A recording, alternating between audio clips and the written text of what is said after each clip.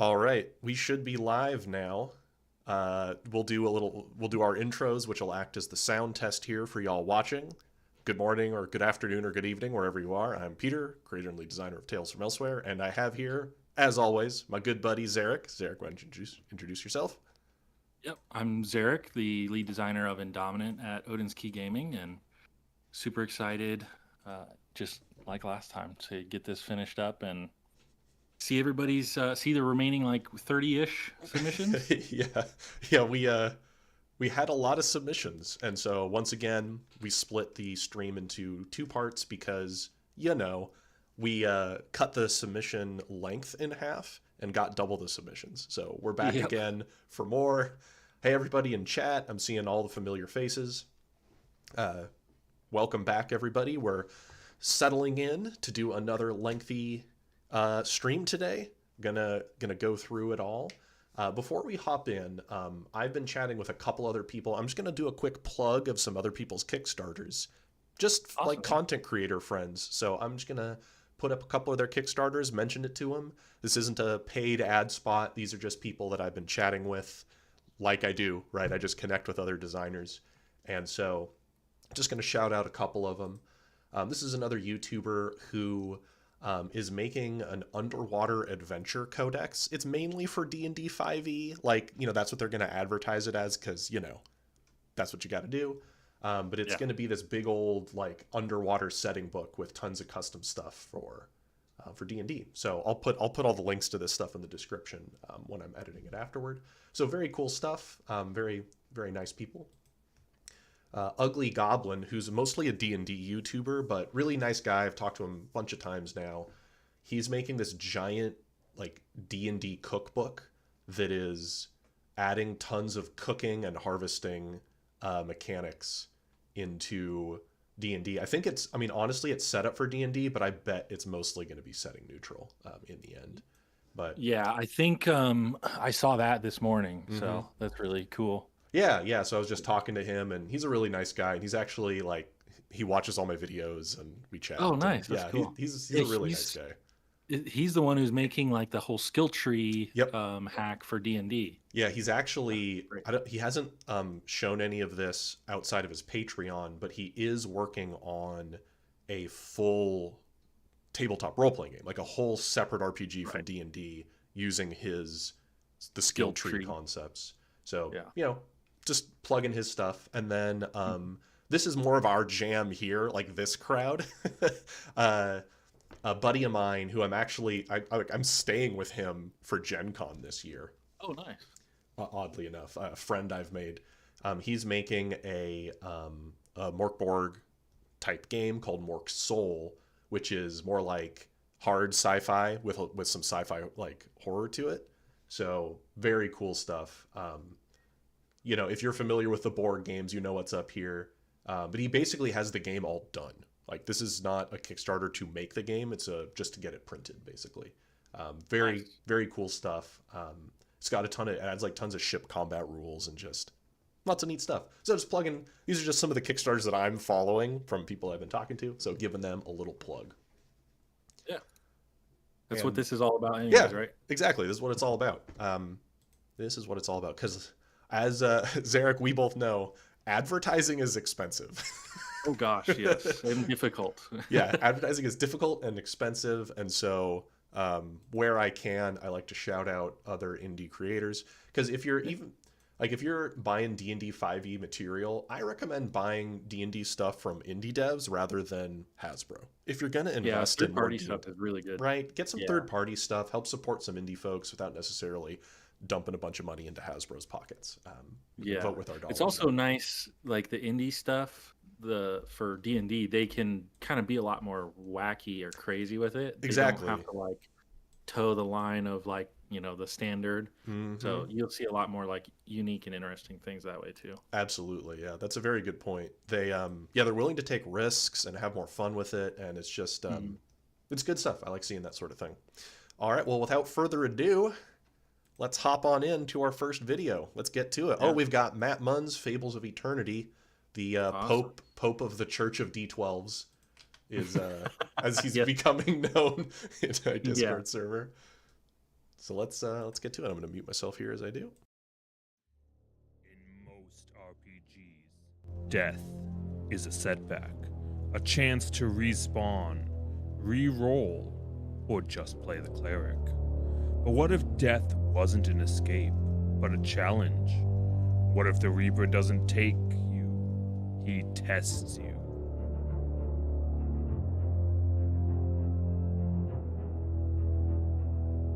Welcome back, I'm Moon. Today we're discussing death mechanics in TTRPGs. Thanks to our friends Peter from Tales from Elsewhere and Zarek from Odin's Key Gaming for hosting another RPG Designer Challenge. In the Seven Seals system, death doesn't send your character to the afterlife. It drops them into the Hallow Beyond, a voidscape of still air and dying light. Here, death is not passive. It's a battle, a final duel before oblivion. The soul stands before the Grim Reaper, seated upon a throne of rusted blades, and he does not grant mercy, he demands combat. Mechanically, when a character dies, they aren't removed from play. At their next initiative turn, we shift planes, from the battlefield to the Hallow Beyond. There, the player faces the Reaper in single combat. If multiple characters die in the same encounter, they descend together, not for comfort, but to fight side by side. Ruinations, the damage and trauma that weigh down the living, are wiped clean, but virtues, your spiritual core, remain diminished. If you win, you claw your way back to the world of the living, restored, grasping, and marked. You may return. Death is no longer an off-screen, fade to black. It's a final stand, a haunting echo of your character's will to live. And when they return, if they return, they're changed, scarred, touched by something that should never have let them go. There is no peace in death, only silence, hunger, and a long descent to Hallow Beyond. So next time you fall, roll initiative, because the Reaper is waiting.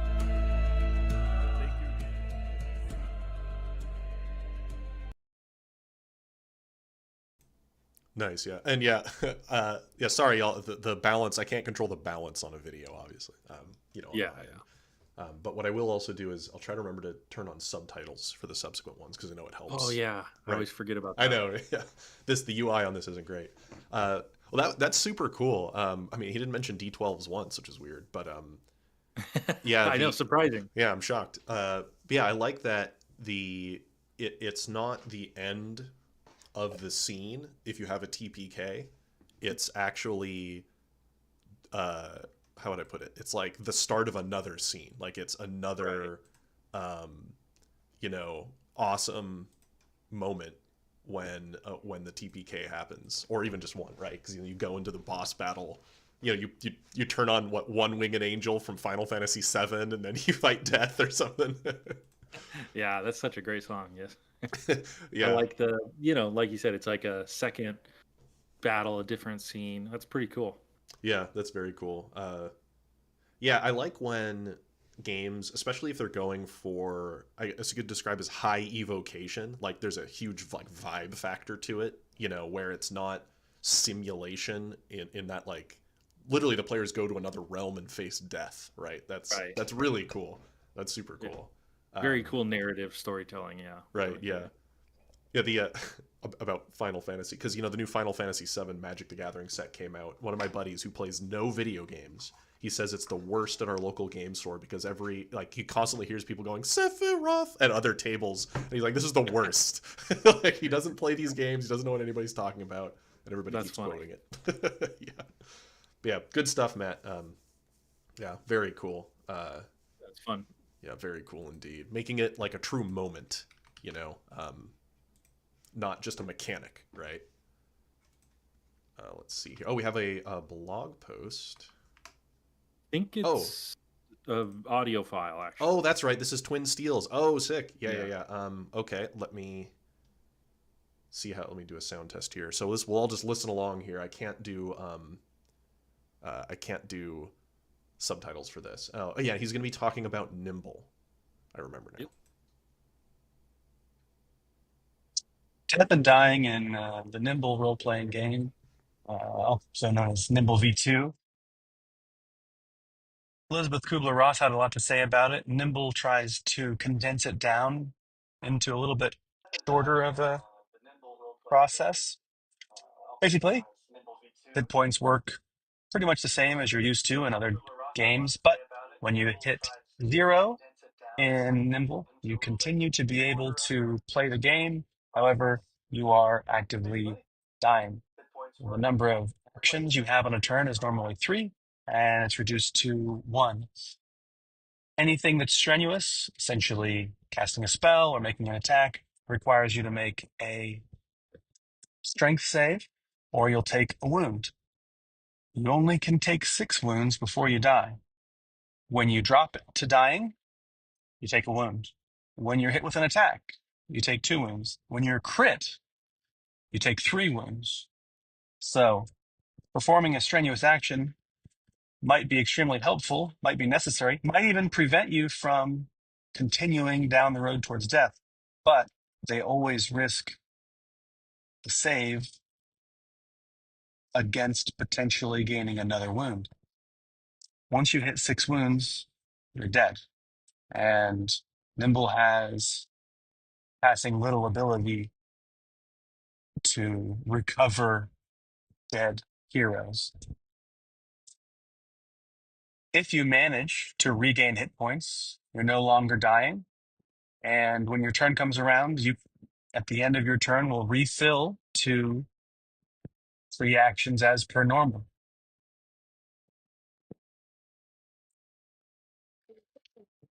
Until you clear all of your wounds, one version of the game forces you to take a -1 penalty for each wound on all of your skill checks outside of combat.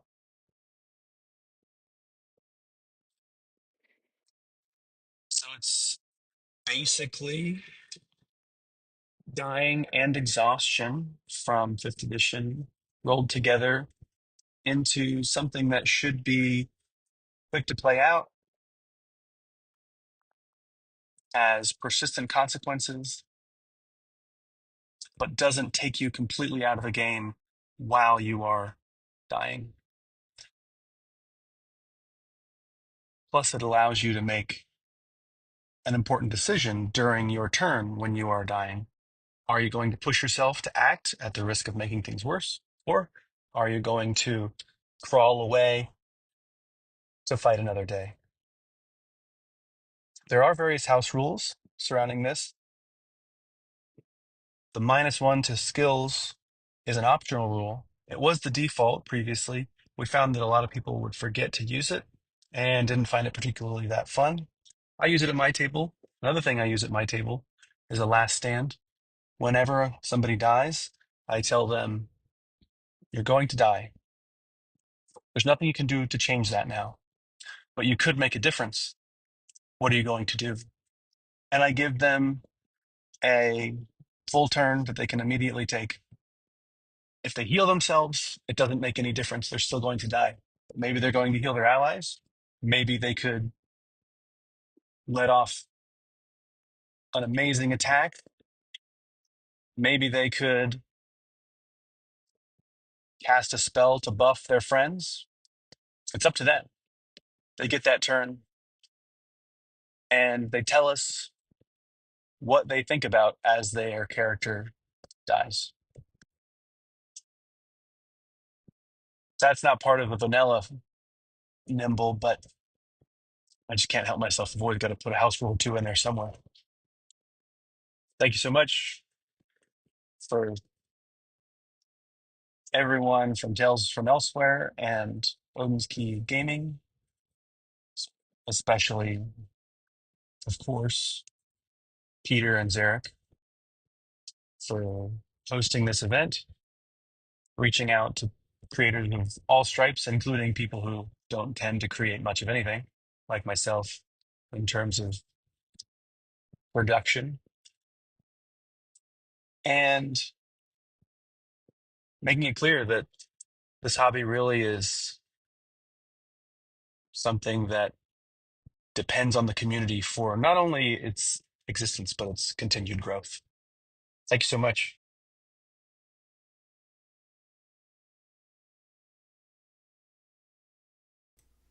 And sorry, Zarek, I had to mute you there for a sec. I was getting the audio through Discord on you. Yeah, I realized I didn't mute myself. Yeah, it's all Sorry good. about that. No, you're good. I caught it. after a little bit. We'll forgive Twin Steel for going 5 seconds over 5 seconds over the limit. That's very cool. So for those that don't know Twin Steel, he is one of the most prolific hunter of house rules and game systems on the internet. Just an immense wealth of knowledge and experience. Really ban him, says wrong on purpose. Just really awesome person. Has worked a lot with me and chatted a lot with me on Tales from Elsewhere. And specifically here, he worked a lot with Evan, the creator of Nimble, to help balance and test the game and do design with him. So he was intimately involved in the in the refinement of the Nimble role-playing game. So very cool stuff. I wasn't familiar with how, or I didn't remember how Nimble did death, and it reminds me of Savage Worlds, where you get these wounds that give a stacking penalty. But interestingly, in Nimble, those penalties only matter outside of combat with that optional rule, because Nimble has only a damage roll. And so that's interesting. And those wounds they're not like wound systems like we would say have like narrative consequences or anything. It's just like you get these penalties by dropping and pushing yourself, which is neat. And of course, since it's Nimble, it's like expedient to resolve. You just check a wound box and then move on. Right? Because it's such a fast game. Yeah, it's very similar to how we do it. Honestly. So yeah, because it's not about in Indominant and in Nimble, because Nimble is still like heroic D&D, right? There's a level that heroism idea. The hero gets back up and keeps fighting, right? Until they have that one, in this case in Nimble, like the Blaze of Glory variant rule, right? Where you can do one last thing. Right. And Weiss said it. Blaze of Glory, our final stand, is a strong recurring mechanic. Yeah, we're seeing that a lot. And that doesn't surprise me because it's cool, right? It's from the action movies or superhero movies or whatever. There's always like that one final act before you take your dirt nap. And so love to see it. Yeah. Awesome. I need to actually sit down and like get in some Nimble games one of these days when someday I have time. Yeah. I've heard the Nimble 2, like 2E, is actually they made some nice improvements on some things. So yeah, it's got a lot going for it as far as there's a lot of games that are trying to, big quotes here, fix D&D. Big quotes around that, right? What does that even mean? But making a variant of the same experience that D&D 5e purports to create and like trying to refine it. And Nimble is one that I think moves the needle the most while still being very D&D. Like it changed a lot of how you play it. It's not just slightly different D&D. Anyway. Yeah, it's very different. Yes. Yeah. And it's still like the gameplay feels like D&D-esque type thing still. So it's good stuff. I haven't put much time myself into D&D alternatives lately, mainly because I'm not going to get my main D&D group. Like they're not going to just not play. They're not going to play a slightly different D&D. They want to play. Right. They're going to play a different game. It'll be something very different. All right. Yeah. Looks like we have a blog post for the next one. Let's see if I open this correctly. And I'll zoom in. Let's see here. Make sure we can. You want me to start, or you want to? Sure. I feel like I've been yapping. I'll let you. Yeah, you've been talking a lot. Figured. I'll let you take this one away. Okay. Zoom in a little bit here. Okay. Death in Agency Unlimited by Dave Carroll. Agency Unlimited is a genre-agnostic tabletop RPG that scales seamlessly from street-level investigators to reality-shaping cosmic entities, all using the same elegant dice pool mechanics. Whether you're running gritty, noir, superhero action, space opera, or action movies where heroes shrug off flesh wounds, the system delivers consistent mechanics that adapt to any setting. Built on trust between players and narrators, Agency Unlimited promises player agency at every level, from how you approach challenges to how your character's story ends. Every character gets equal narrative authority through the game's mechanics, ensuring that choices matter more than dice rolls. The philosophy of death in Agency Unlimited is possible but not arbitrary. The system deliberately creates meaningful stakes without resorting to random character loss. When violence erupts and dice hit the table, real consequences follow. Both those consequences serve the story rather than derailing it. Sorry, I said both. The game recognizes that the threat of death creates tension, while actual character death should only happen when it enhances the narrative. This philosophy keeps campaigns moving forward while maintaining genuine danger. Mortal injuries and incapacitation. When a character suffers a mortal injury, they don't immediately die. Instead, they become incapacitated, unable to act or defend themselves, remaining conscious only if it serves the dramatic moment. This critical state requires immediate medical attention, and without stabilization, death will follow. However, the timeline remains flexible, determined by what makes sense in the fiction rather than arbitrary countdown mechanics. This buffer between defeat and death opens numerous narrative possibilities.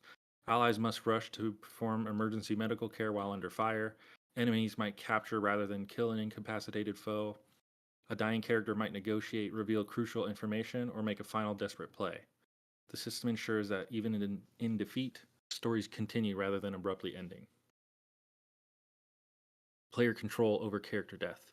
Perhaps most importantly, Agency Unlimited puts the ultimate decision in the player's hands. Even when suffering mortal injuries, players always control whether their character dies or not. You might choose a heroic death in the moment, saving others through your sacrifice. You might have your character cling to life against impossible odds driven by unfinished business. Perhaps they succumb after delivering final words to loved ones, or survive through sheer force of will when everyone thought they were lost. The game explicitly encourages players to make it dramatic, make it matter, make it yours. This isn't about avoiding consequences, it's about ensuring when death comes, it serves the story that you're telling together. A player might choose death even when survival is possible because it creates the perfect dramatic moment. Conversely, they might choose survival against all odds because their character's story isn't finished yet. Embracing deadlier play. While Agency Unlimited defaults to player-controlled death, tables that prefer high lethality can easily adjust. The system fully supports groups who want death to loom larger in their stories. Some tables might agree that mortal injuries mean immediate death, that certain weapons or situations override player control, or that stabilization attempts automatically fail in certain circumstances. Think of Last Action Hero when Jack Slater gets shot in the real world. It's life-threatening. He has to return to the movie world where the same bullet wound becomes just a flesh wound he can walk off. Agency Unlimited captures this perfectly. The same mortal injury that means certain death at one table becomes dramatic inconvenience at another. The mechanics remain identical, only the genre interpretation changes. These choices don't require new rules, only different genre agreement. Whether you want heroic fantasy where heroes narrowly escape doom, gritty horror where death stalks every shadow, or action movies where flesh wounds just slow you down, Agency Unlimited's death mechanics adapt to your preferred style. The key is that everyone at the table agrees on how final death should be. Gonna take a sip of water, 1 second. Recovery and long-term consequences. When characters do survive mortal injuries, recovery follows your genre's logic. In a gritty crime drama, recovery means months of physical therapy and permanent scars. In Saturday morning cartoons, characters bounce back the next scene with comedy bandages. In action movies, heroes grimace through the pain and keep fighting. In cosmic horror, survival might leave wounds that never truly heal. The mechanical framework remains consistent: stabilization attempts, recovery rolls, healing over time, but just as the Last Action Hero example shows how the same wound means different things in different worlds, recovery times and consequences adapt to your chosen genre. A mortal injury in a 4-color superhero game might mean a dramatic hospital scene followed by a triumphant return. The same injury in a war story could mean medical discharge and learning to live with a permanent disability. These recovery timelines ensure that injuries carry appropriate weight for your story. The wounded soldier who spends months in rehabilitation tells a different tale than the action hero who's back on their feet after a rousing speech. Both use the same mechanics. The genre determines what their mechanics represent. Tables should set recovery expectations alongside their death dial, ensuring both match the stories they want to tell. Meaningful stakes without punishment. The death mechanics in Agency Unlimited exemplify the game's core philosophy: trust the table to make good stories together. Characters can be defeated without dying, allowing for capture, negotiation, or retreat. Villains can be taken alive for questioning or trial. When players choose heroic last stands, they do so because it's the right moment, not because the dice demanded it. Medical skills become crucial for preserving life rather than restoring hit points. Death becomes a storytelling tool rather than a mechanical punishment. The system creates genuine danger. Combat has consequences, and those consequences stick around. But it avoids the random brutality that can derail campaigns and frustrate players. When a character dies in Agency Unlimited, it's because their player decided this was how their story should end, not because they rolled poorly at the wrong moment. This transforms death from a failure state into a narrative choice, maintaining agency even in the character's final moments. The flexibility to dial lethality up or down means every table can find their sweet spot. Some groups will play where every fight could be their last, while others will treat death as a rare but meaningful story beat. Agency Unlimited provides the framework, your table decides how to use it. Shocking that the game called Agency Unlimited places a lot of agency, right? Player agency. Right. Yeah. So that's very interesting because having talked to Dave Carroll before, you know, his game is, you know, I'll do a visual. I know I'm not sharing my screen in Discord, Zarek, but, you know, games will choose how much, with any individual mechanic, you know, how much they want that to be under the GM's control or the player's control, right? And there's a lot of variety out there. And so Agency Unlimited puts a lot of its mechanics like more in the player side of things, right? It's sliding it over a little bit more. And this is a really good example of that because death isn't necessarily something the GM is setting up, right? It's something the player sets up as a way for them to sculpt their story. So that's very different, right, than for example, a high lethality game where the players die because they failed to overcome a challenge set up by the GM, right? It's very different. Yeah. So, yeah.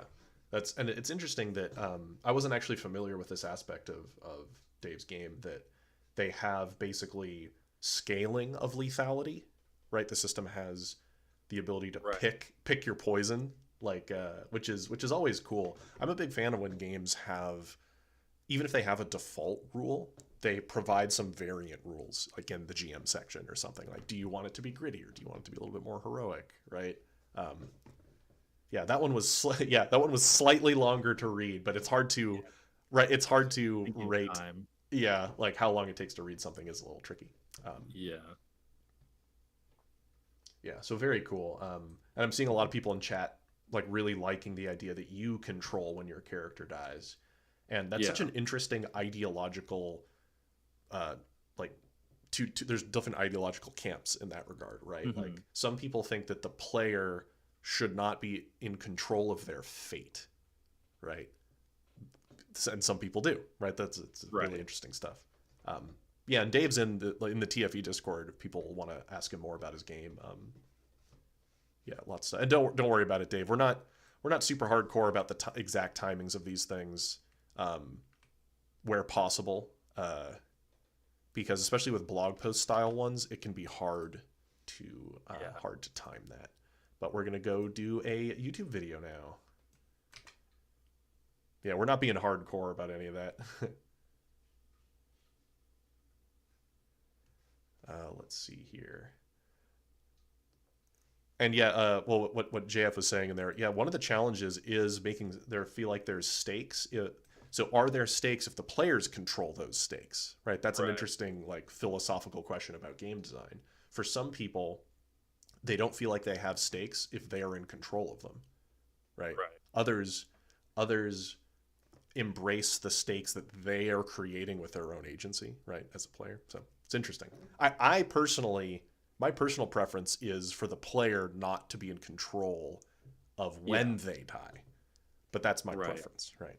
Anyway, interesting stuff. All right, we've got who do we have here?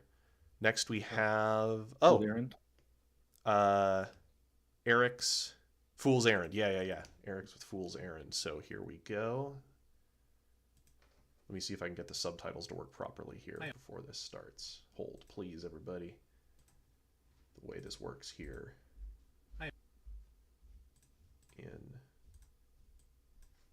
All right. I'm Eric. I'm working on a tactical fantasy D20 game called Fool's Errand. As part of this round of Tabletop Community Spotlight, thanks Zarek and Peter, we're discussing our rules on death, dying, and failure. To that end, I'll go over the rules for death in Fool's Errand. When you are reduced to 0 health, you die. Maybe I should walk this back and talk about why there's so little there. A lot of games have this mechanic where you lie down for a while before dying. D&D has had this since negative hit points. It's also common in team-based video games. Usually modern versions have a countdown. It's a tense moment. Your allies have to raise you in the middle of whatever pressure killed you to begin with. Sometimes they carve out an exception to die on your feet in a blaze of glory. I tested a similar mechanic for Fool's Errand. I liked the look of something similar from the Daggerheart playtest. Without getting into the details, you could lie down and die slowly, or you could do more and die fast, and it didn't test well for my goals. The lie down in D&D was at least partially a patch for unfair death. Turn 1 kills that were unreasonably difficult to avoid. My health mechanics and action economy were built around removing this situation on the front end.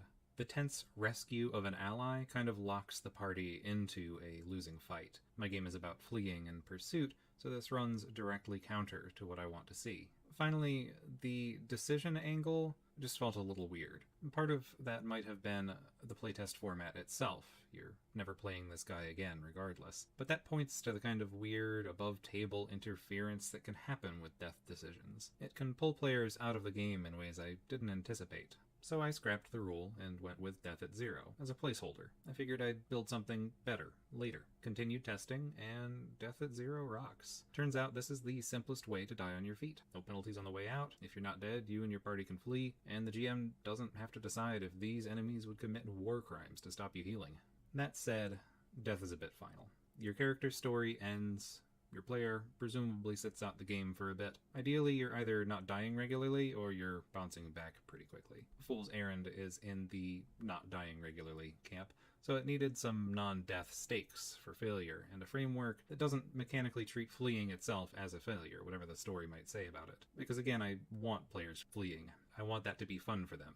So KO, capture, maybe wounds are ruled out by my constraints. If they can persistently stop players running, they're just not a match here. What I've gone with instead is economy, because characters can still run when they're broke.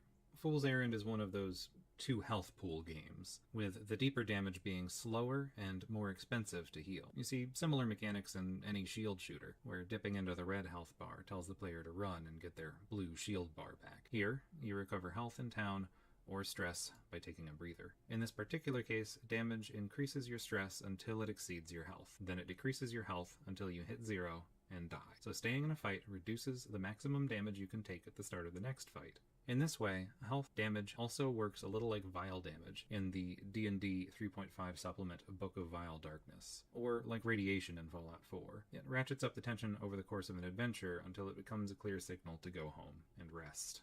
Resting in the town in Fool's Errand is built around a lodgings system. You pay money to recover resources and buy advancement. Different lodgings give different benefits at different prices. So if you played cautiously, you might be buying reserves at the tavern and experience at the guild. If you played recklessly, you might be forking over a lot more money to get health back at a temple. To bring it back to death and failure, this creates a gradient of stakes over the course of the fight. If you pick a big fight and take too much stress, you just run. If you stay and take health, you're looking at fragility, medical bills, and slowed advancement. If you stay to the end of your health pool, death.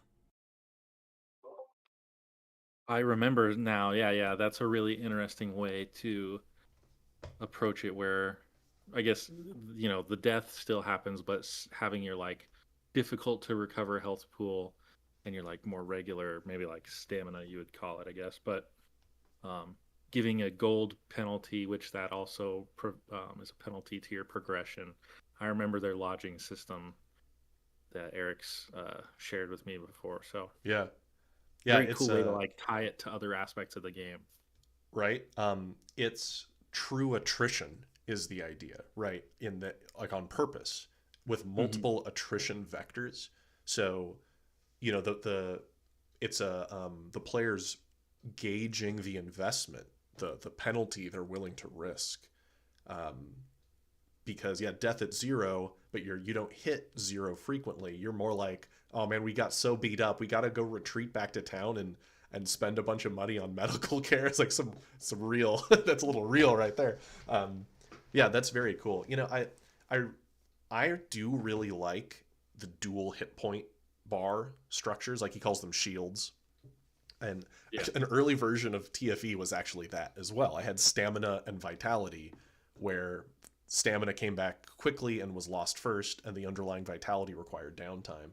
Because I think that's a nice way to keep hit points and damage and still feel like there's a little bit of a consequence, right? To, to the health you're losing. Like I played some D&D last night, because I still play a lot of D&D. I just don't run much D&D anymore. And the hit points we're level 12, so we're fairly high level. Hit points just going up and down and up and down. It's like, oh, Paladin lost 80 hit points this fight. We'll heal him back up to full. It's like the damage doesn't necessarily have consequence.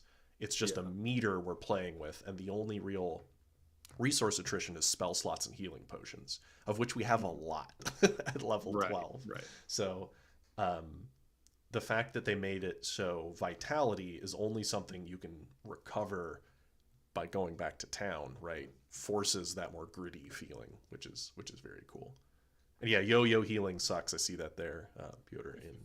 Yeah, I'm not a fan. I mean, obviously, I'm not a fan of damage that doesn't matter. Right? Yeah. That's how I'll say it. But, that's like my thing. But yeah, that's very cool. I think, the stamina, vitality, or shields and health kind of structure is very functional if you want it to be gritty, right? If you want the gritty side of things. But obviously, if you want to keep things heroic, you don't want people to be like, uh-oh, better not get cut up too much or we're going to have to go retreat. Yeah. Right. Different systems, different purposes. Yep. For sure. Okay. Oh, next one looks like it's another recording, actually. Oh, it's a video, but it's on... It's one side. Oh, wait. I think he may have sent me an updated link. Sorry, y'all. Let me go find this really fast. Okay. This won't be able to go on the watch together? I don't know how that works. No, I think I'll have to just... Yeah, this wouldn't be watched together. Sorry, hold on one sec. And let's see if I can find... And I don't think one side's in the stream right now, but I think he may have said he recorded an additional one. But I'm not seeing it. Hold one more second. I won't spend too much time trying to hunt this down. Oh, yeah. I will just check one more spot and then call it a day. I think he may have emailed it to me. Because when we delayed the part 2, I think he was like, gonna maybe touch it up slightly.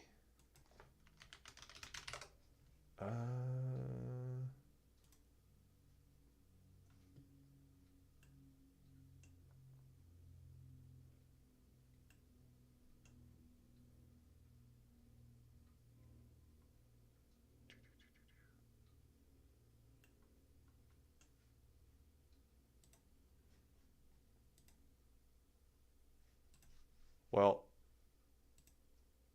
we will just give this one a try. Oh, will it not let me play it here? Oh boy. Hold on. It's juggling me around because it's a file sent to me. Boom. Go to the link.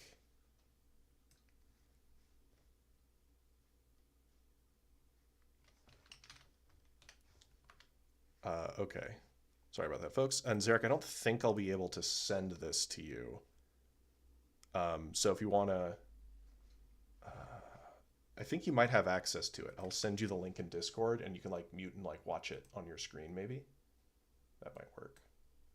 And then we'll just check in afterward. He just didn't want to post this on YouTube yet, or anything public. That's why. Okay, well, I'll start the stream on my end. Sorry, folks, getting the technical difficulties sorted out. What's up, guys? This is One Side Too Many, and today we are talking about the death and dying system of Go All In. What is Go All In? It is a no-limits tabletop role-playing game about fortunes and freelancers. You and your crew of mercs for hire take gigs from notorious fixers and the dangerous factions in a cyberpunk fantasy world. Now, each character is built on the pillars of heart, mind, body, and soul, as depicted on the character sheet as the columns blue, green, red, and purple. Now, each pillar has its own distinct pot of chip, hence the integrity, fortitude, and resiliency of the pillar. So gravitas, which is the vitality of heart, is typically lost during social intrigue scenes when you're punked, insulted, or humiliated. Acuity, which is the vitality of mind, is typically lost during exploration and investigation scenes, as well as due to the non-lethal impacts such as neural feedback when hacking and the crash effects of the super potent drugs of this genre. Grit, which is the vitality of body, is probably the one most of us would associate as a traditional health pool, is reduced when you're like shot, stabbed, or otherwise take impacts that would get you closer to death and dying that are frequent in action scenes. And finally, we have Essence, which is the vitality of your very soul, is used in exchange for magic and arcane effects, and is sometimes lost in greater quantities when magic responds in ways other than anticipated. Now, Go All In takes a lot of inspiration from the John Wick series, where you can get shot and stabbed a couple of times and still operate at peak efficiency, until suddenly you take that one special hit and your capability is then diminished. This is referred to as getting wounded versus getting hurt. So if I orient you onto the grit pillar for me real quick, you'll see these 4 boxes with a value in them. These values are my wound thresholds. So as I get hurt, as I take damage, I'm going to have to click off these boxes. That's going to let me know once I am wounded, once I cross that specific threshold. Now I have to come under one of the stats inside that pillar, which for body is going to be forceful, might, and dexterity. We have to mark one of them. Just give me this slick little icon that's going to let me know that I now have to use dexterity at a dice size smaller. So in this case, a D4 versus a D6. Now, with the right consumables and the right actions, I'll be able to actually patch that. So even though I may still be in the wounded, like minorly wounded state, I am able to still operate at peak efficiency because I have patched that particular wound. Now, what could end up happening as I take a massive amount of damage, you may notice, well, we now crossed the mortal threshold. So what happens when I cross a mortal threshold in a pillar? Each pillar has a distinct and different mortal wound state, which for the body pillar is going to be the dying state. Each round of the encounter that I am not stabilized, I'm going to have to tick up my current tracker until I am equal to my maximum. If by the end of that round that I would then have to tick up beyond my maximum, I am not stabilized, well, you can put 2 and 2 together and know that I am deceased and I'm just another casualty on these mean and dangerous streets. Well, what happens if I do end up getting stabilized? I'm going to unclick the dying condition. I'm going to put my current dying state up here in the stabilized state, and that anytime that I might be walking around with like that 1 HP gang. However, if I were to take additional damage to my body pillar, I would then take my stabilized state, and that's going to go back to being my current state. So there's no infinite yo-yos here and Go All In. Additionally, if I take additional damage to a specific pillar that is not able to be filled by my pot, I'm going to have to mark off additional ones to the right-hand side. So essence is going to come from body. Well, as you notice that there is no stabilize graphic. Yes, so if I run out of essence, you are dead, dying, nothing done. You're KIA. Your soul has burnt up. There is nothing else left of you to even resurrect. So this has been a quick little intro into the Go All In gameplay. I have some fun announcements coming soon and open to play testing very soon as well. Thank you for your viewership, and thank you, Peter, for being the steward of the community. This is One Side Too Many, signing off. Nice. Oh, I had my mic on that whole time. Hopefully it wasn't leaking too much. Yeah, so I saw Go All In is in the chat now, and yeah, there was an updated video he made, but he's got like a repo in the TFE Discord server, so if people want to go check out more about that. Yeah, something somebody was pointing out is like, whoa, the character sheet seems really intense. And so this is the type of paradigm to use not the term ideology, where the sheet helps you run the game, right? It's a way to take some what could be crunchy processes, but the sheet obfuscates that like the burden of the player. So they just like check a box, and the auto calculated sheet performs actions for you. It's like that sort of like hybrid digital / in person. Sheet as UI versus sheet as reference. Yeah, right. Yep. Which is always really interesting to me. Then I'll talk about the health stuff in a second.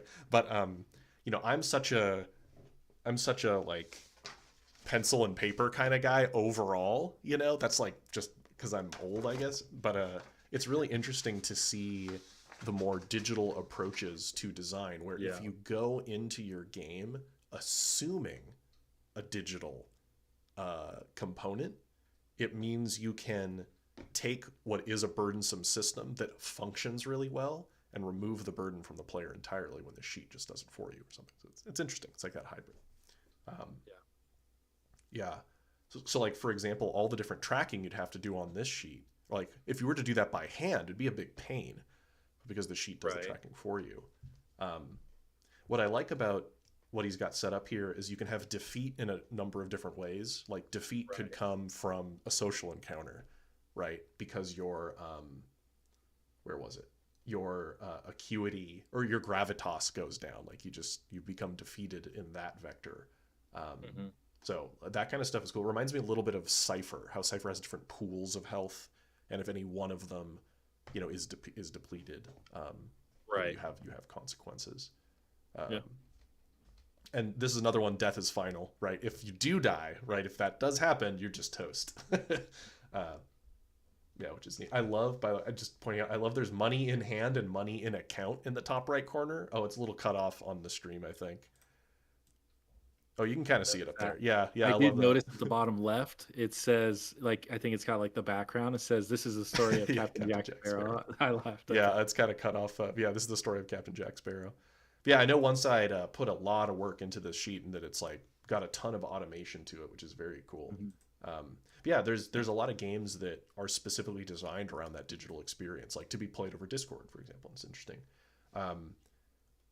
I like that. You have these different states. So like, death is final in this game, but the journey from being fully functional to death has tons of nuance, right? Like there's tons of micro states you can be in because all of these different things can be in various levels of wound or treated or what have you. Yeah. And the different wound tiers, the thresholds, kind of reminds me of what Daggerheart ended up doing. They obviously didn't invent damage thresholds, but I do like the idea of damage thresholds. So very cool stuff one side. I know you were saying you were hoping to playtest soon when you made this video, and I think you've run a playtest or so from what I remember hearing you chat about. So good stuff. All right, let's keep on going down the list. We might need to speed up a little bit. I don't know if we want to start going like 1.2x because there's much to do. Let's try doing these a little faster. All right, so now we've got Alloburned. And hold please. Hi. I will get this going slightly Hi, faster. my name is Hi, my name is Oh, this video is bugging out for me a little bit. Hi, my name is Nadia. I was introduced to TTRPGs through my wonderful girlfriend Rhea, and immediately I felt the need to try my hand at making my own system. That didn't go super well, so I made a couple others, but eventually I made my newest game, See You Soon. It's a game about a near-future post-apocalypse with a lot of rural horror vibes. Cryptids roam America, nature's an eldritch god, and the thing that ended the world wasn't some big disaster, but instead the slow erosion of climate change and political strife. If you're having trouble picturing it, the system works a bit like a mix of Blades in the Dark and Into the Odd. You play as normal people looking for loot in old abandoned ruins. So you have 6 HP. No, you don't roll. No, you don't add stats. And there is a way to increase it, but it's a little bit of a hassle. You have 6 HP, and if you're hit while you're at 0 HP, you're dead. Gone for good. This is not a particularly unique system on its own. No death saves mean PCs can die at any moment, but that extra hit prevents one-shots and gives fair warning to the players. Yeah, I did mean if you get hit at 0 HP, you die. So if you have 1 HP and take 1 quadspillion damage, you have 0 HP, but you're good until you stub your toe. Why use HP? Asks the injury man. We're talking about armor now. So in this game, you have 15 inventory slots. That's actually not a lot. This game uses a barter economy, so a lot of space will be taken up by food, medicine, weapons, and tools. So how does armor work? Well, armor increases your HP. It's the only way to increase your HP. And guess what armor does? It takes up inventory slots. 1 slot for every piece of armor. Now you may notice, we can't pick up anything else. To wear lots of armor, we have to ditch stuff, which means our effectiveness in combat ruins our other plans. Things in this system all sort of tie together in that way. For example, something I didn't mention earlier, when you get stabbed, you can tell your GM, no. This isn't a resistance roll or a get out of death free card. No, this game actually lets you push rolls, even those made by other people. When I say push, I mean Call of the Cthulhu style, not Blaze in the Dark style. Essentially, this means re-rolling with a cost. So, for example, back to stabbing. You tell the GM no by explaining how you attempt to dodge the attack. You're still at 0 health from that nuke earlier and don't really want to die, so you're going to put your entire arm in the way of the blade. Lucky for you, the reroll isn't so good. And as your poor bunny arm falls to the ground, you escape with your life. See You Soon is built off of these interactions between systems. Simple rules that build on one another while cutting out the bloat. In the same way a community of people comes together to build a settlement, this game creates a community of rules. Or at least that's the intention. As it stands, See You Soon is far from complete, and while playtesting has been a lot of fun, I'm a better designer than a GM, so it'll take quite a while before these kinks are worked out. This video was made for the Tabletop Community Spotlight by Tales from Elsewhere and Odin's Key Gaming. This is my first real YouTube video, so if you enjoyed it, please subscribe, like. I think I'll be putting out more stuff in the future. This video was a lot of work though, so maybe give me some time. I hope you enjoyed. I love you, and bye. Hi.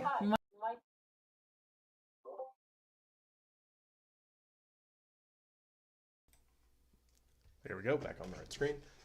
Yeah, that's we're seeing another player agency structure here, where they don't control whether or not they do die, but they can attempt to sacrifice things, right, to not die. Yeah. Limbs.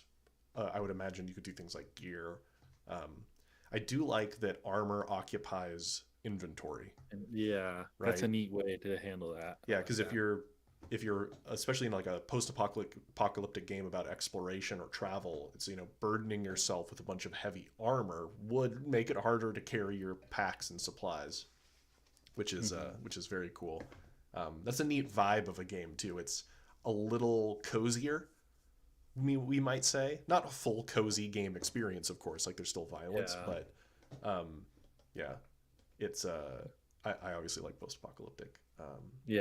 I was half expecting the sacrifice to be like permanently losing inventory slots. I was like wondering where I about that thought that too. was going. Right, if you're short an arm, you might have trouble carrying as much gear. Maybe Right. I know they were saying that it's still early on in its design, You know, so there's maybe room. Oh yeah, and what Danderskoff says there, you know, what would you sacrifice to continue living is a very evocative question.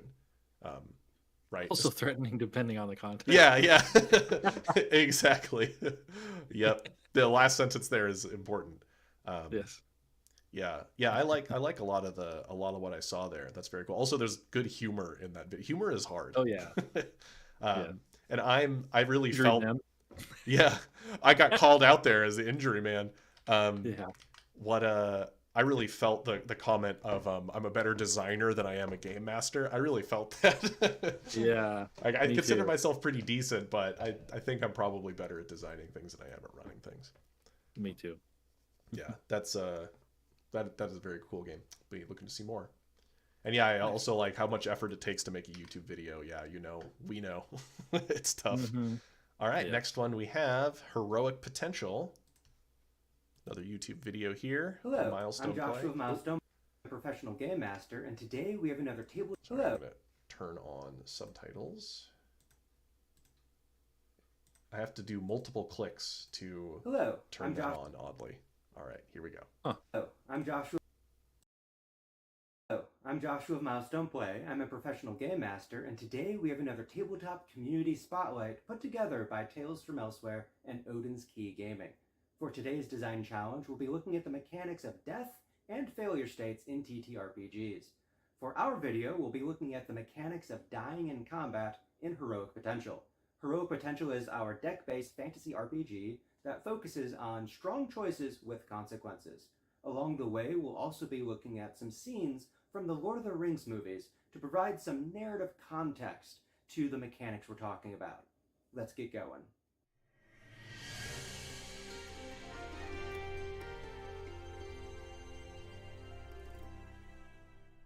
In Heroic Potential, our heroes are able to withstand a lot of damage through their adventures with two different pools of points, stamina and body. Damage first goes to their stamina as they struggle to not be wounded. Stamina refreshes at the end of a combat. If a character's stamina hits 0, further damage goes to their body, reflecting longer-lasting cuts and bruises that they will carry with them into future combats. When a character reaches 0 body, they have an important decision to make. Do they fall unconscious, or do they choose to drop to 1 body and threaten a grievous wound? Let's break down what those two choices mean. When a character falls unconscious, they are out of the combat until a party member heals them, or they are resuscitated in the aftermath. On an unconscious character's turn, the player gets to grant one other party member a momentum of their core capacity. Momentum is additional action economy for particular types of actions. For instance, Aragorn being knocked unconscious while facing the cave troll can grant additional martial momentum to other members of the Fellowship to fight on. Less awesome than getting your full turn, but you get to support those still up and make strategic choices. The danger of being unconscious is that an enemy can deal a finishing blow to kill your character.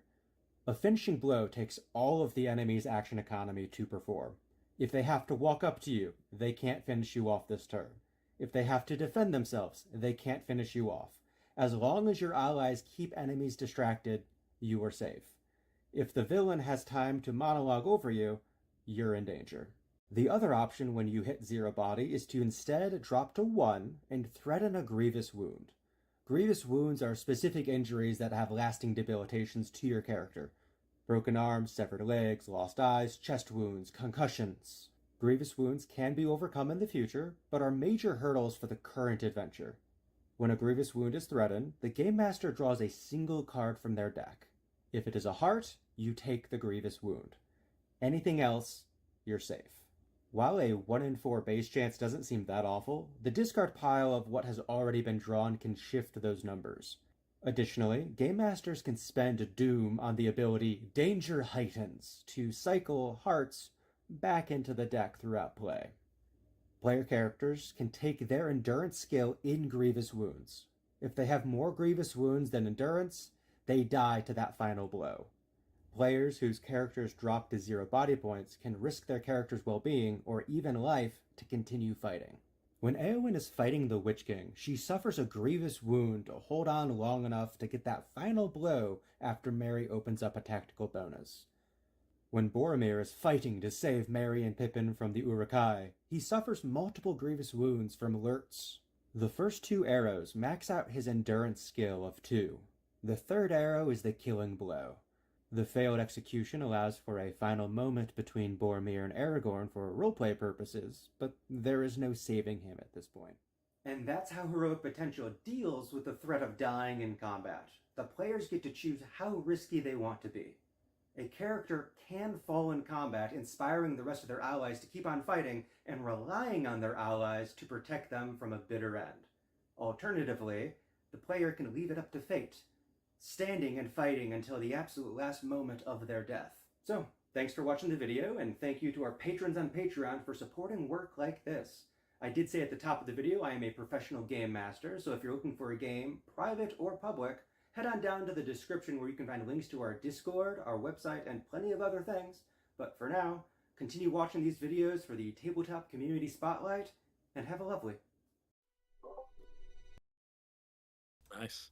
I liked the little snip of like, quit drawing hearts. That was fun. Yeah.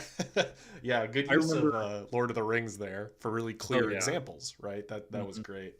And Yeah, that's it. very We good. saw another stamina and health, or like stamina and vitality structure, right? A temporary health, and then a more grievous health, a more serious health Yeah. pool. I remember the barbarian from Heroic Potential. Yeah. And it, of course, like the cards, and then if I remember correctly, you spend your own resources to do cool Right. abilities, so that kind of is like spending some of your health, which is Right. also cool. Exactly. And it's we're seeing some granularity between levels of agency, right? In this case, the player isn't choosing when they die, really. They're choosing how they go down or whether or not they keep fighting with an injury, but death is not in their control so much, right? Because you can only take so many grievous wounds until you die. So that aspect isn't necessarily in their control, but they have more control than a more traditional game where you don't have any like say in the matter. Yeah. That's very cool. And yeah, the use of cards is neat. So Gesundheit, I saw that. Super brief rant about cards. If you're going to use playing cards in your game, don't use them to just simulate something you could simulate with dice. What's interesting about a deck of cards is that as you remove some, the probabilities change of subsequent results. Which is exactly what he's doing here, which is the coolest part of decks of cards. As you draw out non-hearts, it becomes more likely to draw a heart because there's, right? And the more hearts you draw, the less likely you are to draw another heart, right? So that's what's so cool about cards. And I've never designed a game around a role-playing game that uses cards myself, but I want to someday because it's cool. It is really cool. I It's agree. just I've so seen some really cool. cool stuff with using like a 52 card deck. Right? That probability structure shifts without changing the math interaction of the players. Like, you don't pick up different dice, you're still drawing from a deck, but those shifts are really cool. Oh, what Prof just said is much more succinct. The best thing about cards, they remember. Right? That's a cool way to put it. Right? Yep, love it.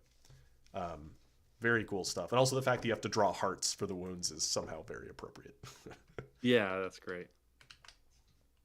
Okay, we've got a written one next, so I think it's my turn to read. This one is short, it looks like. Short and sweet. I'm just adjusting the stream so folks can see it. Yep.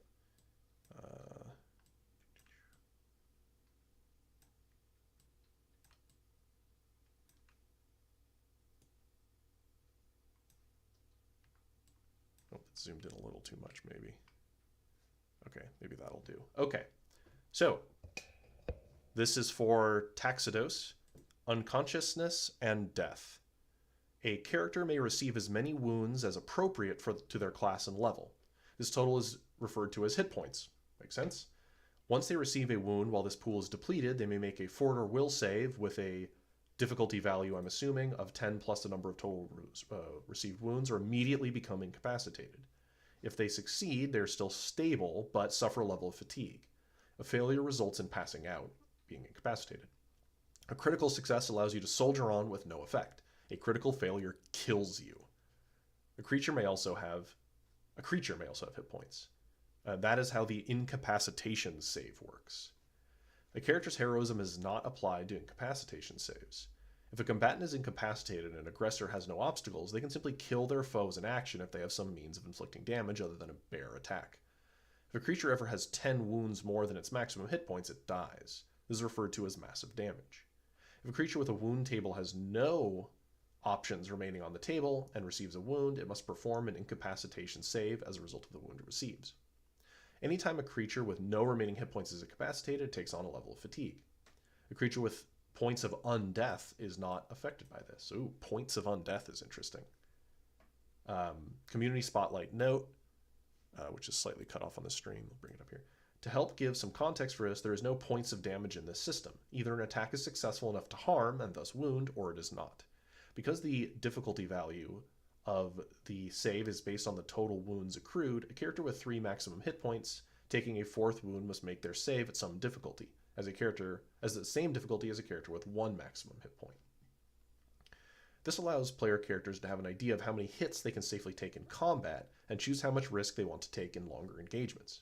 In the end, though, death is always a possibility regardless of character level. Characters can accrue hit points as they grow, but this is very limited. Most beginning characters get only 1 or 2, and the high end is between 4 and 6, depending on the build. For math context, most incapacitation checks are likely to be 3d6 with a +3 or +4, leading to an average of 14. Critical failure is a result of half or less of the difficulty value, and a critical success must be more than half again of the difficulty value. Short and sweet submission. So this is a very, I would say, math-focused submission, which is totally cool with me. And what's interesting is that because you can, I see that you have a floor. Like if you critically fail the save, you die instantly. But my guess is that characters could be tanky enough to not be able to critically fail that difficulty roll because their bonuses are high enough, right? That's my guess of how this works. If the difficulty is low enough because they only took 1 wound, maybe, right? So like it's a sliding lethality scale is what I'm seeing here, where you could, like if I'm my build, I don't need to worry about 1 wounds at a time as much. Like if I only have 1 wound, I could probably tank it and not be instantly killed. But I actually don't know enough about the underlying system here. If the math comes out that you could not critically fail, right? I'm unsure. It's interesting. It's another you're just dead. It's another you're just dead sort of system. I always like when games also call this out. Like if you're incapacitated, that somebody can just kill you if they want to. Yeah. Right? For gritty types of games. Yeah. It has a good place that's like a level of realism that makes sense in the right game system. Right. Yeah. Where, because, some games don't take a stance on whether enemies should do something to downed characters. Right. And, they leave it open to the table, which is also okay. But I like when a game expresses like an intent, right? So like in Dominant, this is a superhero game. It's not about like people slitting each other's throats while they're incapacitated. Right. Like the threat is the villains get away with it, not like they murder us or something, Right. Exactly. Like if all the players get beaten up in a session of Indominant, I imagine they wake up in Lex Luthor's prison thing or something, right? Like it's not, you're not executing people regularly. Yeah. Yeah. I've done just that myself, actually. Right, yeah, they wake up in like the villain's prison compound. Like, Of course, why wouldn't the villain just kill them? It makes so much sense. But, right, that's not what we're here to do in a game like that. Yeah. Like Silver Age comic style games or Golden Age comics. You're not, it's not The Boys. Right. Yeah, so this is cool. This is definitely going for a grittier thing. We have also this idea of fatigue, where even if you're still fighting, I believe you... a failure, where was it? Even if you succeed, you gain a level of fatigue. And I'm sure that's some sort of wearing down, right? And that's to prevent people from just going all day with no consequence. which is cool, again, for grittier style games. All right, Dice Kai looks like is next. Let's see if I can get faster at getting this with the proper subtitles and everything. I have to switch to native controls in this menu and then click in, turn on subtitles, then hit play. Okay, here we go.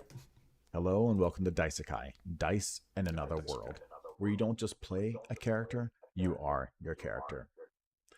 In this game, the rules are meant to be fast and story-based so that they get out of the way and let the GM play with the story as the characters interact.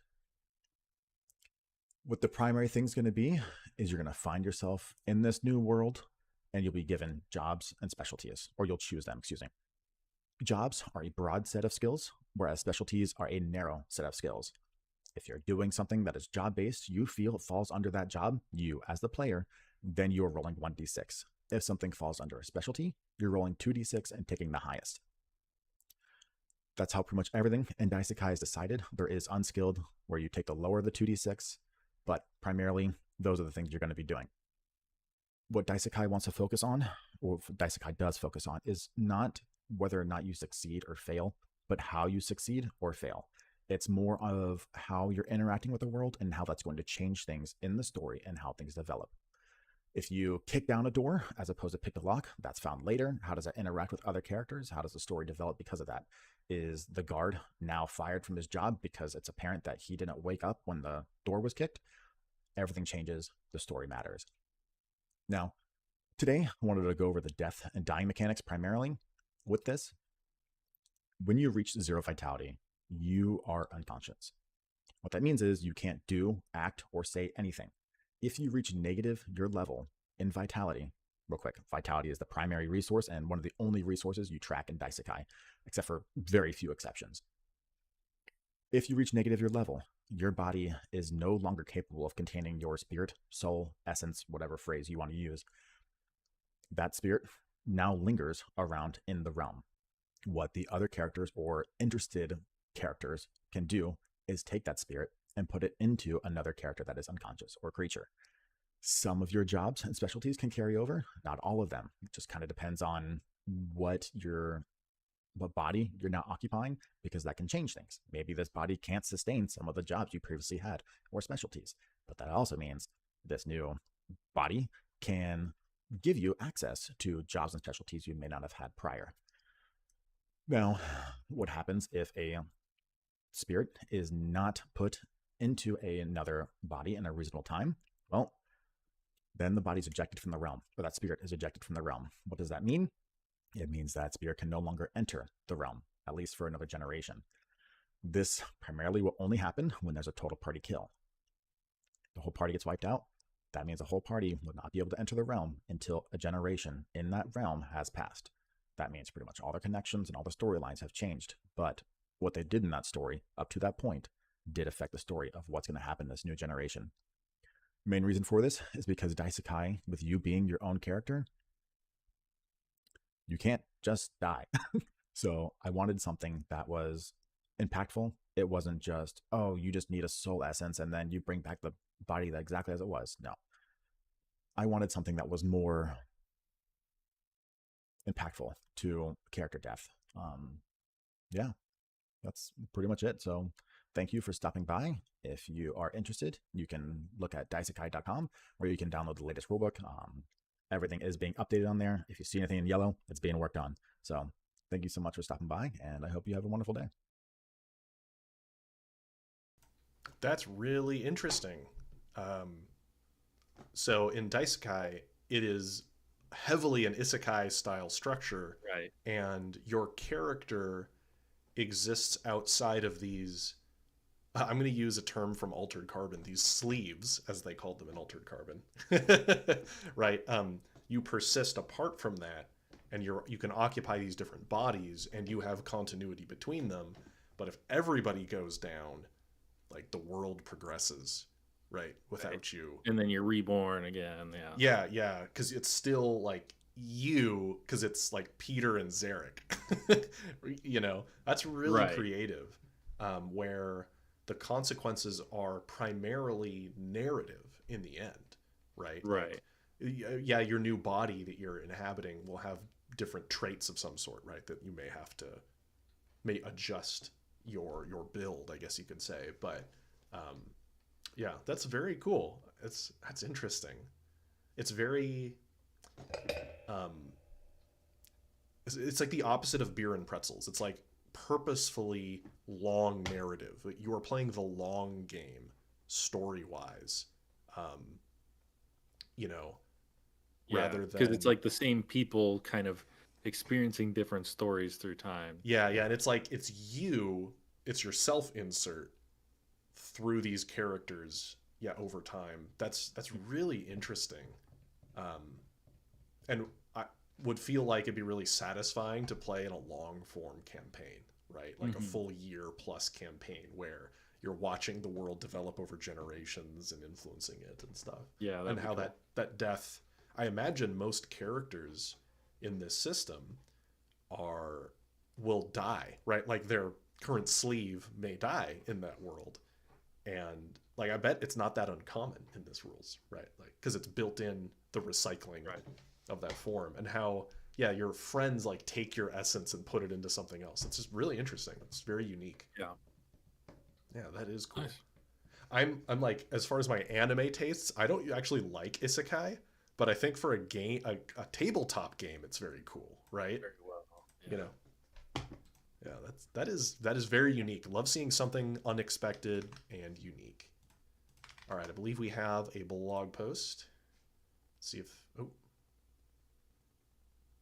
trying to load it. Is it loading up for you when you try to access it? Oh, there it goes. It just took a moment. Yep.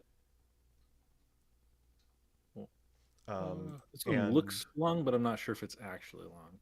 Oh, there's just big pictures, so I don't Yeah. think it's too bad. All right. And is this one are you on reading duty? Yeah. Okay. You did the last one, even though it was short. Yeah. If you want, I could do this one, and then we could give you the next. It's up to you. We got. Sure, I'll do this one. I feel like it was unfair of me to take such a short one. All right. No. So, Carps, death mechanics. Here we go. Oh, it's a little small on the viewers' screens. Okay. This post has been added. Okay, it's the intro. Hi, I'm Murray, game designer and developer at Burst Creative Simulations. I've been playing TTRPGs since the late 1980s and homebrewing my own system for nearly as long. After many years of iterative development, I've created a Windows application called the Computer-Aided Role-Playing System, CARPS. Oh, interesting. So we were talking about hybrid systems earlier. If I had to describe CARPS in one word, it would be ambitious. In more words, CARPS is a low to high fantasy TTRPG system, more grounded than most, and with quite a lot of gritty realism baked in. Being an application, the computer automates 90% of the system's crunchiness. It is quite crunchy, so certainly falls into the simulationist category. It gives you a digital space to display your minis, generate random weather for your locale, and much more. Wow. Before the death mechanics, some basics. CARPS is designed to be somewhat generic simulationist platform, so it doesn't try to evoke a particular genre or setting. It can be used with other TTRPGs, allowing the tracking of player characters' location, equipment, encumbrance, and how the weather is affecting them without the rest of the system. Note that CARPS tracks a character's properties and states so you don't have to, and changes them appropriately over time. Just so you know, values need not be integers, so properties such as HP are recorded as floating point values. Oh, interesting. I don't know why I would need decimals there, but anyway. Life and death in CARPS, hit points, and critical injuries. Fitting with the whole gritty realism, in addition to HP, there are a host of critical injuries that characters may suffer. These include bleeds, broken bones, severed hands, feet, arms, and legs, internal organ damage, spinal nerve damage, fractured skulls, and so on. Some of these can kill regardless of a character's hit points. Touching on character design, it is skill-based with experience levels, and as you level up, you get more skill points, and each skill can be a higher rank. The heal skill is important to have in regards to death mechanics, as it can be used in several ways to stabilize the dying and treat the wounded. A character's health is abstracted with hit points. A low-level character NPC may have 20 to 30, while a high-level character could have 80 plus. A hit from a weapon may do 10 to 20 in damage, increasing with skill and reduced by armor. Energy and hydration also needs a mention, as loss of these can result in death. Carried food and water is automatically consumed as an encounter is run forwards by the GM. If a character doesn't have access to food or water, they could starve or dehydrate to death. Kind of depends on what type of game the GM is running. Dying from hit point loss. Hit points are generally the main concern for dying. These can be lost when hit by an attack, from critical injuries such as bleeds, or over time with infections or diseases. Even extreme temperatures cause damage, so being lost in a blizzard without adequate clothing can be fatal. Death at score. A character has a negative HP value known as their death at score, calculated from their full HP. As soon as they drop to this, they are dead. Only magic could revive them once it occurs. A character falls unconscious as soon as they drop to 0. They will be stable at this point unless they drop below 20% of the death at score. When this happens, they continue to lose HP over time until death. To stop them dying, a heal, stabilize action can be attempted with a heal skill. Excuse me. If a character is on negative HP but stable, they will slowly regain HP and eventually consciousness, likely many hours later. Bleeds. Anytime a character loses 5% or more HP at once, there is a risk of 1 or more critical injuries. Most of these apply penalties, but bleeds, minor, major, and internal, all result in further HP loss over time. A major bleed could cause the loss of 20 to 30 HP by the time it ends. This could kill a character if not treated. Again, bleeds can be stopped with a heal skill, potentially saving the character and or allowing them to get back into the fight. If magic is available, there are also several spells that restore HP and stop bleeds at the same time. Whenever a character is damaged, there is a chance of infection, 10% for slashing and piercing, and 2% for others. If this happens, an infection state is added to the creature. Every 24 hours, the character gets a fort save to clear it. If this fails, another infection state is added, stacking up to 5 times. Each of these inflict penalties and reduce their HP recovery rate. So an untreated infection also has a potential to kill. With all these critical injuries, bleeds, and debilitating states, you might think there's a risk of a death spiral here. After literally years of playtesting, we found that not to be the case. Combat is more deadly, but the options for treating wounds and evading attacks seems to provide balance. If you want to learn more about carps, please explore the rest of this website and check out the YouTube channel to see it in action. Very cool. So we were just talking about digital focused games where they've purposefully made a game that you wouldn't use at the table without the digital platform assisting you, like attempting to every time you take damage having to roll a percentile die to determine if it becomes infected. I bet the game just does that. Yeah. Right. So that's really interesting. We have a lot of vectors of harm that can come in on the player, right? Bleeds, wounds, diseases. Right.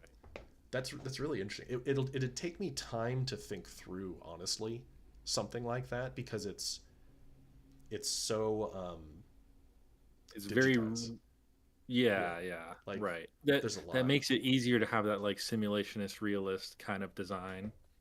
Right, yeah. Like a game like Rollmaster or these like super crunchy simulationist approaches, you could have that as your underlying system, but not make the players have to worry about it like themselves by simply making, not simply making a tool, by arduously making a tool that lets you play the game in that sense. And you can kind of see just how much detail there is on some of these screens, but I bet it calculates everything for you. So you're probably just like dragging things around and checking boxes. Right. So then actually having to manually calculate your encumbrance levels or the chance of being infected when you get hit by an arrow. Right. So that's interesting. Yeah. It's very interesting. Yeah. It's very ruthless, I guess, again, in that way. It's like you die when you hit the number. There's no ifs, ands, or buts. There was resurrection mentioned, though.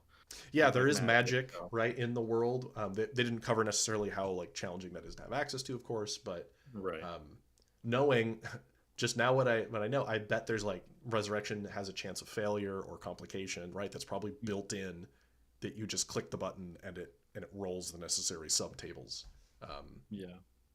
This is a tremendous amount of work. It was like an impressive tool that they've built. It's really interesting.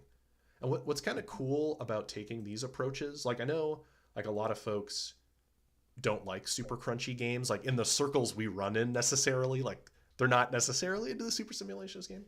But what's interesting about this sort of structure is that when you've built the system to handle all of it for you, you don't have to actually spend a lot of mental energy on interacting with it. So you Right. Like it's super crunchy, but your interaction with it isn't that crunchy. Isn't right. Exactly. Yeah. So that's really interesting. I'd be fascinated to like to play a session of this, like to experience Yeah, the me digital too. tool. It'd just be interesting. Because that's mad crunchy, right? Like Oh, yeah. 2% chance on any damage, but I bet it just I bet like when you click the damage button, like you know, to have taken damage, it just rolls it for you and tells you, oops, got infected. So Yeah. it's really interesting. Nice. Cool stuff. All right. Hey, we got Cybrox, it looks like. Yeah. Is it Sabrock or Cybrock? I don't know. I say it different every time, and I think he's corrected me a few times, and I keep forgetting which one. I'm bad at that. Me too. Okay, let's set the speed here. Oh, and I need native controls. And okay. So you've died. I want to talk about death in Codeworld. What happens when a character goes down? What happens when they are defeated, removed from battlefield? What is the failure state for an individual character in Codeworld? At first, I had the idea that Codeworld might be without injury, without death, without a true failure state. But it quickly becomes apparent that there is no glory in victory if there is no risk of defeat. And so there has to be some sort of failure state. And my game design philosophy in regards to that has moved on quite a bit from that state. As it stands right now, if you take injuries that you do not have the capacity for, very much like Blades in the Dark, you take an injury, you're full up on that injury, so it goes up to the next one, and if that's full, it goes up to the next one as well. And if it goes past the end of the injury track, you go bruised, battered, broken. If you're already broken, now you have de-res. The system actually makes you disappear from reality while it fixes your injuries, and you will reappear later when the system decides it is safe. While you are de-resed, you are removed from the battlefield. You functionally don't exist. But I never, at any stage, want my game to tell a player to stop playing. There is no hard control effects in this game, and death is no exception. While you are de-resed, you are disappeared, you're in the back end, the unresolved section of the metacode. But you are still conscious, and you may have preset preparations for if you are taken out, then these things will go off. Or maybe you're an avatar and you're actually just controlling a body from off-site anyways, and so you're just continuing to do your thing. In any case, you can still act. You still have your turn during the hero phase of every round, but your options are a little bit more limited.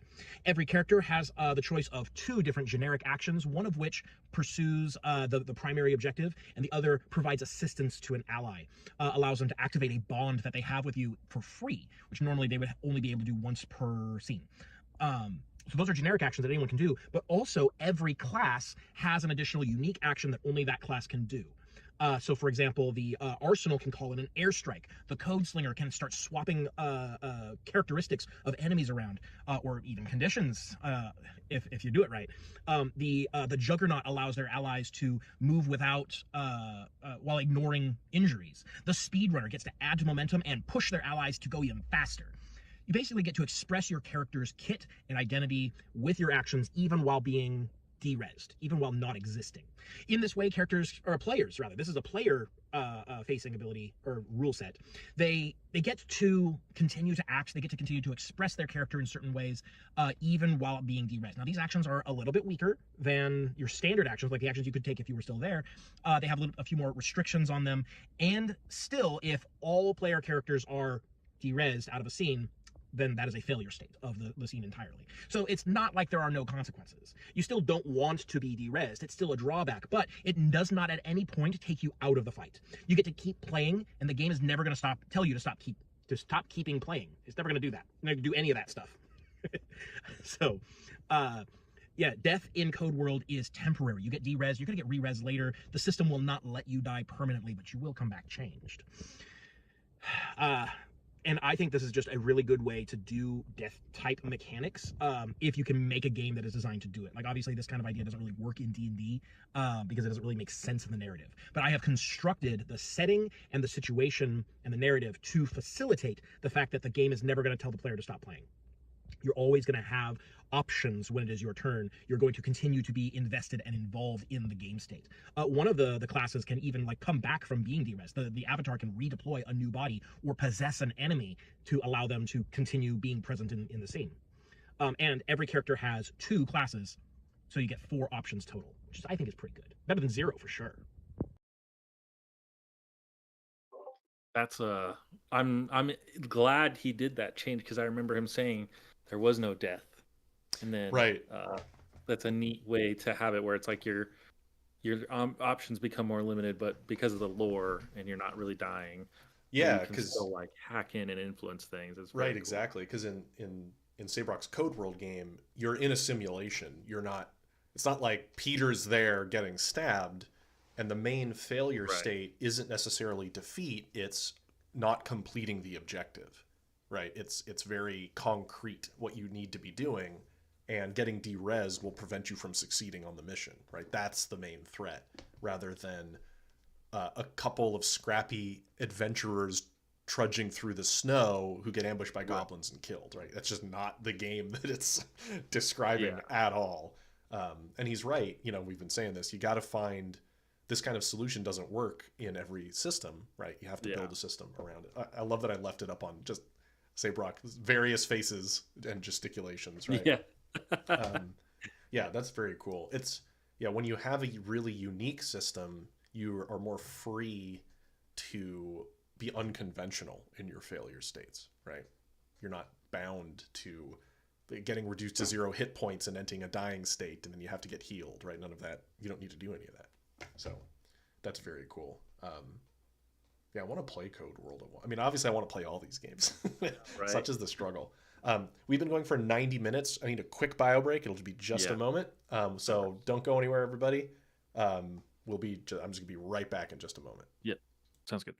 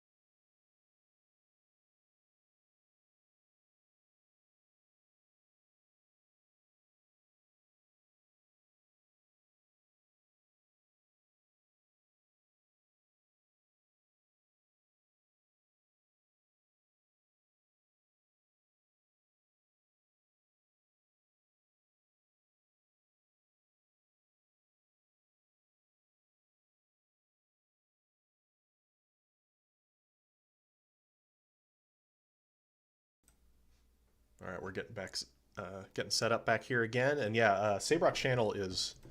There's not a ton of YouTube channels digging really into game design out there, like really like making it the focus, and Sabrok's is definitely one of them. That is very cool. a good binging channel too. You can just like put Yeah. it on and like just listen to some game design talk, and it's very cool. Yep. Oh, y'all got to put some royalty free music. Oh, I should have like played. I have like the Clockworld theme music. Oh yeah. Yeah. Yeah, now that I think about it, I'll do that next time. Good call. Okay, let's get back to it. What do we got next? We've got another YouTube video, Joyful Candy Cube at Adventure. Okay.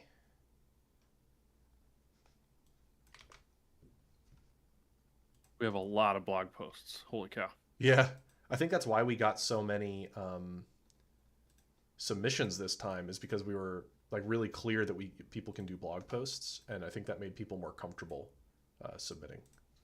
Yeah. So okay, let me just make sure we're good. Okay. Greetings, Internet. Please excuse the lack of editing. This is my first ever video. I don't want to take up too much of your time. Thank you, Peter, from Tales from Elsewhere. Thank you for this community showcase. Let me tell you about my game. My game is At Adventure. I have been working on it for some time, on and off, very off. It's a class high fantasy system. It uses the D20 roll over difficulty, much like D&D. If anyone wants to take a peek at whatever I have ready for this game, I will include a link below. On to the topic of this video. I don't have much time. So, in my game, when a character takes damage and their HP is reduced below 0, they gain the dying condition. First, they get knocked down, yes. They fall prone, they lose the stuff that they are holding, and then they start dying. Dying means that at the start of each round, you will make a vigor check, and if you fail this check, you die. This is inspired by the Witcher TTRPG game. You die. If you succeed, nothing happens. You simply survive, and you take 1 damage. The difficulty for this check is equal to the value of HP that you are missing. So this simply serves the purpose of not dying forever. You will die eventually. Unless someone comes over and heals you or uses a first aid action on you to help you recover. Also, you may get a critical success. Critical success is rolling a result 10 of 10 over the difficulty. So on a critical success, you would simply become stable, you would stop dying, you would not be conscious again, you would still be knocked down.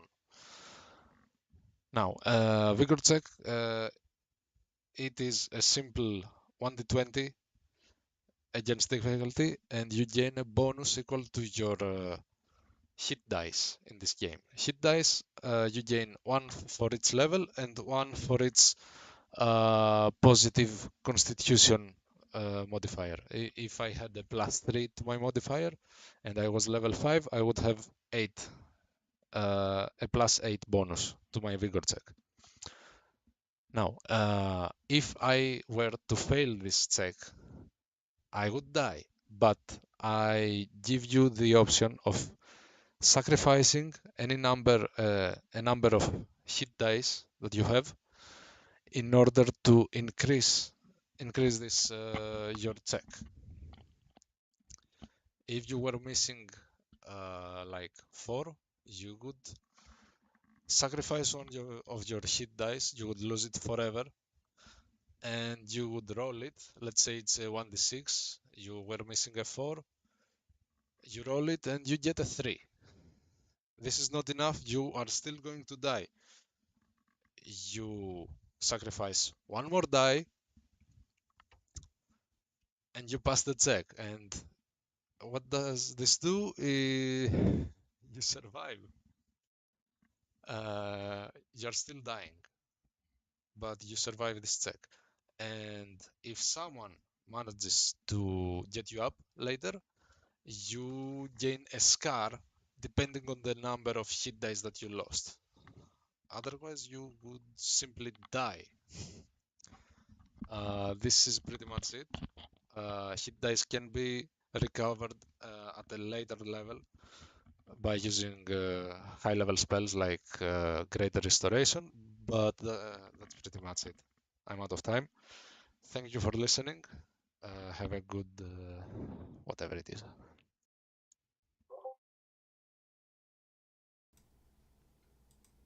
Okay, there we go. So interesting. So yeah, the structure at its core is not dissimilar from D&D, right? A fairly normal D&D, but there a number of like little dials have been turned and tweaked, right? Yeah. Like, you know, in D&D 5e, you have to fail 3 death saves to die. And this one it's like, no, just one. You fail the one, you're toast. But you can spend permanently reduce a resource to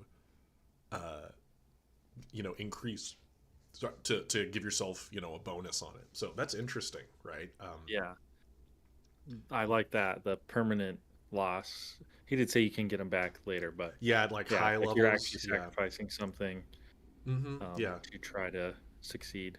Yeah. Oh, and it is very 5e adjacent. It's kind of taking that that structure, and then it looks like it's dialing it more towards simulation or more toward like a grittiness is what it looks like. Mm-hmm. I'm not familiar with what else in Adventure includes as far as other subsystems, but it's making D&D 5e struggles from, like we talked about earlier, yo-yoing of health, right? Where you drop and you come back up and you drop and you come back up. If you get reduced to 0, you just, any healing brings you positive again. And so somebody was mentioning, I think it was Weiss was mentioning, by having negative HP, it means that healing matters because you could be healed and it wouldn't be enough to bring you to 0 if it's a light enough heal. You can't just throw your smallest heal on somebody who's so mortally wounded. You need to pump a little bit more into that. And the fact that even succeeding on that, just you still take 1 damage going further and further negative makes it a much higher time pressure, right? It's much more intense time pressure than what D&D does. So that's interesting. Whenever people take D&D and start adjusting it in different directions, I'm always interested to see where they go with it, right? Because you have games like Nimble, which purposely shaves things off, right? Filing it down, smoothing it out as much as possible so it like rolls really quickly and smoothly. Then you have some games where they try to add even more detail to it. So it's interesting. It's always interesting indeed. So cool stuff. I always like greater consequences to death than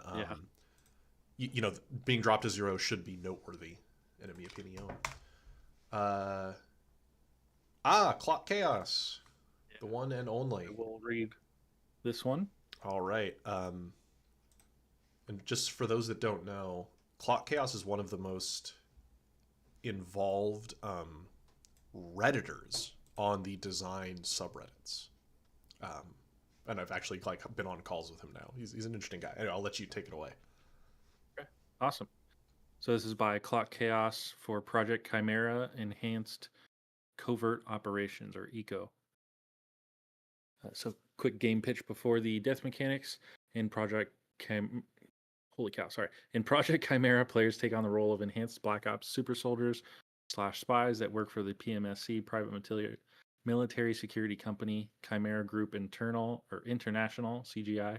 The game is set against a modern plus backdrop with primary genre influences of milsim, spycraft, and cyberpunk elements with minor genre influences of super sci-fi and new weird personal horror.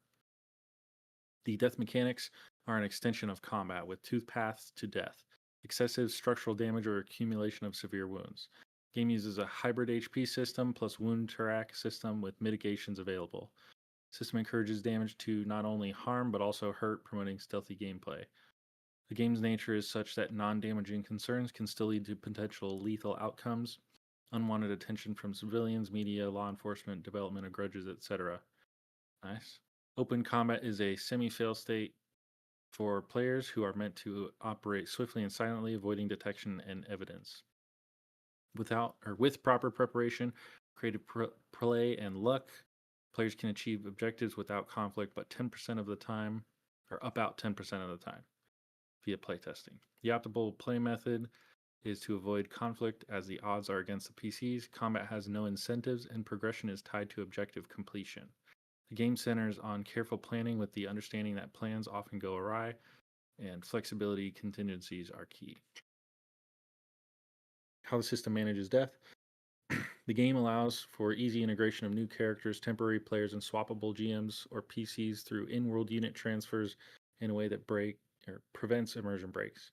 The system enables guest players to join for a single session and then be extracted if your friend is out of town or from out of town is visiting and wants to play. It allows players and GMs to take breaks and rejoin the game when available. GMs can share or rotate duties with players. Reasonably quick character replacement after death, minimizing player downtime. Avoids immersion breaking character concepts.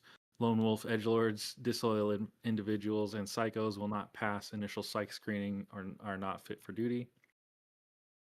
It provides in-world motivations for characters to join the party, but clear but broad mission objectives. Allows for player agency regarding choice of how to achieve broad objectives. Though command may have suggestions, or handlers might guide PCs with suggestions. Eliminating awkward starting scenarios. You start in a bar, but nobody knows each other. Instead, using hand-selected expert teams engineered for success. PCs may or may not know each other in advance, but in this case it is less relevant due to the nature of Spec Ops teams. Other concerns. What if PCs decide to go rogue against the CGI? All characters willingly opted in as a matter of precedent to serve in this capacity, so they shouldn't be wanting to leave to begin with. They also underwent years of training and selection to have the opportunity to even qualify for selection. This is simply a matter of player opt-in for the specific game, in the same way any game may restrict certain kinds of characters or plots as being inappropriate. Yeah, buy-in. Player buy-in is a good term there. PCs require quarterly injections or will lose their powers. These are expensive, uniquely genetically engineered to the receiver, secret formulas, and are not kept in bulk. The tech to apply once and have powers indefinitely absolutely did exist, but they had agents go rogue, and this was a global problem that was resolved by this solution as a matter of broader international law. Though this was cited for humanitarian reasons, it is/was a system of control. If they go more than 6 months without said secret formula, their powers begin to fade and they experience withdrawal effects. This also adds a timer to every story arc, even if it doesn't otherwise have one, to avoid quagmires, and provides clear downtime and capacity to train or level up via milestones. Rogue agents are dangerous, even if non-hostile, given what they know, and can expect burn notices in CGI headquarter squads, bounty hunters. PCs also have imperceptibly small implant trackers with specific quark-based radio tech to recover their body in the event they fall, as well as for tracking team member movement, but also for hunting down rogue agents. How are PCs meant to handle death? They are meant to deal with PC death, however they might choose to roleplay that, but also have access to, as well as routine mandatory screening by mental health professional resources during character downtime or as a potential emergency telehealth communications while in the field. Retrieval of fallen comrades is a huge priority whenever possible due to the interpersonal relationships and closeness of operation teams, and due to the concerns of their bodies being high-powered tech that might be able to be reverse engineered. How to integrate this concept into your existing game or system design. You want me to read this section, I guess? I was going to say, the cut for time caveat he provided us probably should be leveraged here because we have many more to do. Yeah. But he's basically providing, looks like, just like an outline on how you could incorporate that ideology into a game. So really cool, like super well thought out, right, on how the game systems are connected to the like the narrative. Oh, Twin Steel. Hey, Twin Steel. Yes, we did do yours. In the one of the first ones we did today was yours. And no, your voice is wonderful. Yeah. Yeah, it was great. Yeah, talking about Nimble. Yeah, so this is cool because, like we were saying with Code World, or we could actually say with Indominant as well, Yeah. there's an assumption that you don't need to come up with strange justifications for why everybody's together. You are part of a team to go do something, right? Right. Like, you could be Yeah. part of darn, what's the acronym? What's it in Dominant? I'm The blanking. GLU. The GLU, yeah. You know, you're a group of heroes in Glue, right? In the GLU, who even if you don't know each other previously, just like in the Justice League, you could be assembled as a team to go on a mission, and Yeah. it like speeds all that up. Ethereal does that too. I've Ethereal really as come to well. like that a lot. Yep. Because it creates like that player buy-in where it's like, Yep. hey, we understand what's happening. Like we're all here for the same goals. Yep. And I like that Find it stifles that, like the words he used. What was Yeah. it? The There's like lone lone wolf edgelord. wolf. Yeah, edgelords. Yeah. Well, and he specifically calls out the player characters all have had to have passed a psych evaluation, right, to be part of this team. So those kinds of weird, problematic characters just don't make sense in fiction, right? It's very cool. Yeah. And the fact that they And even then- call out that the bodies should be recovered, like are specifically recovered, and Mhm. that's really neat. Yeah, I like that. Really cool narrative aspects. Mhm. And then also it gives narrative ways to where it's like, oh, that character died, but you can insert another character for the player to use. And then they've got a new objective to recover the body of like their previous character, right? Things like that. Yeah, that's super cool. Very cool. And the fact that West March's style or episodic play is super easy in such a system, because if one week Zarek isn't available, the rest of us could play, and just he's not chosen for that mission. Right? Yeah, like it's right. fine. Right? That's very cool. Mhm. Yeah, Clock is a real sharp guy. So he's I'm not surprised that there's so much well thought out detail in here. Mhm. Yeah, he's a cool dude. All right, let's keep it going. Another Sentinel RPG. Is this This isn't Sentinels, the superhero. okay? I was game. gonna say. Right, yeah, not Sentinels, different. And this will be my turn to read. Let me just get that centered there. I'm sorry, y'all. I've got two monitors here with a million you're good. things.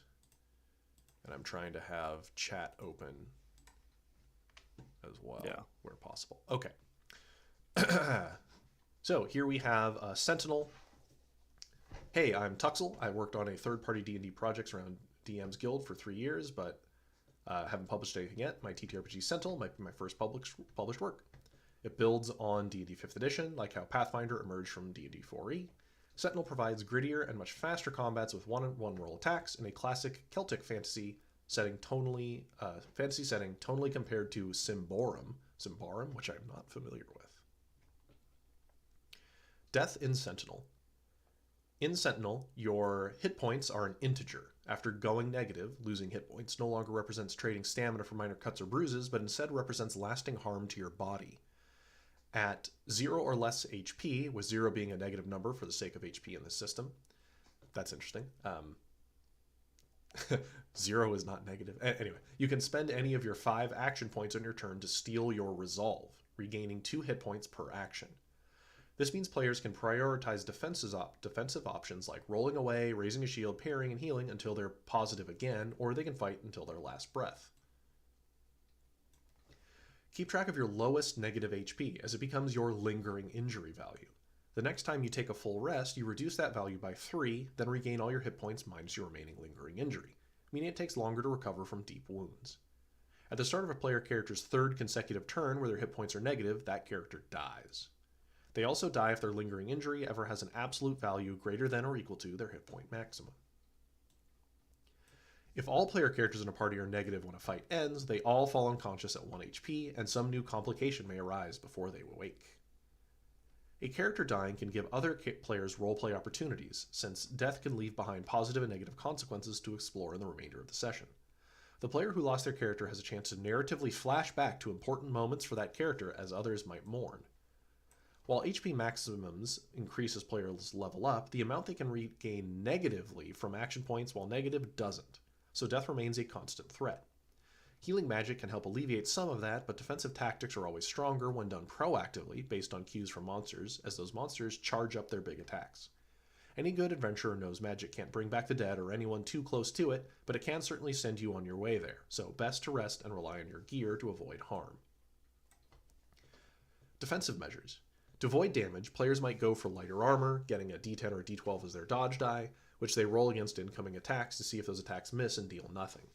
On the other hand, heavy armor like chainmail has high absorption, letting you decrease any damage you take by 5 or 6, provided it was from a 4-letter damage type: bash, hack, stab, acid, cold, or fire. But be wary of monsters that unleash poison gas or mages that inflict mental harm. Raise a buckler and or parry with a weapon to be better at dodging, or raise a blast shield for even more absorption. In addition to healing magic, spellcasters can help by granting extra magical absorption or conjuring phantasmal weapons to help parry. Very cool. So again, we have a twist on sort of the classic, or maybe standard, we would say, D&D 5e structure here. Interesting. Yeah. The fact that there's an action point to stabilize, self-stabilize is really interesting. And the fact that your HP maximum goes up, but the way you recover in the negative doesn't, is a interesting way to keep the scaling in check, right, from lethality. So that's intriguing. I'd have to it's one of those mathematically interesting situations where I'm like, how's that going to scale? I'm not going to lie, 0 being a negative number for the sake of HP in the system drove me nuts for a moment. Yeah, I read that, I'm like, what? Like the programmer in me, the coder is like, what are we doing here? I think 0. You could just say at or less than at 0 or below, which is what they do say, but it's just fine. It's fine. It's one of those things that is going to make me hyper focus. Somebody was saying, Prof is saying a 4-letter damage type is such an interesting phrase. Yeah, it's an interesting way to have a mechanic where the words of the rules kind of matter in a different way than what they mean. Right, yeah. Oh, yeah, saying my game designer mental gears spin. It's like, wait. So, I mean, does that mean a lot of profanity is a certain damage type, 4-letter words? Or yeah. That's also, cool, I noticed... Oh, sorry. I noticed something. They said keep track of your lowest negative HP. Yeah. So there must be multiple sort of health pools or something like that. That's interesting. Yeah, because how much you go negative matters and is tracked. Yeah. Oh, that's probably what it means. Right? Is that what they mean? Like how much you went furthest negative you've gone. Right. Yeah, that's interesting. Yeah. It's making me. Yeah, there's a lot of interesting math there that I'd be really curious to see distributions on that. And the fact that this is a 5 action point system is also very interesting, because your action economy is how you self-recover. So there's a lot going on there that's intriguing. Almost too much to fit into a short conversation. Yeah, you must not be unconscious then below 0 or at or below 0 then. Yeah, it's less about consciousness and more about an action economy penalty that you must spend to get back into the fight, right? That's so that you don't die. Yeah. So you're out for a turn potentially because you have to spend your action economy to self-resuscitate, we might say. That's interesting. All right. Oh, we've got Prof's video. Speaking of Prof in chat. Yeah. Perfect timing, my friend. Just let me get it all.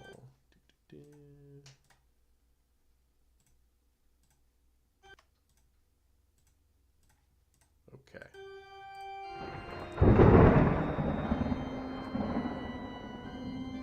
What happens to a character upon death in a tabletop role-playing game? In the ongoing Tabletop Community Spotlight, Tales from Elsewhere and Odin's Key Gaming ask creators to share their game's death and failure.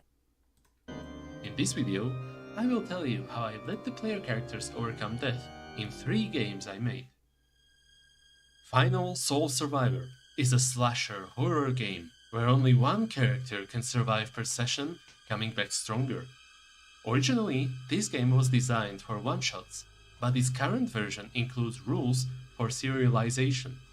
Each session takes place 3d6 years later, and if they provide a convincing explanation, any player can revive a past character once per story, returning improved, but at reduced health. The 6 Feet Under is about cowboys who seek revenge, even after death. When killed, they may return in a new form, determined by their luck and the goodness of their heart. They might come back as a spirit, an angel, a demon, a cursed zombie, or even miraculously surviving their apparent death. RuneHack the Asterisk is a complicated game to explain. Everlink is a city within RuneHack that is a simulation with one goal: to keep all of its inhabitants alive. Each of its citizens is a simulation of someone's scanned mind, backed up on a daily basis. Since these are digital ghosts, they can't be killed, but their simulation can be terminated if the program that's running their simulation gets corrupted enough. That being said, this kind of death is temporary. For 1 hour before the midnight, the whole city shuts down due to regular maintenance. If a ghost's corruption level is 0, a new backup of it is made. If its corruption level is not 0, it decreases by 1. Finally, if it was terminated, its simulation starts again from its last backup. Here's the question though. What if you wanted to get rid of another digital ghost for good? To do that, you will have to hack the world. In RuneHack the Asterisk, there is a game mechanic called Hack the World, which allows you to add or subtract 1 from any number in the rulebook, with some limitations of course. Let's say you corrupted another character and their simulation got terminated. If you wanted to get rid of them for good, you could hack the world and get them backed up despite their corruption being higher than 0. The digital ghost is hard locked, mission accomplished. Are these 3 games published? Yes. Are they good? I don't think so, all of them need a rework. Are they playable? Possibly, but they're clunky. Still, I hope you enjoyed this video. Please share the most memorable player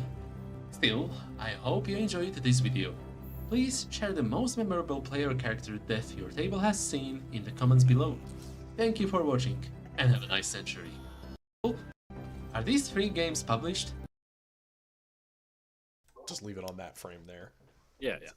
So Final Soul Survivor, there's a one final girl, right? There, at the end of the session, they said like only one person survives. That's great. Right.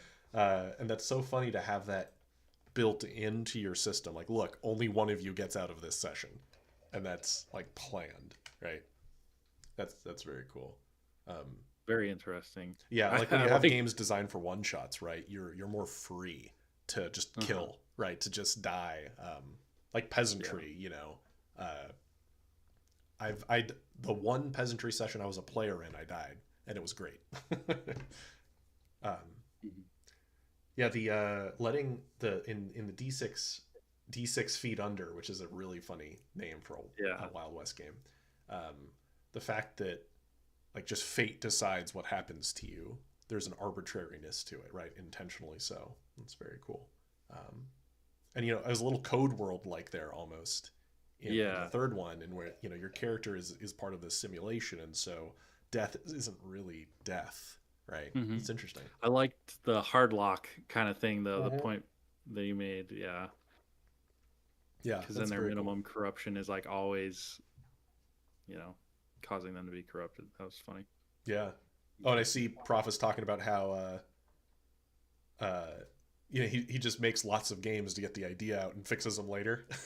Well, something people in the Discord were talking about the other day is you know, make something and then make it make it good later, right? At least make it, Yeah, is get the idea out and Yeah, then get the refine idea it out later. and you can iterate on it. And that is good. That's a good idea also because it's how you playtest something. You got to like make something and then playtest it. Don't you, if you Yeah. exist just up here in the iterative like ideation space for so long and you never actually sit down to play it, you'll be stuck there and it'll Right.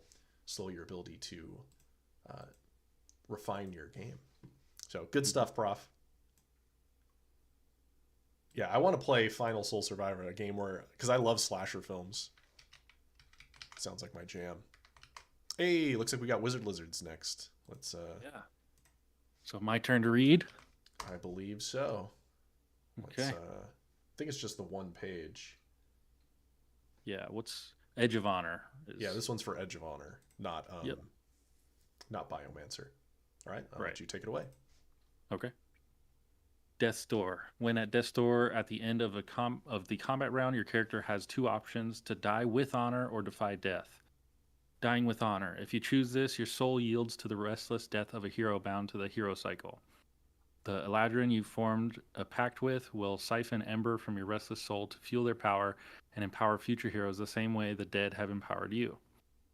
When you die with honor, you die immediately, and all other characters gain 2 embers. Okay, so you're like sacrificing yourself for your allies.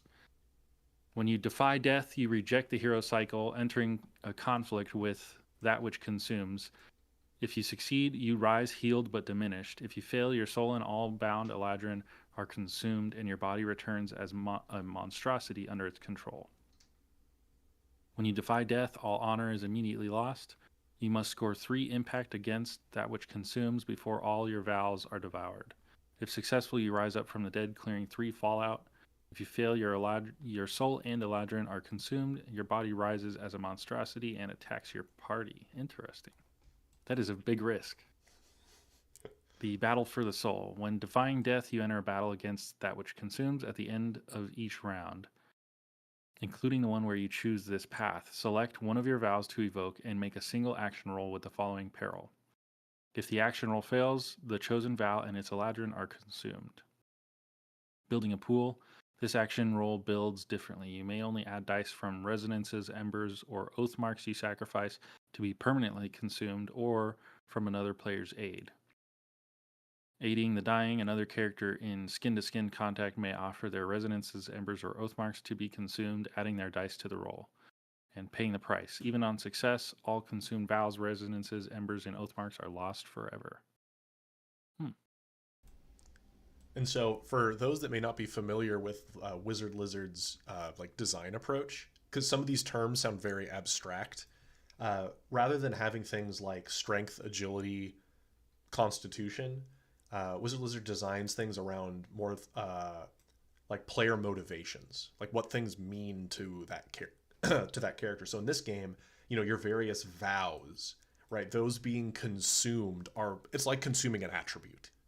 At the end of the day, like it's fulfilling somewhat a similar niche. I'm probably not doing it justice as I describe this, but it's the idea that if you continue with the cycle with die with honor, right? It's the Edge of Honor.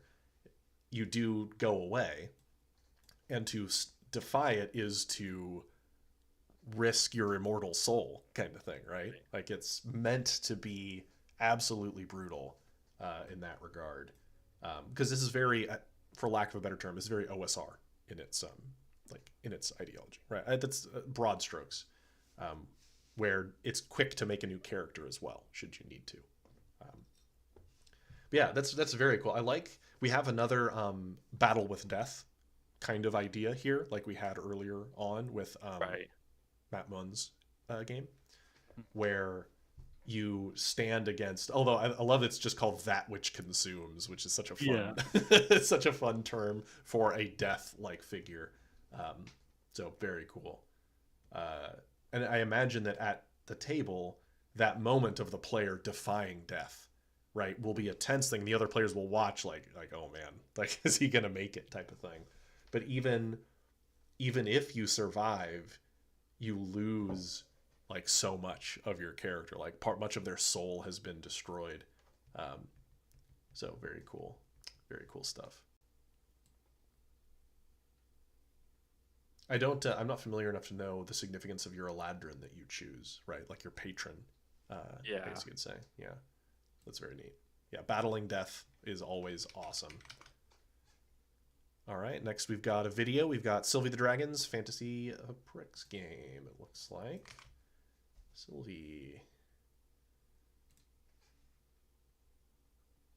Let's be honest. Oh, and just a quick note, like Prof, and for those ever making videos in the future, pro tip is always make sure your music volume is really low, like lower than you think you need it to be, mainly because it's surprising sometimes like how loud music ends up sounding when people listen to it and drowning out voices. Let's be honest. Just in general, that's my tip to everybody. Like make it low and then make it another 10% lower when you think you've made it low enough. Yeah. All right, here we go. Let's be honest. As dragon nerds, just about all of us would love to ride a dragon as it soars through the clouds. But how dangerous is dragon riding really?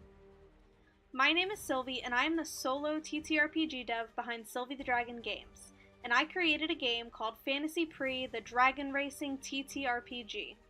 In Fantasy Pre, you create a dragon and rider duo to travel the kingdom of Pre, competing in races to win the Dragon Cup at the end of the season. Fantasy Pre is a relatively simple, lighthearted game with plenty of character creation options and a rainbow of other choices to make your character stand out in a race. But racing is not without its dangers. Not only will you crash and fall from great heights, you'll have to dodge deadly crossbows, breath attacks, and piercing dragon lances. You'll fly through perilous storms and face potential sabotage from your racing rivals. So, with that all in mind, how do all those dangers actually affect your characters? Naturally, when you're hit with an attack, whether it's a flying ballista bolt or a breath of frost, you'll take damage in the form of 1 or more injury points. All characters have 12 injury points, or up to 15 if you take advantage of the Hardy feature, while most attacks do between 1 and 3 damage, or up to 6 if you play your cards right.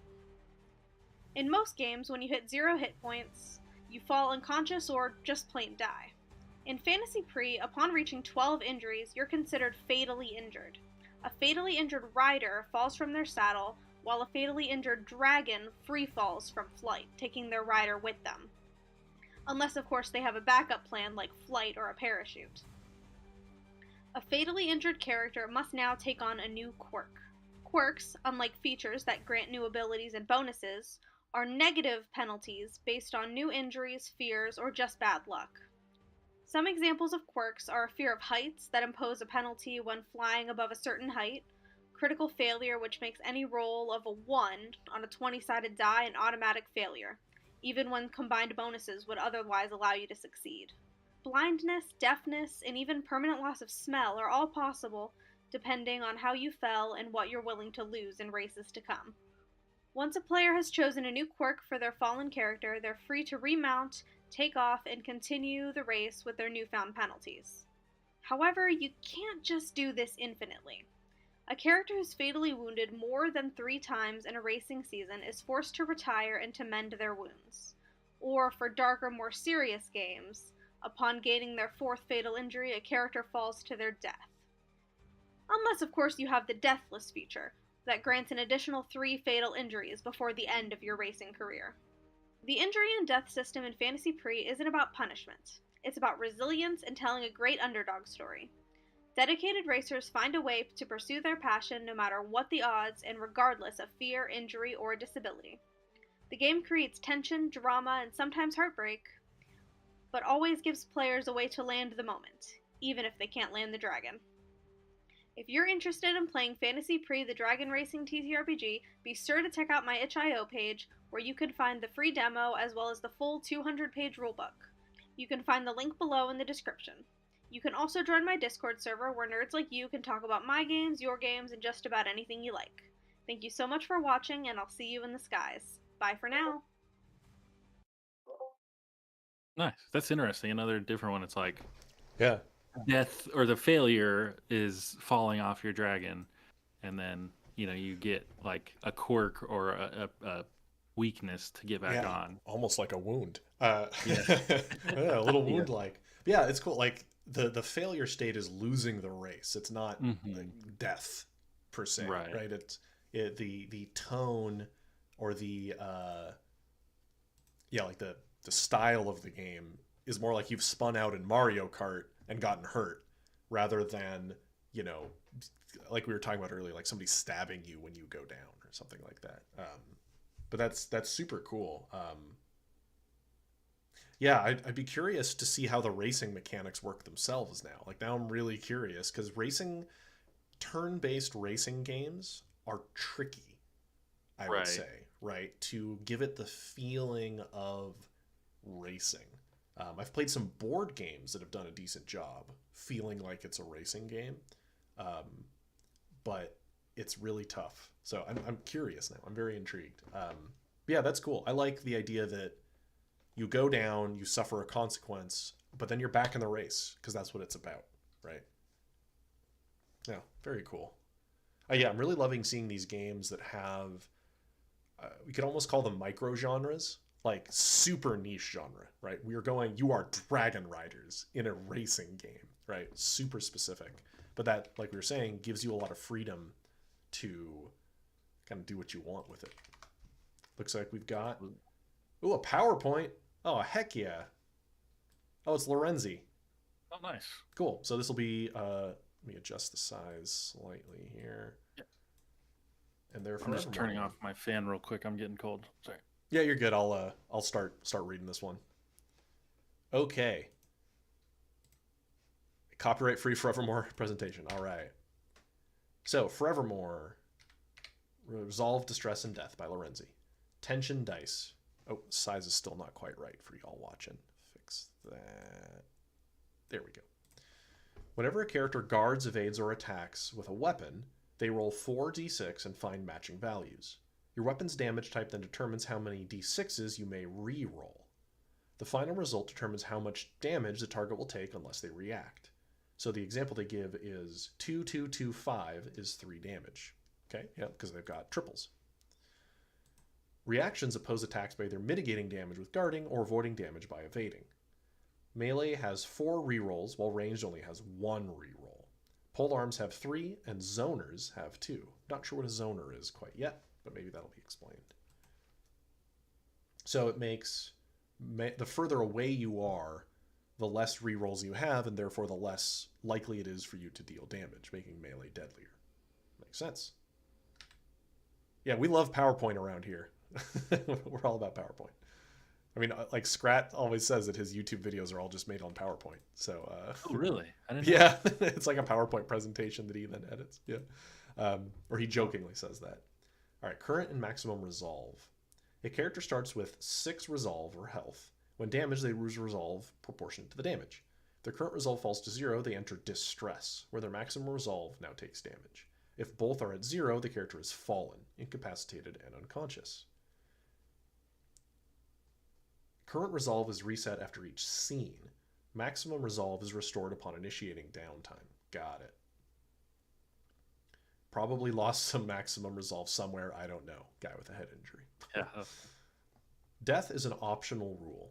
If the table wishes so, they may use the optional character death rule. In place of a character being fallen, the character makes one final attack, closing any necessary distance and making an attack which the target cannot react to. Afterwards, the character dramatically dies. The table may choose to have death be possible either every fight or only on major fights. And they have an example of someone who is very dead. So coming back to this really fast. Nice, short and sweet submission. PowerPoints are cool like that. So it's technically not a dual meter system. It's a single meter that once it's depleted, it starts depleting the maximum, which is a form of spiral, we would say, right? Because, you know, you have, I just love visuals right now. It kind of reminds me of Marvel Universe RPG. Oh, yeah. So, like, as you take damage, right, your current goes down. But then so you have your current, and the current starts going down. and then once that's depleted, then this one starts going down.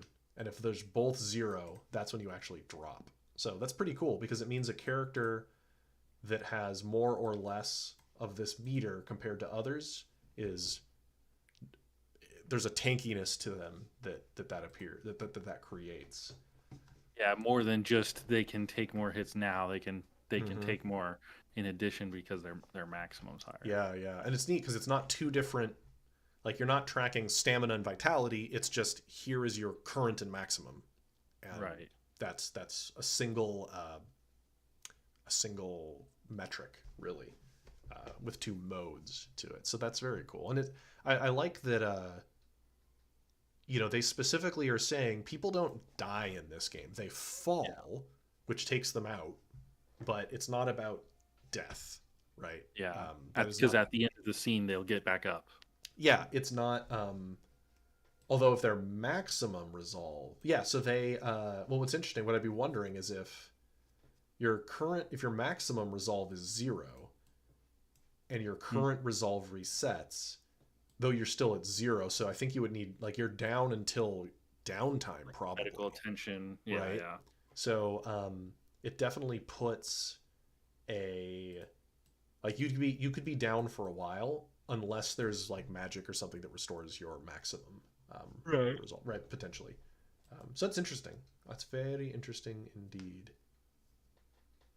Oh, whip might be a zoner. Yeah, it could be. It may just also be that this is some term that I'm not familiar with.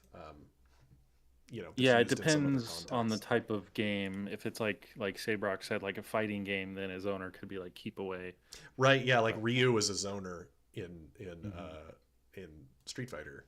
So anyway, very cool stuff, Lorenzi. I haven't sadly gotten a chance to dig into a lot of their game. Mainly because I just haven't had time to dig into everybody's games. Oh, we have a very special person next on the list. It looks like. Yeah, it is Ricky. Oh, hey, that's cool. Yes. So we get to watch Ricky. Yeah. Awesome. Let me get it all set up. And there's a timestamp probably, right? Yeah, because we talked about the thing, so there's a timestamp. Yeah, I just have to switch it to native controls. I thought I gave you the timestamp in. Yeah, it's labeled here. Yeah, it's perfect. 452. Yeah. Boom. Small. Oop, that didn't work for some reason. Oh. It's just I can just jump into 452. Yeah. It's the watch together players just being funny. Together and ready for that stream. If you want an example of what a submission would look like, stay tuned right here as I'm going to go ahead and record what our submission is for the challenge. Hello, I'm Ricky Rivera, co-designer of the Indominate Superhero TTRPG, where supers can team up together to overcome challenges, help during natural disasters, and be able to actually stop the evil villains' plans all across the galaxy. This is a grounded superhero game set in a sci-fi universe in the far future, where supers can ultimately go in and do some crime fighting, perhaps face some massive monsters, and maybe help to save technology and science throughout the galaxy. And unfortunately, that can lead to death or potential failures. Before we talk about the death of a super, let's talk about a couple things like health, being downed, and how injury levels work. Health is simply a numerical representation of how much damage a super can take before they succumb to their injuries. When a super is brought to 0 health, they lose immediately all negative status effects. All positive status effects are downed and also gain 1 injury level. While downed, a super can still actually do a set list of actions that can help out their allies before their potential demise. Every time a downed super takes another hit, or they are downed by the end of their turn, they take 1 additional injury level. The down status effect continues to be in play until the super is actually brought back to at least 1 HP, and even then, they're knocked down until they can get back up at the beginning of their next turn. Each injury level actually reduces the current HP, the maximum HP, and shield points of the super by the amount of injury level that they currently have. Here's the big kicker. If a super receives 5 injury levels and doesn't receive advanced treatment within 1 hour, the super dies. Supers can only reduce their injury level by consumable items or by actually resting for 8 hours consecutively per injury level, or finally by actually visiting an advanced treatment facility or a hospital. Now, resting is described in our game system primer. It's mostly where a super doesn't do more than just laying down, resting, relaxing for an amount of time equal to at least 8 hours. Advanced treatment is essentially a kind of medical treatment or a specialized actual repair or some kind of actual surgery that a super must receive. This is more through roleplay, and comic editor can come up with different areas and so on, but overall it is somewhere that is not very easy to get to or accessible to get to. It's somewhere that you must actually reach in order to be able to actually receive that kind of treatment. The reason we keep permanent death as part of the Indominate TTRPG is that we feel that as a superhero, it's something that can make a super be, well, super heroic. It really is a fact that supers will overcome or even face head on the most supernatural or immense kind of challenges out there, putting their own safety, their own risk and life actually out on the line for their family, their friends, their loved ones, people that they care about, the people that they believe in, and leaving it all on the floor can be very heroic in that sense. That real superheroes will push themselves to the very bitter end as much as possible to save as many lives as possible. We see the type of superheroes that are kind of like unkillable gods to just not be able to be something that's fun to play as. If you're constantly not challenged or something that you just know that it's just another safe day for you, then it's something that's not really going to push you forward or push that super forward in any kind of way to accomplish amazing tasks. And ultimately, when a character does actually die, well, the player can actually go and create another super. Perhaps the super is actually directly related to that super, or perhaps they were long lost and looking for them. Those kind of things can lead to great roleplay examples at the table, and can be a way for that super to actually jump in, that new super to jump into a challenge that this group is now facing later on in the roleplay or at the game table itself. That's it for the Indominate Tabletop Community Spotlight. I can't wait to see yours. Nice. Good job, Ricky. I don't know. Ricky's maybe not be in chat right now, but I'm not sure if he is. Yeah. There's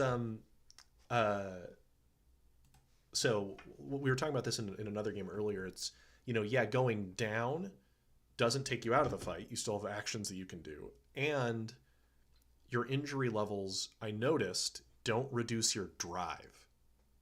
Correct. Right? Yes. Smart choice, Zarek. Yes, like we talked about with Marvel Universe. Very smart. Yeah. So for those that don't know, for lack of a better term, superheroes have a mana pool that is called drive. Like, it's like mana. It's what they use to fuel their super heroic abilities. It's their drive. And it's a resource that you spend to use an ability, and each class has ways of gaining more in combat. Like being a tanky dude means taking damage gives you more drive. Anyway, I noticed that the injury levels didn't reduce drive. And so it's important to not make the game less fun for them, right? Because the fun stuff you get to do is superpowers. The Discord sound, it's probably Zarek unmuting himself, and you're hearing it on his, I guess, when it's I guess they're hearing the Discord unmute sound. Okay, I'll mute differently then. Sorry. Yeah, it's funny. Like I just noticed they were saying that. Yeah, so anyway, that was a really smart decision, because in games like Marvel Universe role-playing game, becoming more wounded lets you do less in a fight. Right. And so you not only do you not get fewer action points, you don't get fewer drive, so you can still play with injury levels. You're just more vulnerable, right? So that's smart what you guys did there. Thanks. And it takes a while for the hero to die. Like, yeah, the hero dying isn't probably very frequent. They get knocked down, but they're not going to actually die. Oh, bye, Prof. I just saw you say you had to head out. Yep. Oh, people are Yep. saying how See you cool later. it is that you have a co-designer. I'm seeing in the Yeah. chat. Yeah. Yeah. Zarek and I are both lucky to have people working with us in some capacity, greater or lesser, on a project. It's very rare to find that. I almost feel like there'd be a separate. I don't know, Zarek. You should do a Q&A or like a live Q&A with Ricky sometime to talk about what it means to co-design a game or to have other people working on the project. That'd be fun, actually. Yeah. Right, because I think there's people might be curious. Anyway, that's besides the point. Yeah. But yeah, good stuff for Indominant. Some smart decisions there. Thank you. Well, I like your game. Yeah. It's a lot like Nimble, though, right? Like that same kind of, you go down, but you're not 100% out. Yep. Things like that. What's cool is that, so Nimble is a penalty on like outside of combat skill checks. Yours, it's just a it's not death spiraling, but like you're just not as tanky each time you go down, but you're not like necessarily worse at the game, right? Like, yeah, you get a penalty to like your rolls, but it's not super severe. It's a -1. Yeah, it's not hugely impactful compared to other penalties like that. So yeah, that's interesting. Yeah, good stuff. All right, looks like we have a blog post time. So I believe it is my turn. Okay. Okay. We got like 3 or 4 blog posts here in a row. Oh, wow. Okay. I better go refill my water at one point then. Yeah. Okay. So we have, let's see, this one has said Weaver, and the game is Synths in Shadow. Okay. Hi, I'm Weaver, and I'm currently working on a Forged in the Dark game called Synths in the Shadow. It's inspired by the world of Mega Man X and features a unit of resolute bots trying to keep the city safe from the aggression of their possibly virus-corrupted aberrant peers, while keeping the public image of them and their kind positive. As the consequences of death are heavily narrative, much of this is written from an in-universe point of view. We're using approximately the Blades in the Dark harm wound system for damage, so dying requires that you take level 4 damage, or stack up enough lower level damage that there's nowhere else for it to go without resisting it. So our bots are fairly resilient in the first place, and our self-repair systems, mostly represented by resistance and our version of armor, stave off death quite well. But here's what you need to know if it does happen. Your head contains a hardy black box that will survive most of the ways you can die, even if you suffer a catastrophic core calamity or other such explosive incident. It's solid, it floats, and it's got a tracking beacon in it. It sucks being ripped back to what's inside the box, of course, and you'll likely lose a few minutes of things if things go this badly. It's traumatic, but it's surviving. Take one malfunction and clear all overload when you die. The problem is, someone needs to recover your body, or at least that black box. This should nearly always be possible, even if it takes quite a bit of effort. Like, if you're thrown out of a plane in a teleport dead zone, unless you're being blasted into space or buried in magma, there shouldn't be a problem recovering you, and it should be well signposted by the GM if it's a possibility in a situation. Once you're recovered, there's a small amount of putting you back together. If most of your body is still there, the unit's repair techs can probably fix you up rather quickly, say a 4-clock project. If you need a new body fabricated from scratch, it's going to take quite a bit longer to do that, a 12-clock project. It sucks waiting around for a new body, but they can at least plug you into the base computer systems while you're out, and you can help monitor the situation from there. There's usually enough of us to pick up the slack. If things are tight enough and there's no volunteers, your unit can commission a new build. If the character won't be ready for the next mission in these cases, the players should create or use an alternative character to play in the interim. Mechanics for unit functions being bolstered by synths or desk duty to be determined. Another option if you need a new body is to get a fresh one-off of one of the corporation's assembly lines. Changing body types can even be refreshing, but the new machinery won't feel like it's you for a while, and it's not cheap either. -1 to an action rating until end of next mission, pay 3 energy credits, free opportunity to refit schematic items, could be worked into a playbook change if desired as well. All of this assumes that your friends are able to retrieve you, of course. Most of the time that won't be a problem, but if things go sideways enough, it's possible that you or your black box will be lost or captured. Your unit may need to spend some time, usually 1 or 2 downtime actions, or even undertake a mission to recover you. You should know it is, as far as we know, impossible to modify someone's personality matrix externally, even when they're offline, even with direct access to their black box. That doesn't stop an adversary from plugging you into a body and messing with you directly. The expense and bother of doing it will stop most, though. As an aside, this is all part of why we don't allow playing humans in this setting. What's level 3 damage to a bot would already be lethal to a human, and coming back from it is usually an impossibility, if you were going to remain human, at least. Super cool. So, once again, we have a game where the fact that the players are not the standard person opened up design space for them, where they're bots with a black box that they can save. Once again, our altered carbon parallels come back into place, where they're little black box instead of a stack. Yeah, the stack which they could put into different sleeves. I really liked the first season of that show. So oh yeah, it was so good. So good. I never watched the second season. Yeah, it wasn't very good. So that's really cool, because this is, again, it's a save file for the character, but there's potential downtime with potentially a 12 clock project to build a new bot. It could take a while of in-game time to complete. Which can mean like things are going on in the world, or like, things are advancing along the clocks. That's very cool. And the fact that you could just take some other body, again, it makes me think of sleeves. You could just grab a basic unit to temporarily pilot for the next mission, just to keep playing, is smart, right? There's multiple ways for the player to stay engaged, which is very cool.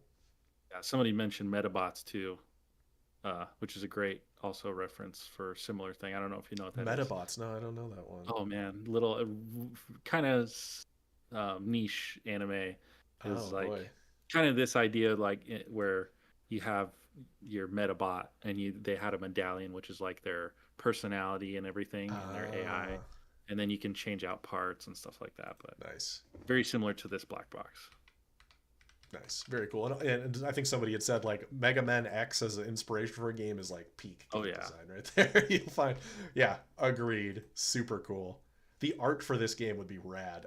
I'm starting to imagine it now, like the Mega Man style artwork almost would be super sick.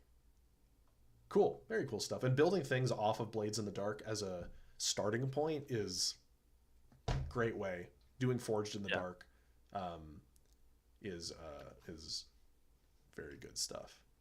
All right. Looks next like one's another blog post. I'll let you take away on this one, sir. Yep. Okay. Vox Valor, the Embrace of Chaos. In Vox Valor, death is not just an ending, it's a brutal transformation, a profound choice, and a desperate gamble against the encroaching chaos. A world forged in cosmic torment. To comprehend the gravity of death in Vox Valor, one must first understand the world from which it sprang. Kantara is no idyllic realm. It is a testament to cosmic agony. Born from the self-sacrificial scream of Prima Vox, a genderless entity of infinite voices, it was ripped into existence from the eternal gloom. A sentient, malevolent abyss that ceaselessly devours light, sanity, and memory.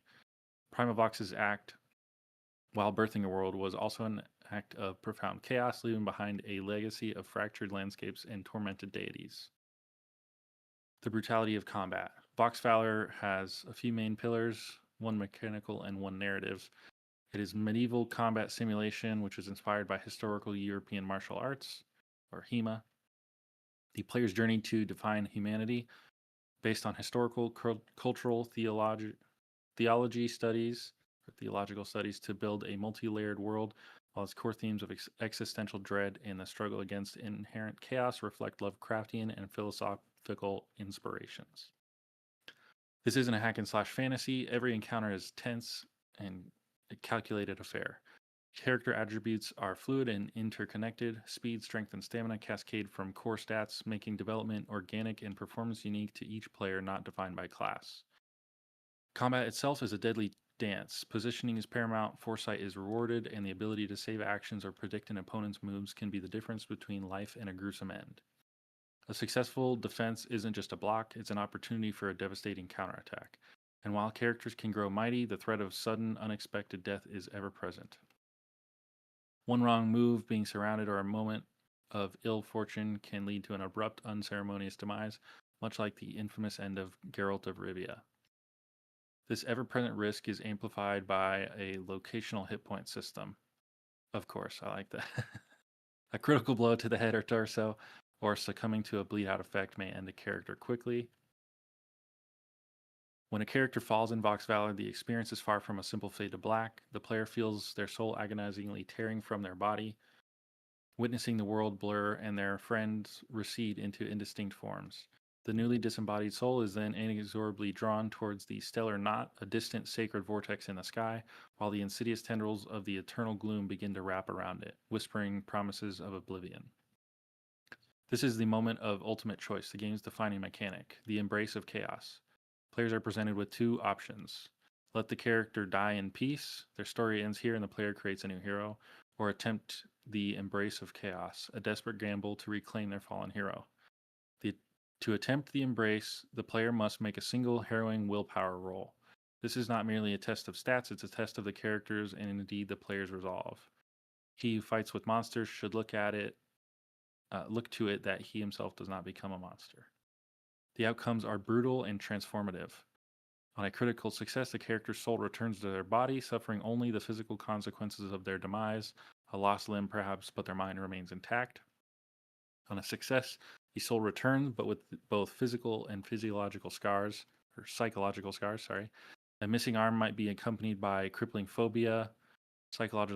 There is a table of psychological scars that is in work, or a head dent might manifest as a profound inability to distinguish a friend from foe in the heat of battle. These psychological effects are not just flavor, they are persistent, debilitating conditions that cascade through the character's interconnected attributes, making future challenges exponentially harder. A character returning headless, for instance, becomes an extraordinary anomaly, forever severed from verbal communication and social interaction. Failure, the willpower roll fails and the character's soul is permanently consumed by the gloom. Their story ends here irrevocably. Critical failure, the soul returns, but it is utterly corrupted. The character transforms into a monstrous, uncontrollable entity, attacking everything and everyone. This outcome is the ultimate tragedy, turning a hero into a cursed abomination. The weight of choice. The death mechanic in Vox Valor is more than just a punishment. It's a narrative engine, deeply intertwined with the game's core themes. Every death forces a player to confront a profound question. Is this character, their motivations, their unfinished business, truly worth the risk of being irrevocably tainted by chaos? Is their legacy more important than their purity? Is the player willing to play a crippled character that may be beheaded like a Green Knight? He must confront himself if the character ideal is stronger than mechanical disadvantage. This system challenges players to consider the true cost of perseverance in a world where the very act of survival can twist the soul. In my system, death is a moment of ultimate decision that defines not just the fate of a character, but the will of the player. Yeah. And nice. Heartfelt thank you to Peter. Oh, yeah. For the opportunity. Yeah.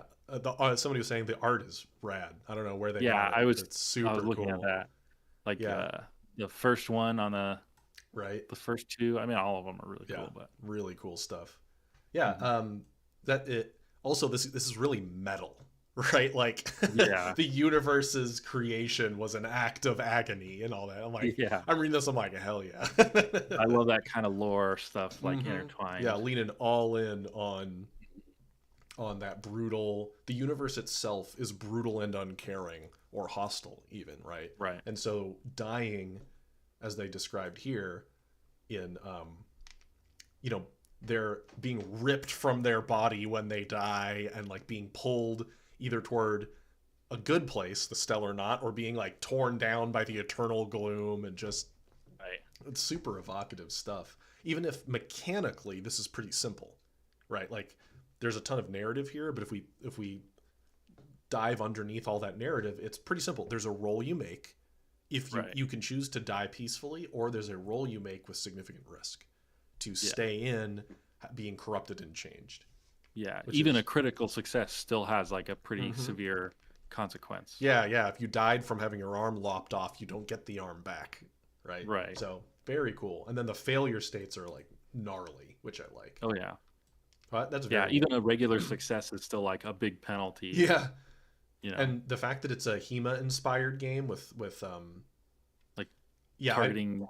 With limb targeting, and the fact that a successful defense is an opportunity for counterattacks, right? Like actual sword fighting is, it's not my turn, your turn, just like really trading blows. So I'd be really curious to see how that plays out, because those kind of really nuanced fighting systems can be super cool and challenging to make. Yeah, so super cool stuff, like rad artwork. I mean, just look at it, like rad artwork. Yeah, the artwork's great. Really so good. gritty. Piotr's further Nietzsche quotes. One has to have a spark of chaos left to give birth to a dancing star. Nietzsche has, I mean, I always be curious. I wish I could read German better, because, you know, he wrote everything in German. And so there's some creative liberties that go into the translations of his work. Anyway, that's a side thing. Oh, we've got Weiss's, which is also a blog post. Don't remember if they said they were still in chat or that they had to go. I think he was still in here.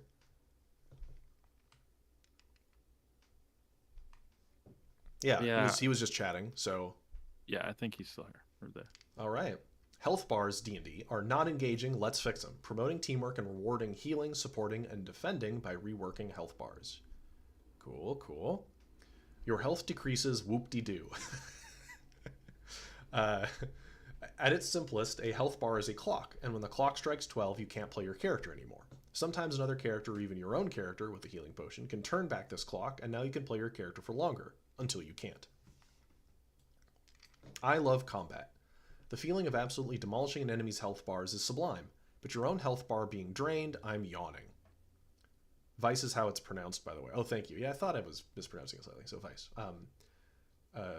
Health bar being drained, I'm yawning. This is fully realized in Dungeons & Dragons 5th edition's health system and made insufferable by its death system. D&D 5e's death system, motivation to design my own system. For those unfamiliar with D&D 5e's death system, it uses death saving throws to signal potential end and bring about a character's death.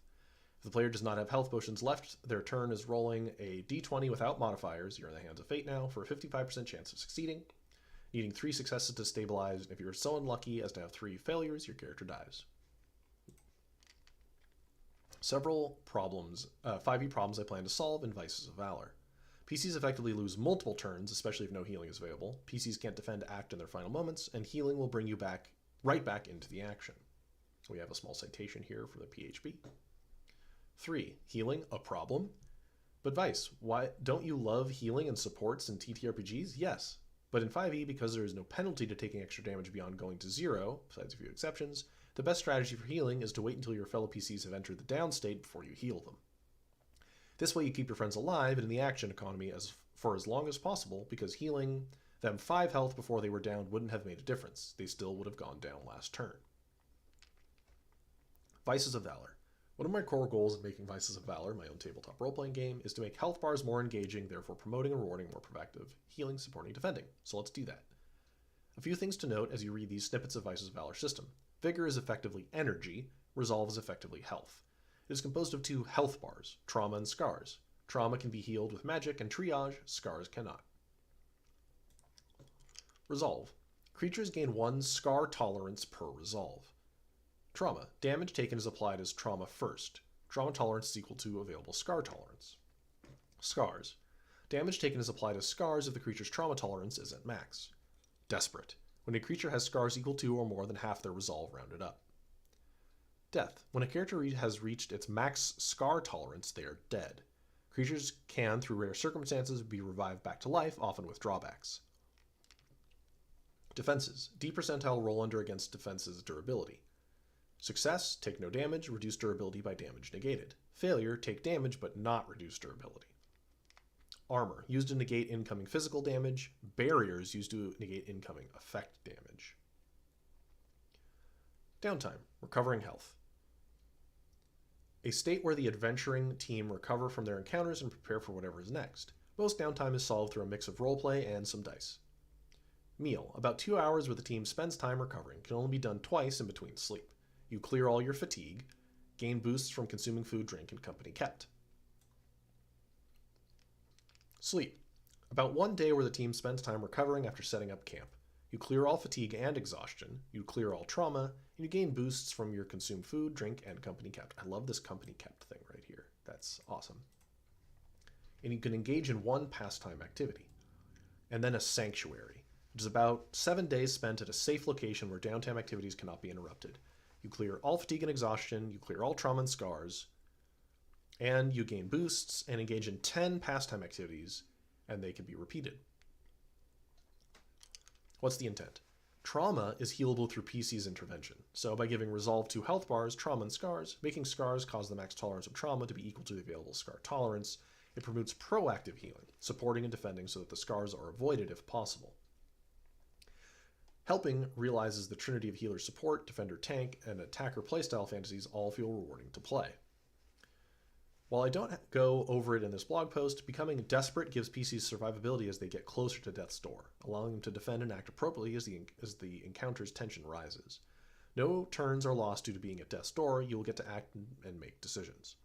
Sanctuary downtime at a safe location being the only way to address scars reinforces that scars are to be proactively avoided if at all possible, making acquiring scars impactful and weigh heavily on a player's mind, and rewarding when the team pulls through an encounter with minimal scars. Very cool.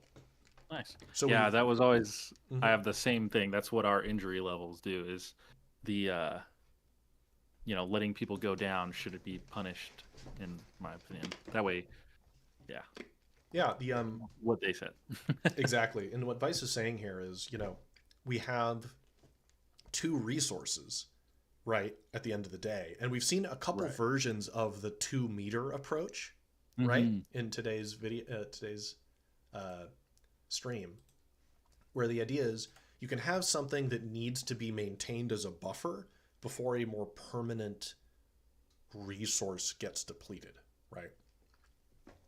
And that's a really clean way to handle the yo-yo effect, right? To make, I'm sorry, I'm chewing on a cough drop.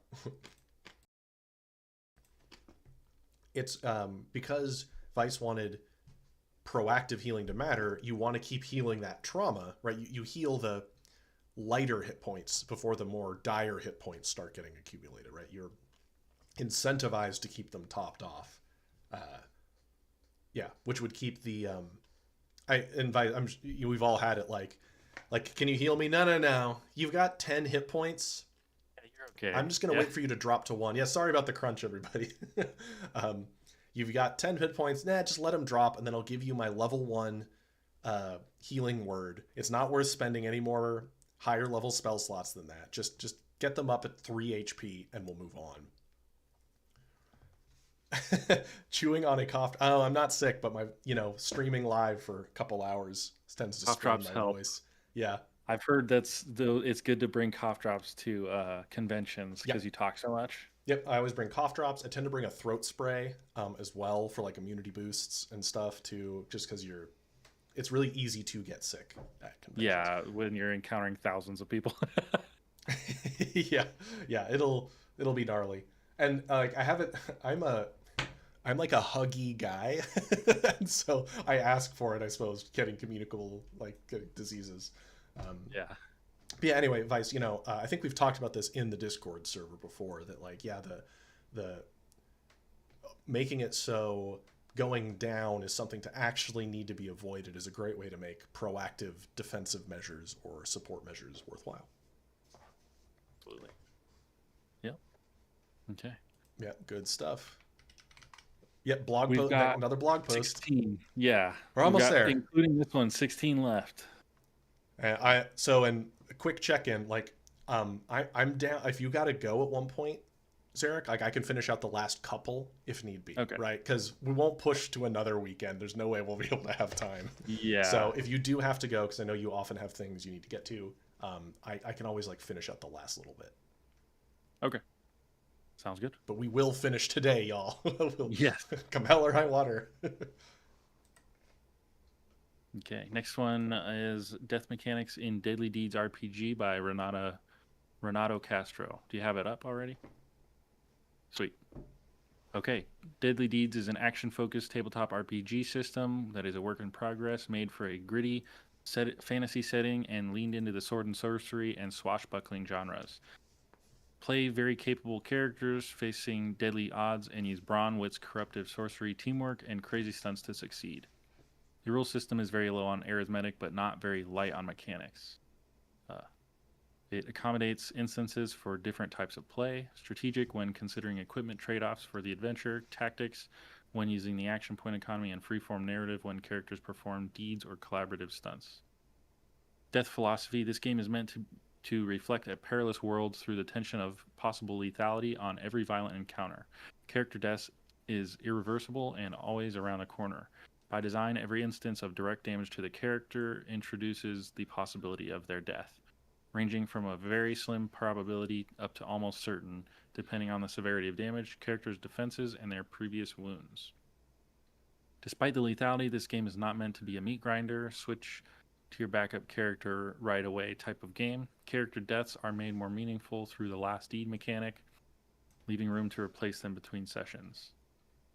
Other adverse effects, we'll be looking at wounds as the direct damage mechanic, but I'll just mention the existence of secondary types of damage in the form of encumbrance to or damage to one of the 3 attributes: will, skill, and body. Damage and wounds.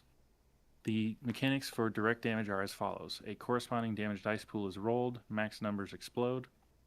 The results are compared to the character's defenses, shield, armor, and body. If 1, 2, or 3 defenses are surpassed in order, mark a wound of their respective severity tier, stagger wounds, or grave wounds. If the tier is already full, mark the next one in severity order. The first or second grave wound makes your roll on the danger table with various effects. There's a 1 in 10 chance that another grave wound is rolled and another grave wound and roll is applied. On the third grave wound, the character's fate is sealed. Use the last deed mechanic. Okay. Yeah, so it goes shield, armor, body in that order. And it looks like if it gets past your shield, you get staggered, armor, wounded, and then body, grave wounds. Interesting. When death knocks, do the last deed. Look at the last deed table. The GM may suggest one option to the player or let the player choose one. If both GM and player agree on one choice, go ahead and use it. If not, then roll. Roll with the D6 if this occurs on the climax of the session. Otherwise, roll with the D10. A 1 is immediate and gory death. It will horrify or shock nearby characters. 2 is immediate and tragic death. It will serve to inspire all allies with a beneficial effect. 3 is immediate and bloody death. You rampage and take some enemies with you, the scale of which is based on GM discretion. 4 is burn it out. You have 1 more round before death to give it all. Access a deed with +2 bonus. 5, hold them. With your last strength and dying breath, you hold or distract the threat, allowing your party to escape. 6 is selfless sacrifice. Your death will save people or help in a greater cause in some way. 7, bodyguarded. Any other player may choose to take the fall instead and roll for the death. If not, an attempt was likely made, making failure to protect you all the more tragic. 8, swan song. You may last to the end of the present scene and ignore all attribute damage. 9 is lurking death. You may last another scene or 2. Find a good way to go. And 10 is promise of pain. Your fate is delayed, yet something very deadly is coming your way. Let the player narrate how it plays out within the established parameters. This method puts the choice on the player's hands and makes room for very heroic or dramatic farewells. Yeah, if you want to know more about deadly deeds, you can write Renatter at on Discord or email. So awesome. Yeah, this character sheet is sick. The wheel, it's really interesting. Visual. There's visual elements. Yeah, it's teaching you about the fun. game and its hierarchies and such, and status effects, and that's very neat. There's such an interesting thing to point out. Okay, in a lot of role-playing games, like fantasy role-playing games, using a shield means you get like +2 AC instead of getting a little bit more damage. In this game, not using a shield removes a layer of defense between your body and incoming harm. Right, which is a much more substantive and I think evocative drawback, right? Like if you think like, oh no, that's 1 fewer barrier between swords, stabs, and such, and my heart. There's something much more dire about that decision. Yeah, that's very. Oh yeah, and false idols. You just point out, drives I want, but, and then you have a conflict for your drives and the conflicts that they might have. Like, it's just super cool. yeah, really, like, there's a lot more to this game that I think could be really interesting that we wouldn't have time to engage with. But it's a wound system, which I always like, but really it's mostly a couple different HP pools that have small drawbacks to them, like they're light wounds, kind of like Savage Worlds. But the way that the 3 tiers are segmented based on like your armor and all of that is really cool. Like that's yeah, neat. I like that. I could see how they were saying it's not mathematically complex, but there's mechanically complexity, but not mathematical complexity. Yeah, that's cool. That's really interesting. I'm intrigued. So, thanks for sending it over from Chile, wherever you Renato. Yeah, very cool. Very unique. I can't think of an example of another game that uses that layering like in that same way of your body to armor to shield. Like that's really cool. And I'm not somebody in chat, if you know of a game that makes that layering as interesting as that, I'd be curious. That's really cool. And I know there's some HEMA folks in chat too that will probably attest to just how hard a shield is to get around. I think Sabrock was just mentioning that kind of thing. But yeah, very cool. All right, next, let's see. We've got Phobos and Handrod RPG, who I think, Phobos is in chat too. We got yours up, buddy. Let me just hold, please. Rylan. Wish I could set a default one of 3 designers setting on fantasy tabletop RPG called Handrod. Sorry, I'll start that again. A card-based and diceless game that's about using the options and resources you have at hand. I also want to thank Zarek and Peter for organizing the Tabletop Community Spotlight about death and failure in games, for which this video is a submission. So, how do we handle death and failure? Well, the short answer is we don't. That's not to say our players are immortal, just that dying is a narrative decision, not something that's ever forced onto players by the rules. We just haven't found character death to be particularly fun or interesting, at least most of the time. When it's a core mechanic and added with intention, it can be pretty cool. Now, I think this varies from situation to situation and from player to player, but most character deaths I've witnessed occurred because several random events stacked up and something unlikely happened, not because anyone was especially careless. And if you're making a game and having that possibility is important, then great, go for it. In my experience, though, most systems include rules-enforced character death to add significance and weight to player choices, primarily as a negative motivator. You're motivated to avoid it because it's not fun. This is not fun. This is not fun. This is not fun. One of Handrod's core principles is that the game validates your choices. If you have the cards to do a thing, you get to do that thing. And because we're not building our game around character death, a dead character would invalidate a lot of your choices. So what does failure actually look like? And how are players motivated not to be cavalier with their character's choices? Well, Handrod is card-based. So to succeed in any significant action, you must spend an appropriate card from your hand, and that's it. No dice to roll, no check to fail. Handrod's failure state isn't whiffing a stealth roll when trying to sneak past a guard and getting detected. It's not having a skullduggery card to sneak by in the first place, and needing to spend a couple of social cards instigating a distracting brawl, or spending an athletics card to barrel through a door for cover. Each player builds 2 decks for their character, one representing magic and life, the other mundane skills and actions. Together, these decks represent a character's options and potential. When a character takes damage, they discard cards from their magic deck. Think milling from Magic the Gathering. Now, I don't want to get too into exhaustion system and how that's balanced, but here are the relevant parts. Whenever either deck runs out, the corresponding discard pile is shuffled back into the deck. However, players must choose a number of those cards to set aside or burn until they can be recovered during a rest. So over the course of a session, you'll see your decks, which are essentially your life and options, dwindle as you burn more and more cards. Think of it as player agency narrowing, but maintaining potency. Now, if a player burns all the cards in a deck, they, 1, are limited to a set of basic actions until they can safely recover, and 2, they must add a semi-permanent detrimental card to their deck called a malady. This creates a kind of progressive failure state and provides persisting consequences for risky choices, all the while maintaining player agency.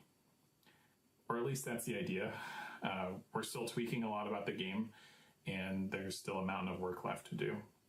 I'm curious what people think about our ideas, and I'm looking forward to seeing what other designers are cooking up. Thanks. Okay, so there's a couple cultural markers out there that signify to me that somebody is roughly in the same generation as I am. And one of them is Ask a Ninja. Like, that clip from Ask a Ninja tells me, you, sir, are not that, like, you are in a similar slice of culture as I am. Yeah. Which is really funny. We were just talking earlier about card design and how instead of using them to just replicate results on a D20, interacting with them being removed from the pool or put back in, or in this case you have the poisoning the pool with the malady cards. Super cool stuff. That's really cool. And I mean, this video is another example of a legit response to any of these TCS topics is why you don't do that. Right? Like, there aren't the characters aren't meant to die in this game in a way that in like my game they would, right? Like, it's totally different gameplay experience. But I really like the milling. I mean, you clearly play Magic, folks. You know, milling, which before that term was called decking in some circles. But anyway, yeah, milling from the millstone. But then also you can poison the deck with maladies in it, which are dead draws in all likelihood, or something like that. It's super cool. Love seeing the tabletop simulator mock-ups too, which you kind of have to do for a card-based game, right? That's really neat. There's a physicality to your character getting hurt because you're manipulating physical cards, right? Like, oh man, like milling doesn't feel good in Magic, right? And so like, oh man, you know, so I have to mill so many cards. Like, there's a visceralness to that that's super cool. Well, and how can I put this? In some games, the only time that the penalties really occur is when you're zeroed out, right? Which is one way of doing it. Like, you have unlimited resolve until you go down. But in this sort of structure, you are degrading slowly, right? As your deck worsens over time, right? So it's really interesting. Oh, and yeah, Tabletop Simulator is an awesome place to iterate quickly because you can just change things super fast without printing. Oh yeah, it was the game that was using the hearts back in the deck, right? Good call, Full Cycles. Yeah, super cool. I don't know. Well, you said at the end, I'd like to know what people think. I think it's cool, right? And you know, honestly, I think we're seeing a resurgence in popularity of deck-based tabletop role-playing games. Daggerheart has really shown people like decks. They like cards because they're cool. Very neat. There's a whole conversation going on the side here about co-designing and how to find co-designers and all that, which would have to be its own conversation probably. That would be a fun AMA to do because you also have co-design. That's true. Yeah, I have. I would describe. Yeah, I've got Daniel, and then more recently, Red Richard is like super involved in working on the game with me. Because there's different levels of co-designing. There's like 2 people together making a game, but then there's like, you know, for you in Dominant, you and I have a similar thing. Like, you are the lead designer. Like, it is primarily your design, but you're having other people work on it with you, but you're like the captain of the ship, so to speak, right? Then there's also people who are equal control, one might say, you know? And like how it works with me and Daniel doesn't write any of the rules really. What he does is he questions every rule I write. Is his job. His job is to question and attempt to undermine what I'm designing to quality control it, right? To test it, right? And to push the designs. Anyway, yeah, that could be a whole separate thing. Oh yeah, that'd be a fun AMA. Right? That'd be super cool. All right. Especially if we bring in like the co-designers talk a lot, right? You know, I mean, right. Like, oh, speaking of false idols. Yeah. Okay. And yes, what Six just said, how like your long form playtesters often end up being co-designers in many ways because they end up being so involved in the project, for sure. And yeah, the devil's advocate. Yeah, that's how Daniel. Yeah, Daniel. I mean, I've known Daniel my whole life, and so yeah, his job is to like question my. He's responsible for getting me to make my wound system. He didn't make the wound system, but he pestered me for years to make a wound system, and that's why I did it. Anyway, here we go. You're almost through the door. The 3 ogres won't be able to squeeze through, but they will get one last attack on you. Oh crap! I'm in the back. Yep, they take a swing at you. Luckily, you already wounded them, so they're only rolling with a d6. It explodes. It explodes. It explodes.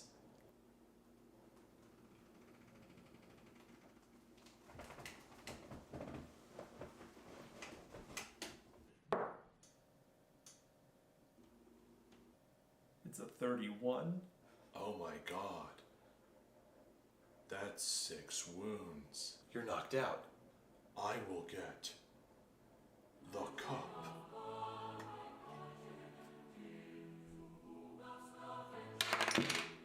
So you get swatted into this wall here, and it's unclear if he's alive or dead. All right, what do you do? All right, so for my first action, I move back to him. Second, I pick him up. And then third action, I run back towards the door. All right, the other ogre steps forward and takes a swing at you. It's not wounded, so it probably won't explode. It explodes. It explodes.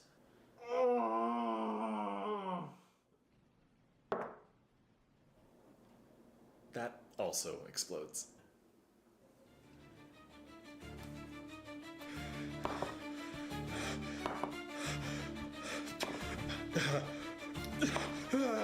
No!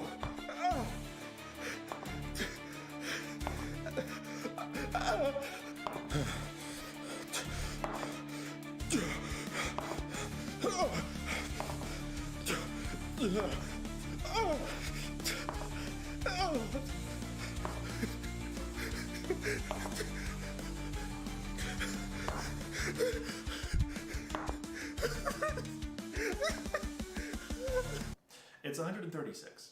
Oh my god. That's 25 wounds. Hey, at least you have talent and endurance, so you get to roll twice. I guess it's up to me. I run away. Okay. With large, hungry grins, the ogres drag you back to their lair. All right. Here's what I do. Okay, with the first ogre dead, with the second ogre hallucinating on the mushrooms you fed him, and the third one screaming from the hot oil in their eyes, you can now check the bodies. I'm alive. I'm dead. I am the best.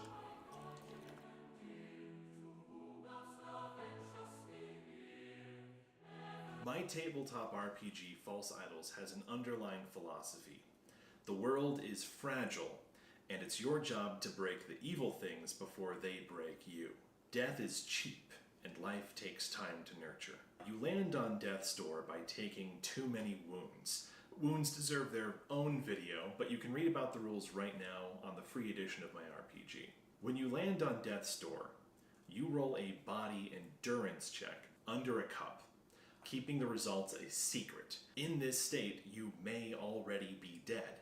You and your allies just don't know yet. Other players who land on death's door may roll their check under the same cup or different cups, doesn't really matter. When your allies use an action to check on you, they lift the cup, revealing the results. A 5 or greater means that you're alive. You'll be able to recover from wounds on your next rest like normal, but that is a difficult check in this game. There is urgency. If your party had to retreat from combat and make a new rescue attempt, if they take more than 1 hour, the difficulty increases to 10. Nearly impossible. On death, you must make a new character without any of the progression or levels. This seems like a harsh punishment, but that risk adds crucial tension. You can download the free edition of False Idols right now on my itch.io page. You can also join our Discord, where there'll be more discussion and playtests GM'd by yours truly and hopefully some other people too. Links for both are in the description. Okay. I need to join that Discord and get in on some of those playtests. Really quick, I think we're hilarious. best friends now, Phobos. Or not Phobos. I saw that book. False Side. Did you say your name at the start of this video? I've missed that, maybe. Anyway, yeah. I think we're best friends now. I've had this on my desk for a long time. All My Friends Are Dead, the children's book, is great. That's funny. So I think people were pointing it out in chat that only one other person, I think it was Scrat, has had the gall to spend 75% of their allotted time on like memes or humor. Right? Yeah. But in this case, it worked really well because it's showing what they're about to actually then describe in mechanics, right? Which is very cool. And also, I've said this before, like I'm not a funny guy. Like doing humor is hard, and this was great. Yeah, it was really cool. The hiding the like death rolls underneath the cup is super that's fun. very interesting to see at a later time too. That's what's very interesting about it. Like the hidden death save is definitely something I've seen as a house rule in some role-playing games, like in D&D, where you if the character is one death save away from living or dying, you roll once and hide it, and then like you look at it later, right? All that's really fun. But I can tell that with infinite exploding dice and that death mechanic, that the game is spiky on purpose, right? Like it's meant to be. With the exploding and stuff like that, yeah. Right? Yeah, exploding dice have built-in drama to them, right? Inherently, which is super cool. But yeah, the tension of having the cup covered. You know, exploding dice is how to kind of put this? There's a lot more to explore with exploding dice, right, than I think people may realize. For example, in a game like Nimble, which is just a damage roll, no attack roll.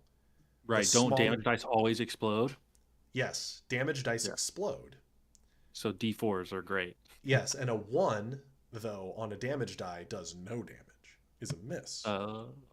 So daggers are more likely to explode than bigger dice, but are also more likely to do no damage. Like there's an interesting built-in explosion mechanic.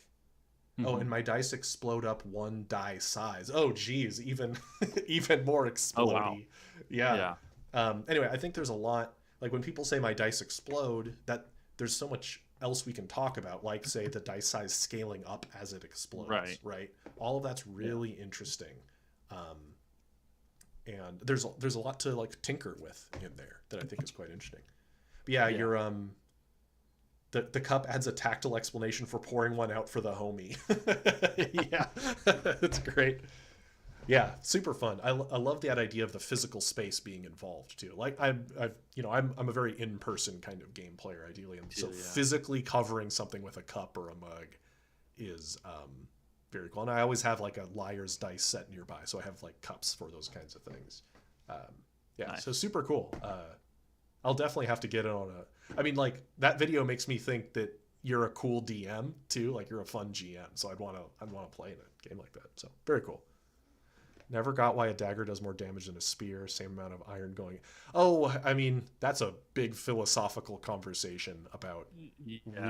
Yeah, because like. Well, and you can talk about like physics too, right? A spear is a lever. So I mean, if you're stabbing, it's different, but. Well, and it's like, in real life in a knife fight, what's it saying? Like one of you ends up in the hospital, the other one in the morgue, right? Yeah. Realistically. Right. Anyway, exploding dice is the only way a D4 can survive. Yeah, a D4, it adds this upper cap to D4s. Like D4s can keep scaling upward. Anyway, super cool stuff. Very cool. Now, Zarek, do you have time for just like one more, you think? And then you'll have to boogie? One more, yeah. Okay, so we've got, I think this is a written one, which is my turn now, I believe. Let me just check the zoom in. This one does look kind of long, though. Let's see. Just as a note. Yeah, there is a fair bit of text here, but I'm noticing some pictures, so I'll gauge how that goes. Okay, let me just adjust OBS. Okay. Regenerating health, hit point inflation, and wounds in my TTRPG. Wounds mentioned. How my heroic fantasy TTRPG takes inspiration from the history of video game design for its health system. And Spiderly, no, we will not be doing a part 3. We will be finishing it today. I'm probably just going to fly solo for the handful at the end. There's only a couple after this. The way people play D&D has changed a lot since the 70s, but the rules haven't always kept pace with the culture. The core mechanics of 5e often have their origins in wargaming, dungeon crawling, and old-school methods of play. But many people, myself included, have played 5e in a heroic style, the same rule set but for a totally different genre and style of play. So now, in designing my own heroic fantasy RPG, I've approached my health system in a new way, taking inspiration from the history of video games. Excuse me. Hi, I'm Colin, and I'm a professional video game designer at Naughty Dog. That's awesome. Hello, Colin. I'm a big fan of the games you've worked on. That's super cool. Yeah, awesome. Well, that's rad, dude. Okay. Looking to video games. In older first-person shooters, damage is mostly avoidable. In Doom, projectiles are slow-moving, able to be dodged, and melee enemies are meant to apply pressure for you to keep moving. Hit scan enemies aren't ubiquitous, and you can even avoid getting hit by making sure you've positioned a different enemy between you and the hit scan ones. As a result, the damage you take in any given encounter is mostly a measure of how well you played. Damage represents a specific mistake you made, something you could have avoided if you had better tactics or dexterity. As shooters evolved and as the setting became more modern, hit scan enemies became more common, so damage became unavoidable. It was no longer true that you could avoid all damage if you played well enough. To compensate, regenerating health systems became more common. Oh, nice, Call of Duty 2. In these systems, your health recovers either partially or fully after a period of not taking damage.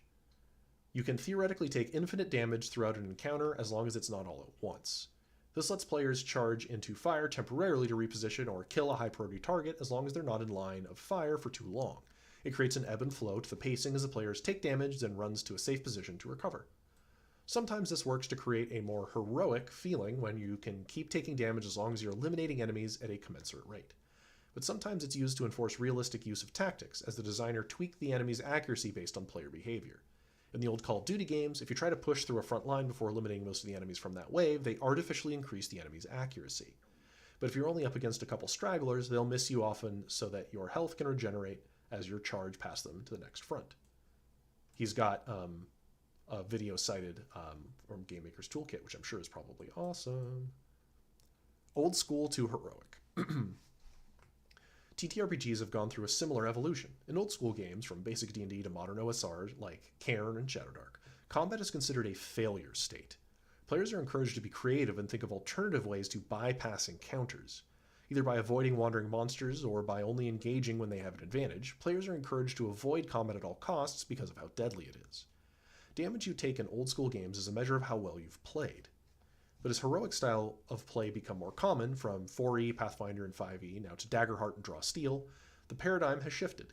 Damage is expected because engaging in combat is part of the fun of the game. We expect players will fight the villains in epic encounters. Player characters want to use all their cool powers they get from leveling up and getting magic items. In heroic games, the measure of whether you succeed or failed a combat encounter is not if a PC died, or even if a PC took damage, it's if the PCs took more damage than is expected from the relative difficulty level of the encounter. That fuzzy line is where the drama in heroic games come from. Players can keep themselves above that line with good preparation, tactics, teamwork, but if they play badly, the combat will drag on longer, and the players will take more damage than the in-game's encounter math expects them to.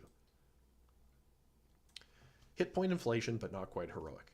This is what has led to the so-called inflation of hit points. With the randomness of rolling dice for attacks, damage, and saves, the numbers have to be large enough to soak up that randomness and balance it with the predictable heuristics of good play.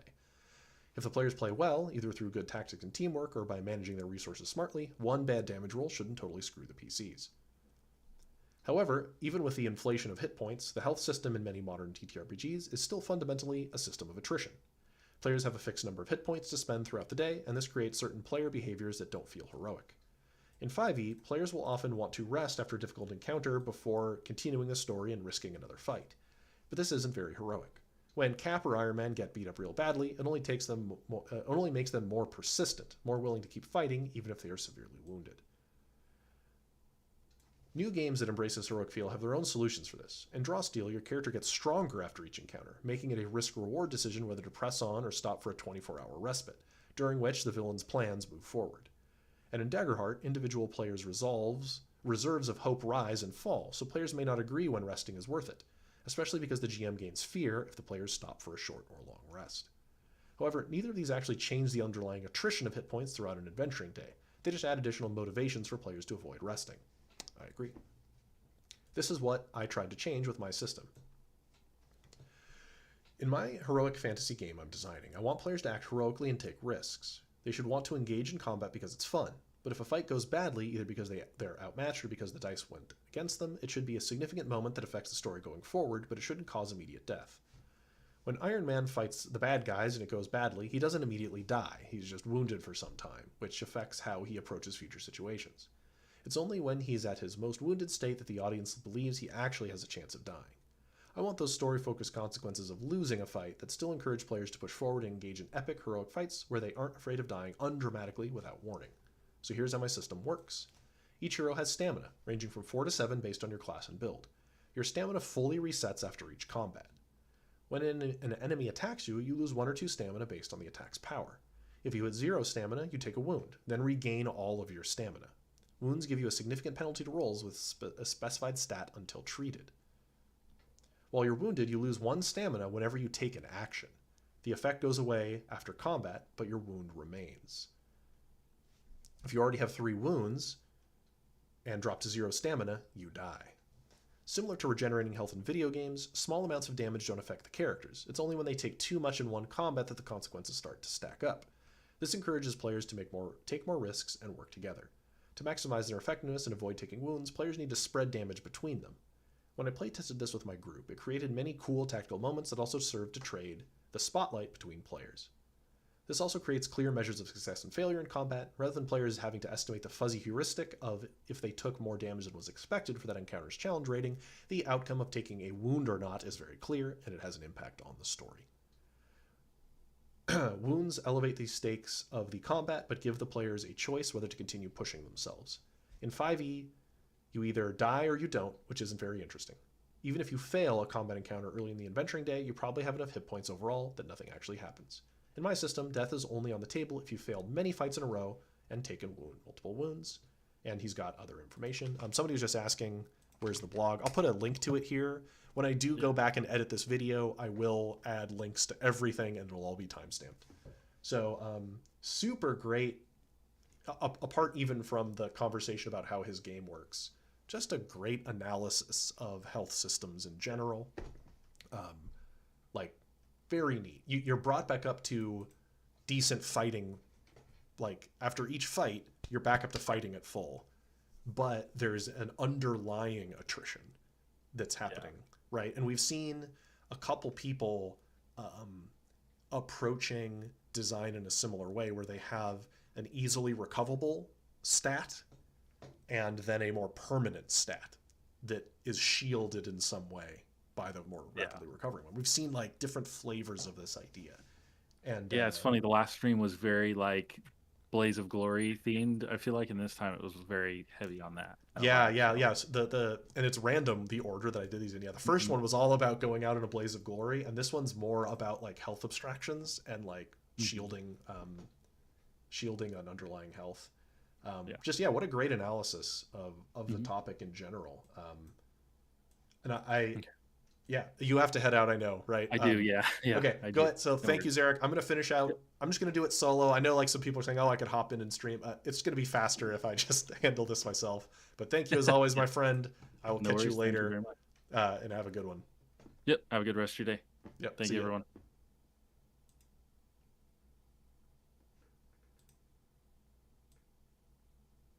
All right, so switching to solo mode here. We will be finishing it out, so because I'm going to be so swamped over the next month and a half that I will not be able to do another one of these streams. But very cool stuff from what was his name? Colin. Just really good stuff. Shows a very good understanding of how these systems work.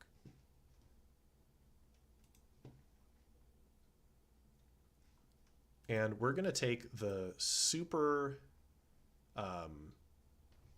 short intermission. I just got to run to the restroom really fast. So hang in tight, folks, and we're going to finish out the last of these in just a minute here.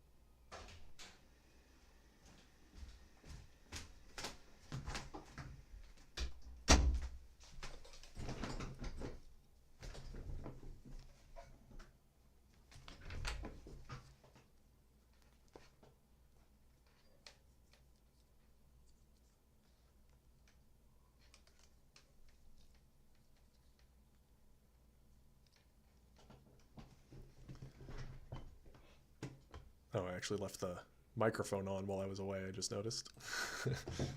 All right. Hopefully, you guys shouldn't hear like the sound of my bathroom in the other room or anything like that.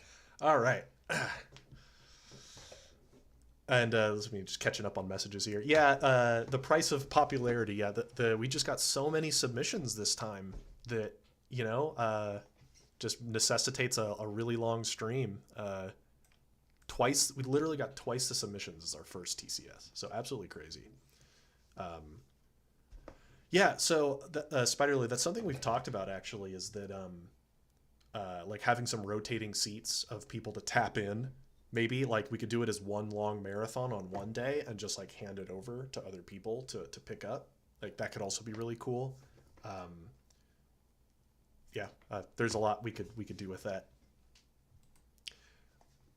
All right, let's keep it going. And thanks everybody who's been sticking out and hanging out all day here. It's super cool. I know some people have been coming and going, but yeah, just lots of fun.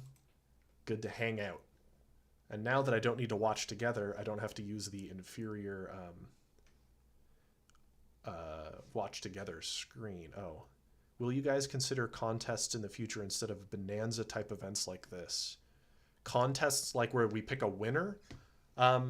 Maybe. I personally, I am less interested in judging submissions for a winner, mainly because I just want to provide a voice and exposure to other indie designers, especially people who don't have a platform or have a very small platform. So my personal motivation is more like, let's celebrate our designs rather than let's make a competition out of the designs. Kind of see what I'm saying? Like that's a different approach. If I had more time, I'd love to do something like a competition that's more like a game jam, where people make something and then the community votes for their favorite, right? Like I think that could be cool.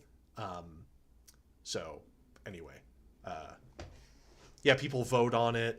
Yeah. Like I think that could be really cool, though. Like a game jam, a community game jam, and then people vote, and then like there's something about that. Like there definitely could explore it. Honestly, Zarek and I have just been so busy. Zarek had just finished his successful backer kit run, and he's working on getting his game out, and I'm leading up to my Kickstarter in September, right? So I'm super swamped. So we haven't like ideated on this much. I will say, in the TFE Discord server, there is a community run side, like not competition, but like their own community challenge that they're organizing, and that like you guys are feel free to do so, right? To organize your own small events and so forth. It's just, it won't necessarily have like the content creator backing, right? Like me streaming it or something like that, mainly because I don't have the time. But anyway, let's keep it going. Finish this out. Actually, maybe I should just, let's see. Let me hold please while I fix the screen.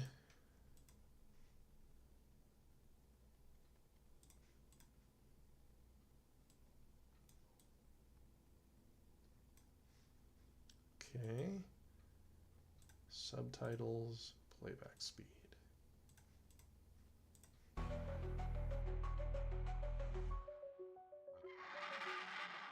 Hey everyone, my name is Vase Odin. I'm the creator of the Left for the Vultures role-playing game. Left for the Vultures is a dark fantasy, gritty role-playing game. Some people call it grimdark, kind of teeters on that edge actually. Today I'm going to be participating in a community spotlight event held by Peter from Tales from Elsewhere, Clockworld. It's a role-playing game that is an action horror role-playing game, and Zarek from Odin's Key Gaming, they make Indominant, a superhero role-playing game. And I'm actually very excited to participate in this event because I think that in Left for the Vultures, death is a very big part of how the game is played. Because it is so gritty and dark, it needs to tie into that theme, and it needs to work just right. In Left for the Vultures, there are two ways that your characters can basically be removed from the game.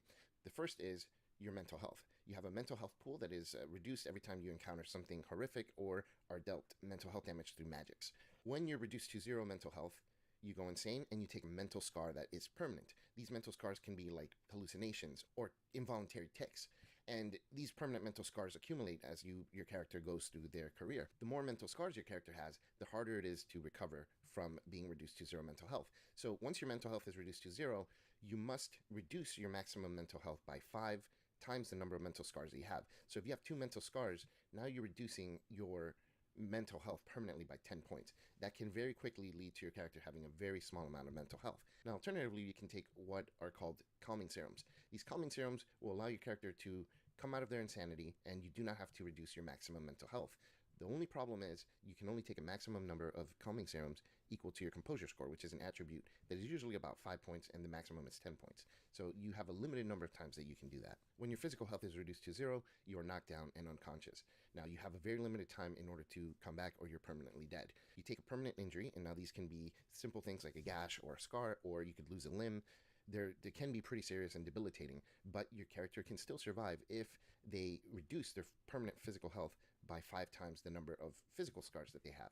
So as you get more physical scars, it becomes much harder to come back from being dropped to 0. You can also get surgical aid in a similar way to the calming serums for your mental health. You can seek a professional to give you surgical aid, and you can only do that a number of times equal to your resilience score. So again, you have a very limited amount of times that you're going to be able to do this. But similar to the calming serums, getting surgical aid is not something that's readily available. You have to do it within 4 hours of being reduced to 0, or it becomes not an option. Now, what makes Left for the Vultures unique is that the game is mostly tied to vengeance. Your characters aren't earning gold, they're not looking for treasure or fame or anything of the sort.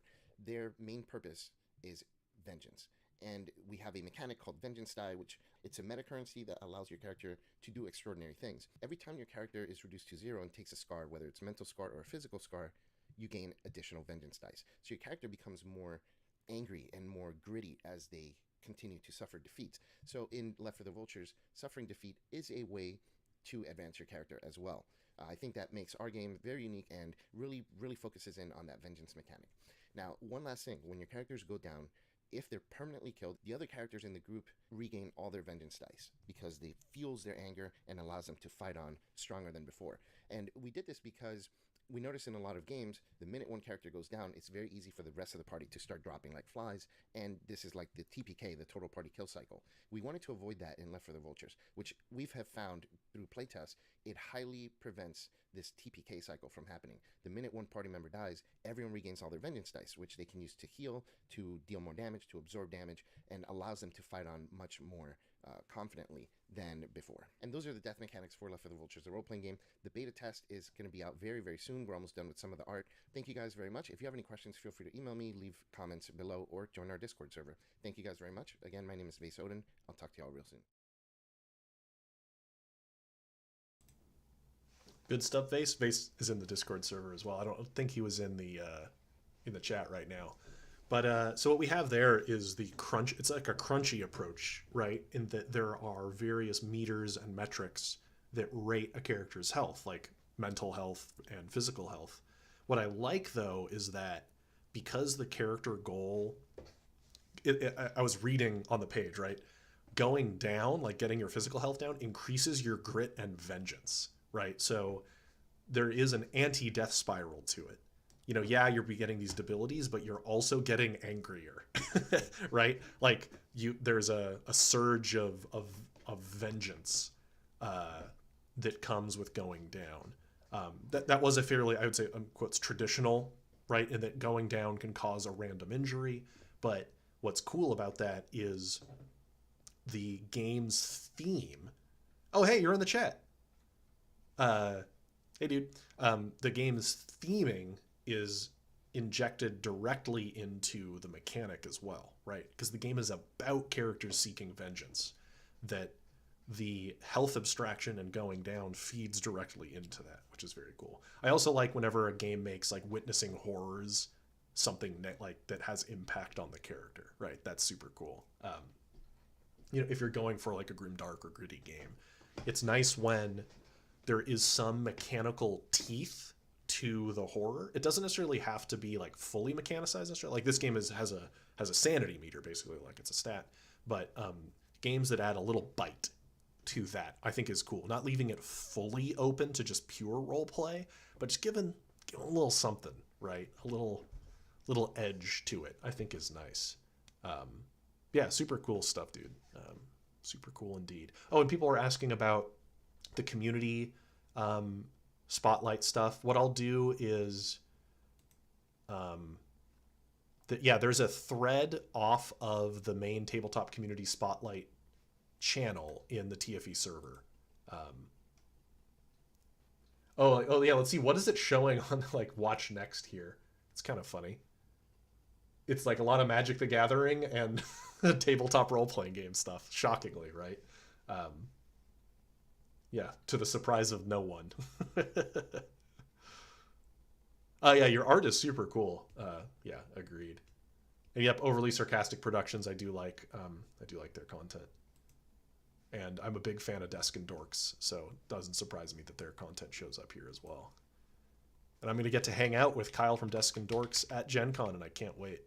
It's super cool. All right, let's do the next one. What we got here? Greetings, everyone. My name is Andrew, and I'm the co-creator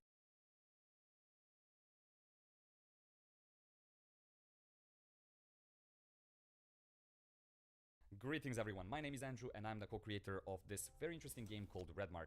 Redmark is a modern horror/thriller. Was I just muted for a super long time? Were you guys able to hear me, or was I just muted, like talking that whole time? I just realized I could have been talking for a while and didn't know if it muted myself. So hopefully I didn't miss much. Anyway, muting myself now. This is Barlow Keep with Redmark.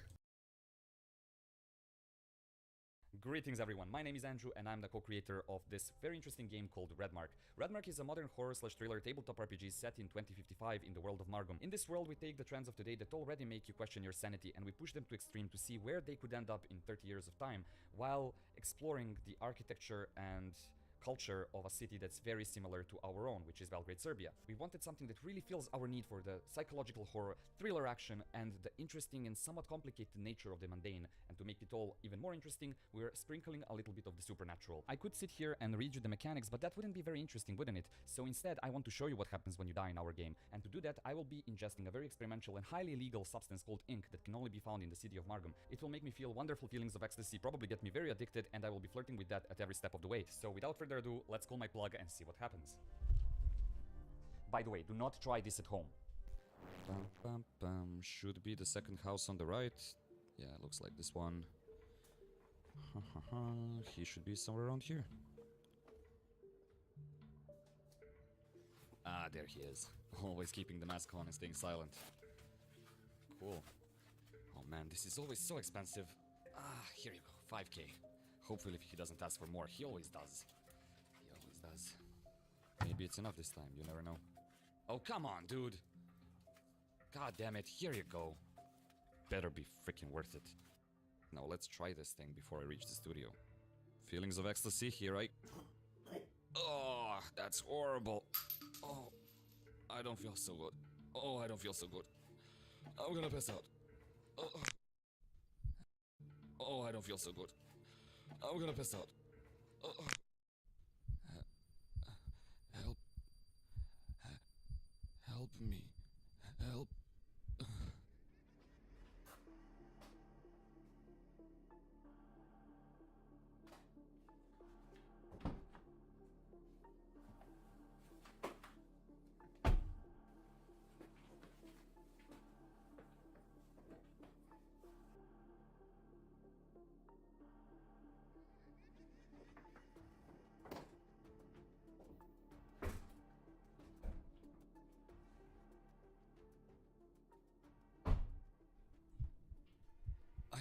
I think I'm dying.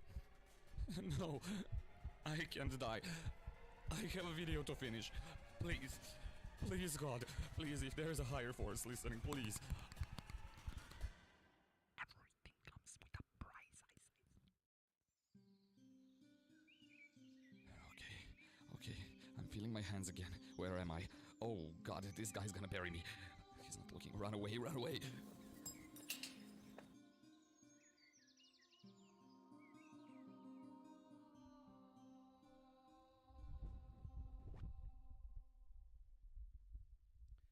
Okay, so that is how death functions in Redmark, and those feelings of ecstasy that I promised, there were none, and I'm pretty sure that I made a deal with some sort of higher power demon thing, which will now haunt me for the rest of my life. I'm also pretty sure I broke my neck, and until I get this checked by a real doctor, I won't be able to do any fancy maneuvers. It's very unfortunate that I didn't have any of my allies or friends around. They could have helped me stabilize without even needing a roll. If you want to find out more about Redmark or follow its development, you can subscribe to this channel or join our Discord server where we post regular updates. We also have a Patreon that is linked in the description, and if you want to grab your own copy of this little booklet, which is like, we call it an initiation guide, but it's like a cheat sheet / quick start thingy, then subscribe to the newsletter on our website, redmark.rs. Thank you very much, Peter and Odinsky Gaming, for this wonderful opportunity that almost killed me. I hope to see you in the next one, but until then, I bid you farewell, keepers. All that he does on Barlow Keep is make the most awesome videos. Oh, that was so good. So good. Also, I just want to point out the toilet paper roll neck brace is great. What another great example of using a skit to explain a game design or a design in a game in a way that's way more evocative and clear than just describing the roles, right? Yeah, what a cool aspect to that. And what's neat about that system, I'm going to go off memory here, is that you can have skills like being in society, like society and functioning in it is part of your skills. And so like when he snuck away in the city, it was relevant. But I love the cry out to the void aspect on your final roll, and hope that something turns around. Very cool. For those that were here on the last TCS challenge, he had a rad barbarian video as well with this same game of Redmark. Really, really good stuff. And I think you can download, like a full playable draft. I've seen one draft of it. There's a really cool looking character sheet. And anyway, so if we peel back the layers a little bit, it's a fairly simple death save structure that we have here, right? You go down and you attempt to stabilize. But where they injected something cool is the fact that you can cry out to the dark powers and try to basically make a deal, like some unfinished business. You can really,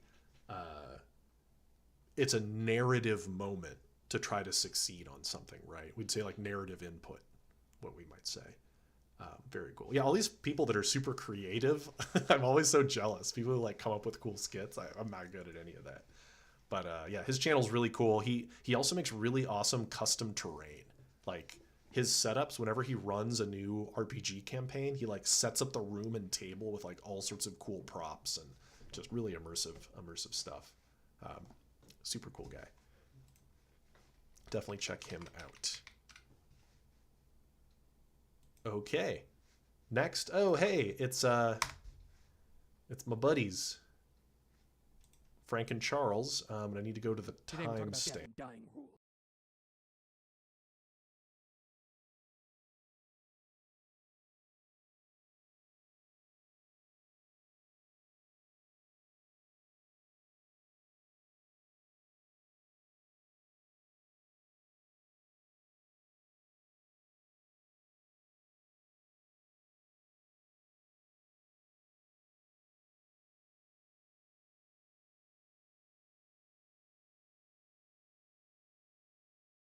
Muted. Thank you. So here we go with what is tabletop. Frank and Charles. I don't know how I keep muting myself. I must be clicking something somewhere. But anyway, let's check out their submission. Options and telegraphing it. And so, hi Peter, hi Zarek. This is the part you're now coming to because we've had an entire video and we're only allowed to do 5 minutes. So Charles, no vamping. All right, we're going to talk about the idea we have, and you'll probably break it down in the comments and tell us we're terrible at it, but the idea we have for our RPG, Screenpunk. We have a system called Resolve, and that's, instead of using hit points, we figured we would have Resolve, because that's the idea of, like, this is how far I'm willing to fight, how much I can keep fighting, and this allows you to do social things, like convincing an opponent to back out, rather than, like, it being like, oh, hey, you should drop down, it's like, cool, and they lose a hit point somehow. It's like, no, they lose their will to fight, because you are convincing them maybe this battle isn't worth having. So we wanted to find a way for our more social characters to have ways to deal damage. This allows us also to then also have non-combat encounters that can result in your character being taken out of the scene. So basically we have about 5 resolve per level. When you take your 5th resolve, you have a choice. Do you get knocked out and out of the scene until it's done? Or are you going to keep pushing forward, at which point you take a wound? And that is a thing that the GM can use against you. They can spend a doom to say, like, oh, hey, your broken arm is acting up, and now it's harder to do this next thing. That gives player choice, which is something we really like, but it also telegraphs it. It's like, hey, you're getting knocked out. You're not dead yet. You gotta take your time before you get knocked out. Now, what will happen is, once you get to the final level of resolve, so you have literally seen how much of your resolve you have lost. You're in the final level of it. If you lose all 5 resolve there, now you are in death. And you have to choose, are you going to risk it all in the sense of doing a big move, or very similar to Critical Role, you come back, you might have more hit points resolved, you might have less. Who knows? Or do you just go out in a blaze of glory? When Frank brought that idea to me, I was like, that's a really good way to do things, because I didn't want to have, like, players constantly calculating hit points, because I feel like that's, again, some people love it. I want to be playing the game. I don't want to be, doing math the entire time. Yeah. So it's funny because I remember you being like, I like hit points and I like wounds. How can we do both? And I'm like, I don't think you could do both. And then I'm like thinking one day and I'm like, maybe we could do both. I love it. Literally, this is how Frank and I work. I was like, this is what I want. He's like, I don't know if we can do that. And then he'll come up with an idea of how to do it. I'm like, this is why I need Frank to help me with my game. I appreciate with our game. It allows us to be a little bit more flexible with the system. And then death, which we might come up with a different word than death, but permanent getting rid of the character. Because again, I know some games they'll have it where it's like you retire your character. Lost, maybe. Right. They're gone for I like whatever the idea reason. maybe lost or something. We'll figure it out. Yeah, but I like just having this idea of knowing like, okay, there's a visual indicator. This is how far you've gotten. This is how much you have left. Like it's very obvious because again, we have check marks. You're scratching out boxes. It's not a number. And right now we have a system in place where you're only dealing like 1, maybe 2 damage at a time. So it's a little bit easier to track in that regard. 100%. So that's currently what we have. Rip it apart in the comments, or Peter and Zarek, rip it apart right now. All right, I think that was enough time for them to pause. That is our Tabletop Community Spotlight thing. Yeah. But let us know in the comments how you're handling death and dying in your rules, or if there's a RPG that you really like. We have here a hybrid system, which I think hybrid systems are very cool. Oh, it's funny. I see people talking about making me funny. So Frank and Charles, I think it was Frank that said, Peter isn't funny, he's charming, is how he described it. Piotr, I actually have the speed turned up on the videos just because we are coming up on how many hours have we been streaming here? Where does it say that? I mean, we're coming up on like 4 hours streaming. So I've got them going a little fast. Normally they talk at a much more reasonable speed. So anyway, this is a hybrid system, right? Where you're going to have a more traditional hit point structure. In this case, let me go back slightly to show their sheet. So you take damage in just 1 or 2 point increments, which mark off hit points, kind of, right? They're resolve tracks. And when a resolve track fills, you take a mechanical consequence. You take a wound, right? That may have narrative and mechanical consequences. And that's where I think wounds are best served. It's when they're coming with a packet of consequence, right? A wound, I find, is better when it's not just a simple, like -1 penalty preference. I like when the wounds have a little bit of juice to them, a little bit of meat. But yeah, this is what we would call a hybrid system, where most interactions are purely decrementing a number or accumulating a number, and then only after certain breakpoints does it hit a wound, right? And I think that's it's a nice way to have overall heroism, like moment-to-moment heroism, with spikes of lethality, right? That again aren't making you go down. You know, the wound isn't dropping you and you're taking a nap on the ground, right, until you get resuscitated. It's just you've taken enough hits to your resolve that you now have some sort of consequence, right? Hybrid systems, I think, are very cool. And they mentioned Daggerheart, well, Critical Role they said, but Daggerheart, right, with Risk It All and Blaze of Glory. And I've said it in another video, Daggerheart was this close to having a wound system, I think. Like, they could have just nudged it a little bit more and it would have had a proper hybrid wound system. And so what they have here is a hybrid wound system that I think is cool. I don't think there's anything really for me to tear apart there. I like it. I like the open-ended nature of the wounds. I think it's cool. Yeah, I think I definitely prefer hybrid wound systems over traditional hit point attrition systems. And I'm even a bigger fan of pure wound systems, of course. I actually had somebody on Reddit. I had made a comment on a Reddit thread about wounds, and somebody said, like, this guy knows his wounds or something like that.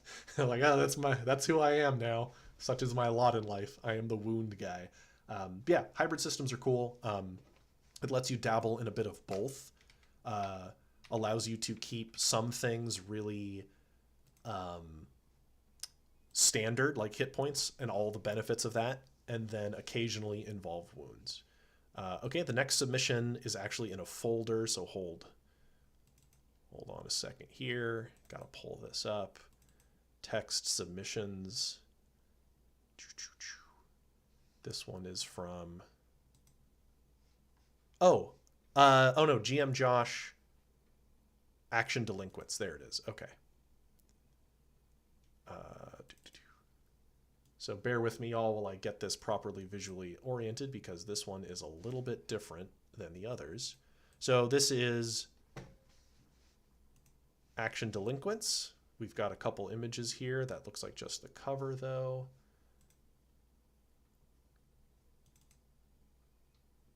Oh, sorry, everybody. Okay, I think this is the right page. All right. So in Action Delinquents, oh, let me make sure that's, yeah, it looks all right on the stream.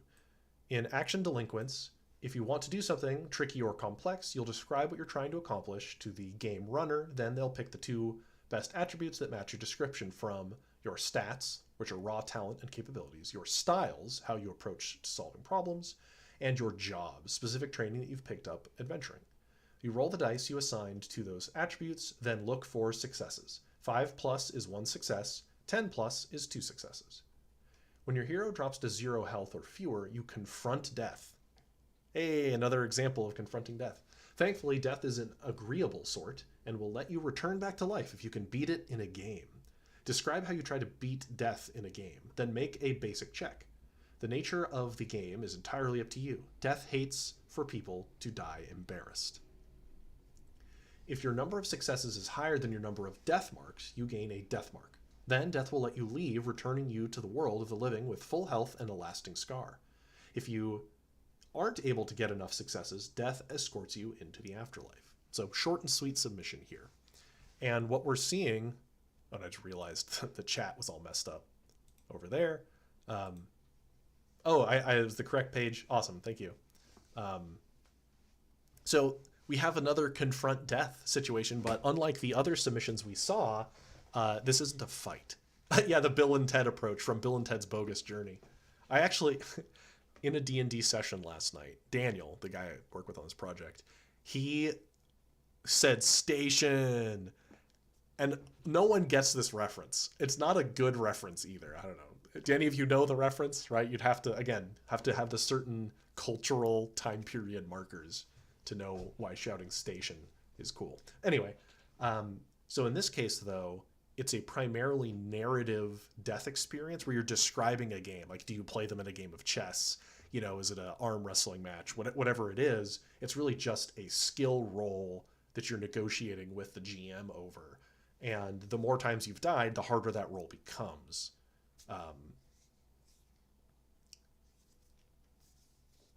Oh, that's obscure. Yeah.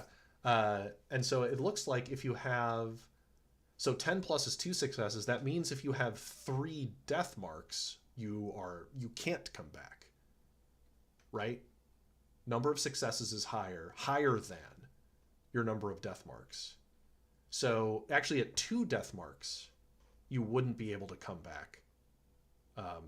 Yeah, I am still streaming. We're almost done. I decided to finish it out. And then I'm going to eat some lunch because I'm hungry. I've gone through some snacks here. Wrappers of power bars and stuff. So when I understand this, you can die once, but the second time, it doesn't look like you could come back unless there's ways to get 3 successes or more. Maybe I'm misunderstanding. But anyway, there's a limited number of times you can do this before you're unable to come back. But I also think it's interesting that death is not evil or presented as hostile to you. That death wants to give you a chance. They don't want you to die embarrassed. So I think that's actually kind of neat. There's something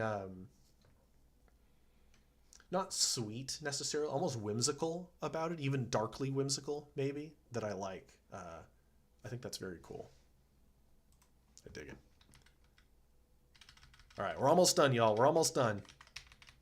Hey, Spider Lily, that's the next submission. You've been hanging out in chat for so long. You're about to be rewarded for your patience.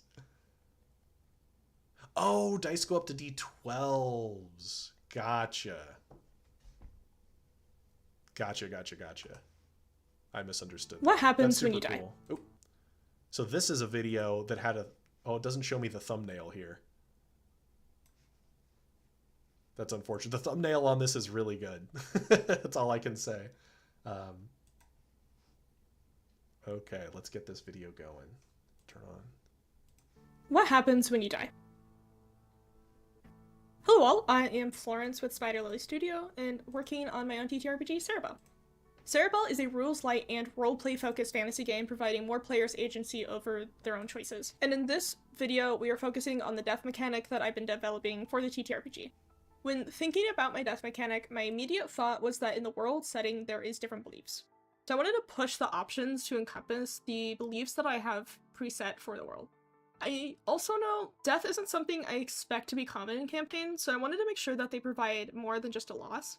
But first, a bit more context on the world itself, because I think that would kind of help give you an idea of the designs I have put in place. So in Cerebell, the mortal and spiritual realms are one.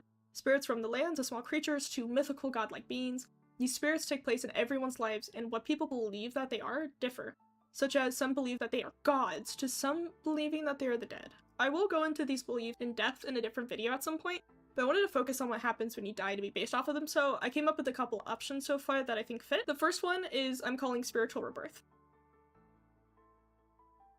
When you die, you wake up as just your soul into a new plane. This is the plane of rebirth and change, and here your soul heals from its physical life and changes to its spirit to be brought back into the mortal realm. The player now gets to create the spirit version of their past character to live out in Cerebell. I want to preface at this point, spirits are more like creatures. Like I'm planning to eventually kind of like a monster manual type setup for them. So the thought with that is also you can have that spirit maybe be part of a side quest or a future quest where it can be brought back in a way to kind of help think that the character's not just gone. Now, the second one I have is one last lesson. For those who don't believe in an afterlife, I thought of focusing on that final moment of your death. And so in your final moment, you share one final lesson to a party member. The lesson you share is one ability from your character sheet. As a person receiving this ability isn't well-versed, the ability is only able to be used for a limited amount of times before it's forgotten. What that is, I'm still up to determine, as I need to playtest this feature. Now, the third one, I've been calling my God's Final Gift. In your final breath, the god you follow blesses your party. This blessing provides a boost to your party based off of the god that they have worshipped for 5 sessions, or for about a few days in game time. So far, though, I have been thinking that these death options are something to pick during character creation, though I do believe it can be changed during the campaign if discussed between the player and the GM of what fits better around that time. I hope you guys enjoyed these options as much as I had designing them. If you want to know more about Cerebell as a TTRPG or the world, you can check out more on this YouTube channel or at the official Cerebell Discord server in the link below. And I really hope you guys have a silly day.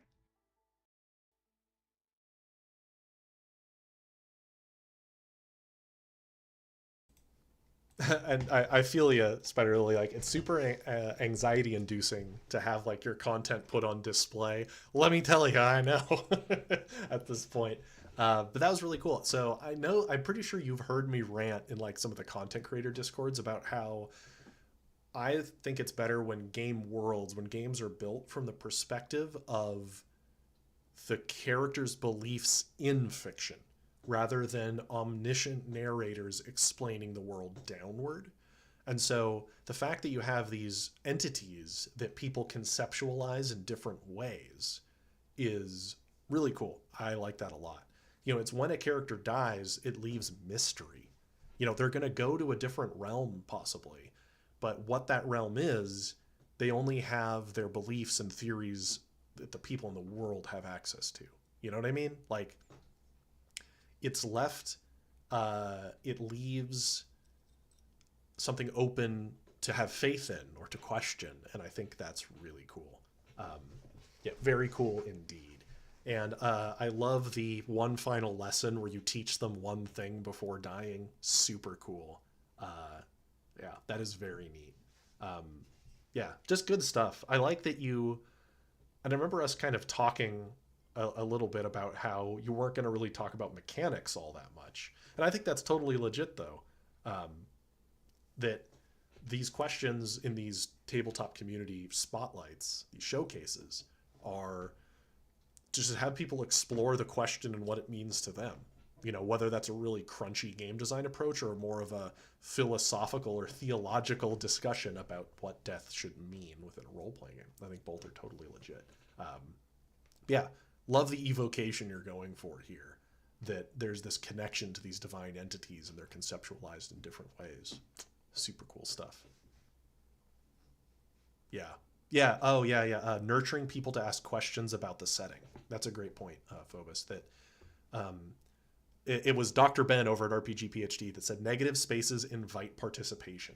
So by leaving things mysterious and by having players start that conversation, you're inviting them to contribute to a world and to engage. And so super cool stuff, my friend. Super cool. All right, last couple ones here.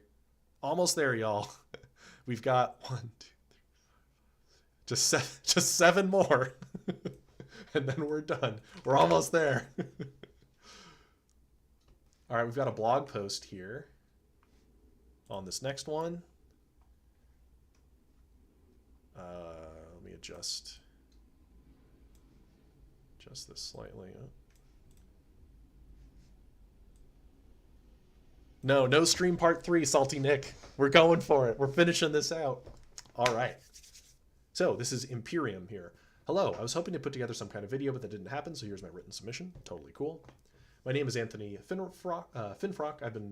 I've played and homebrewed TTRPGs intermittently since around 1989. A friend of mine got me into the hobby when I was 11, when the Robotech RPG, nice, and later Rifts. I had no idea that the other games existed back then, and I wasn't big into fantasy, so I never jumped into D&D. Recently, I've spent a year and a half remaking my game from the early 90s, tentatively titled Imperium, Essence, and Steel. The game's setting is the distant future, far from Earth, millennia after complete societal collapse. Modern and older pre-collapse technologies coexist, with the latter often surpassing the former in advancement. This ties into the death mechanics in a few ways.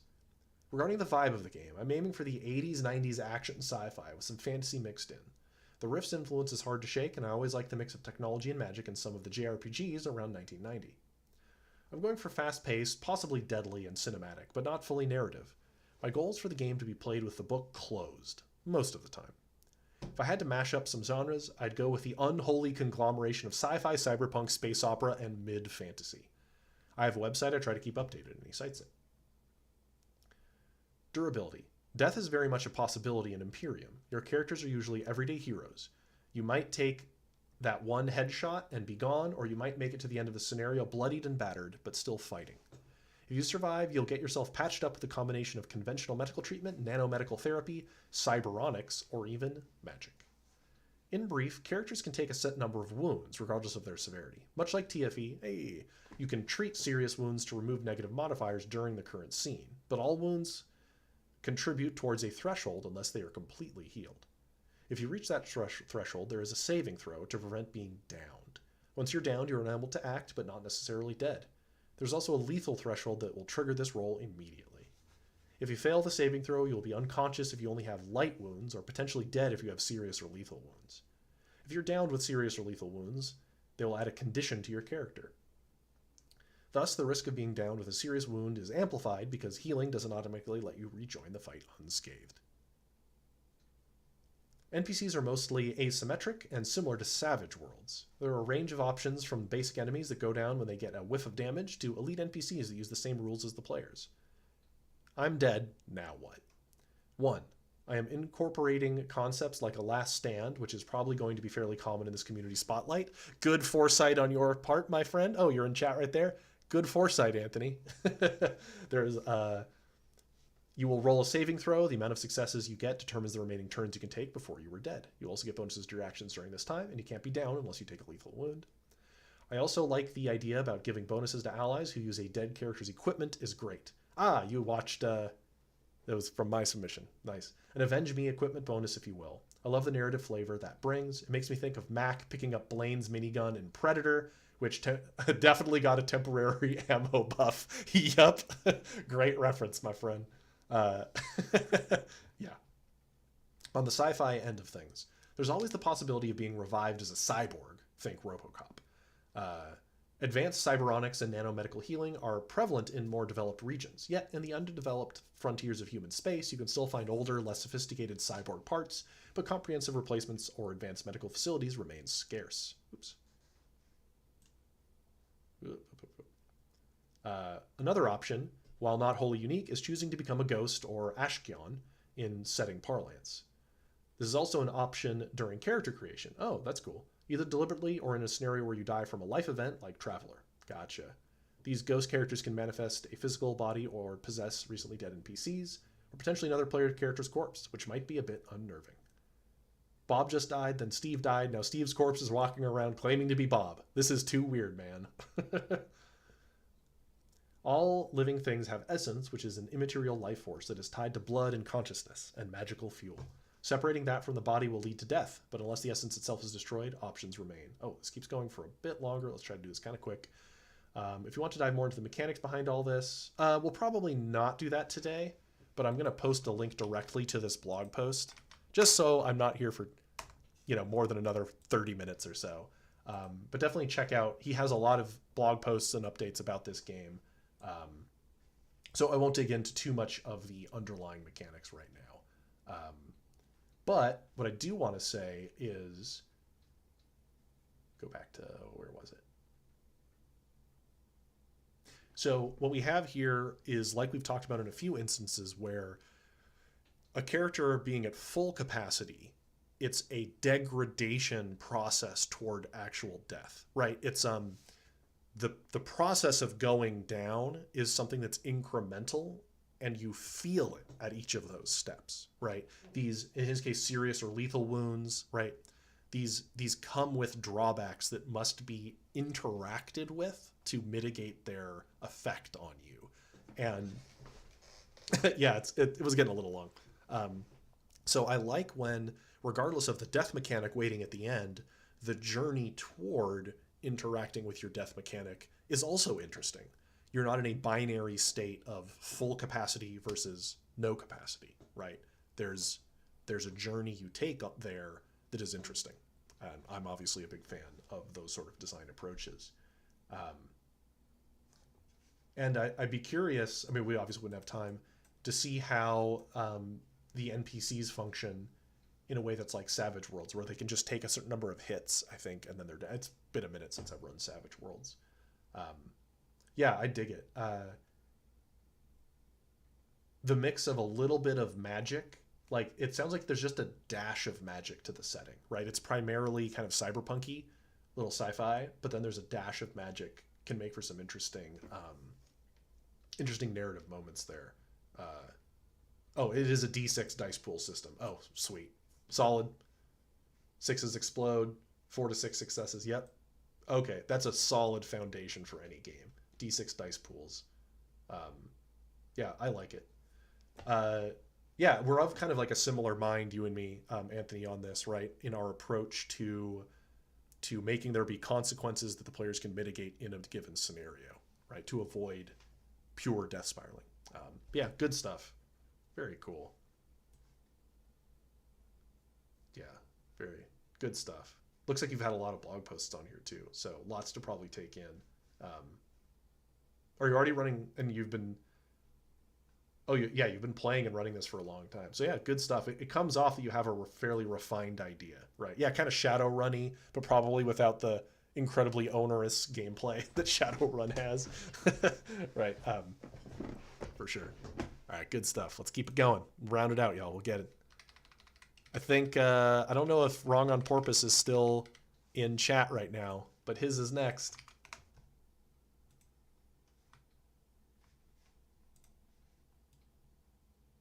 All right, Chimera, Death and Taxes. We have our... he was just saying earlier how he also named his game Chimera. Chimera is a dark fantasy tactical combat TTRPG. Oh, you're still here, Porpoise. Hello, we're on yours. Where dangerous magic and daring feats of desperate heroism go hand in hand. In this world, magic is fueled by soul fire, a volatile and ephemeral power that burns within every living thing. Wielding it is never safe. Every spell cast comes at a personal cost. The fire must be fed, and doing so brings you ever closer to the bleeding edge of mortality. No amount of soul fire, no matter how skillfully harnessed, can undo death. The cost of such a spell would require fuel beyond what a mage can access. But in Chimera, death isn't just something that happens to you, it's a decision in the hands of the players, a player-facing structure. And when the end comes, they get to go out on their own terms. Ooh, this is a little bit long, but I think we can get through most of it. Trauma. Trauma and injury. Before our characters die, they typically suffer trauma, a core mechanic that tracks their spiral into ruin. Each level of trauma acts as a tipping point, splitting a character's health into discrete life bars that deplete in sequence. With each stage, the pressure builds and the consequences escalate. How it works. Trauma 1, injured. The character must choose to either lose part of their next turn and any available reactions until then, or sacrifice one of their weapons or abilities. Ah, very, very Crown and Skull. Additionally, they must make a random saving throw. On a failure, they suffer one of two possible debility status effects, becoming reeling and suffer double damage, or become broken and have your abilities cost twice as much to activate. Notably, running out of resources to use abilities deals incredible damage over time. Oh, like because your soul fire burns you from the inside out or something? That's pretty rad. Trauma 2. badly hurt. The same process as above, but the saving throw is made at a steep penalty. At this stage, it's extremely difficult to escape unscathed. Trauma 3, Last Stand. This level is exclusive to player characters. The character is given a choice: retreat and live to fight another day, or push forward and risk death. When a PC suffers their third trauma, they're faced with that dramatic decision. Do they enter down but not out, or stand up but with one final life bar? If they choose to press on, they remain in the fight. And unlike previous trauma stages, they don't suffer any penalties or conditions. However, if they suffer trauma again during this scene, they die. No saving throw, no second chance. Oh, Corgi, we'll catch you later. In Chimera, death is final. There is no resurrection spell, no healing magic, no potion strong enough to reignite their soul. A dead character is gone forever. If the player chooses to retreat, they enter a special state, down but not out. If this status effect removes them from the battlefield as a legal target. In the fiction, they might be hiding, unconscious, retreating, or simply unable to continue fighting directly, but they haven't lost all influence. Every character in this state gains access to a suite of support abilities they can use each round, drawn from their source of power, martial, primordial, or arcane, and their class. These abilities allow them to boost allies or debilitate enemies, keeping them tactically relevant without overshadowing those still on their feet. And we'll take a look at an example here. The martial character can... An ally within range 5 regains 1d4 health, or an enemy within range 5 becomes vulnerable until the end of their next turn, making them easier to hit and crit. Very cool. And we won't go into the further expansion on the design philosophy, mainly because I've been going for 4 hours and I'm starting to run out of steam. But what I like about this is because you have multiple tracks, right? There's multiple segmented health bars. It makes it so you're heading toward an end that you see coming, and there is consequence along the way.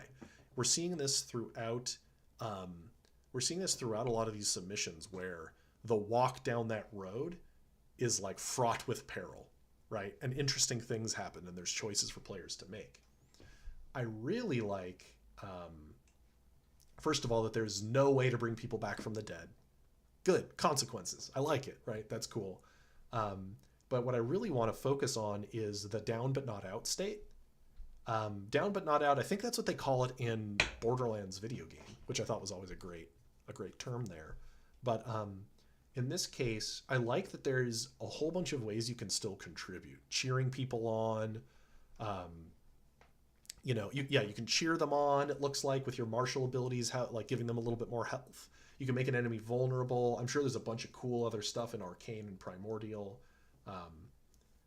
Class-specific stuff. A rogue can cause another ally to become cloaked, it looks like helping them get into cover. Just really cool things where the goal being no one just sits there and watches, right? You're never not playing the game. And that's good stuff. Keeps people engaged, and because really these are games that were meant to have fun playing. And if you make a game where it is not unlikely for one player to have to sit there for 45 minutes, right? And not play, that's just often not going to be fun. So I dig it. All right, we've got a video now. Hey, it's Six's video. I don't know if he's still in chat as well. Godstorm is a tactical TTRPG in the same lineage as Lancer, Beacon, and D&D 4e. It is science fantasy set in the equivalent time period of the later parts of the First Industrial Revolution. I preface this setting because the death in the Industrial Revolution was not uncommon, specifically around labor regulations. The Haymarket Affair and the Pullman strikes are 2 examples, but there's plenty more before and after. There was also starvation, machinery accidents, mining disasters, exhaustion, and disease.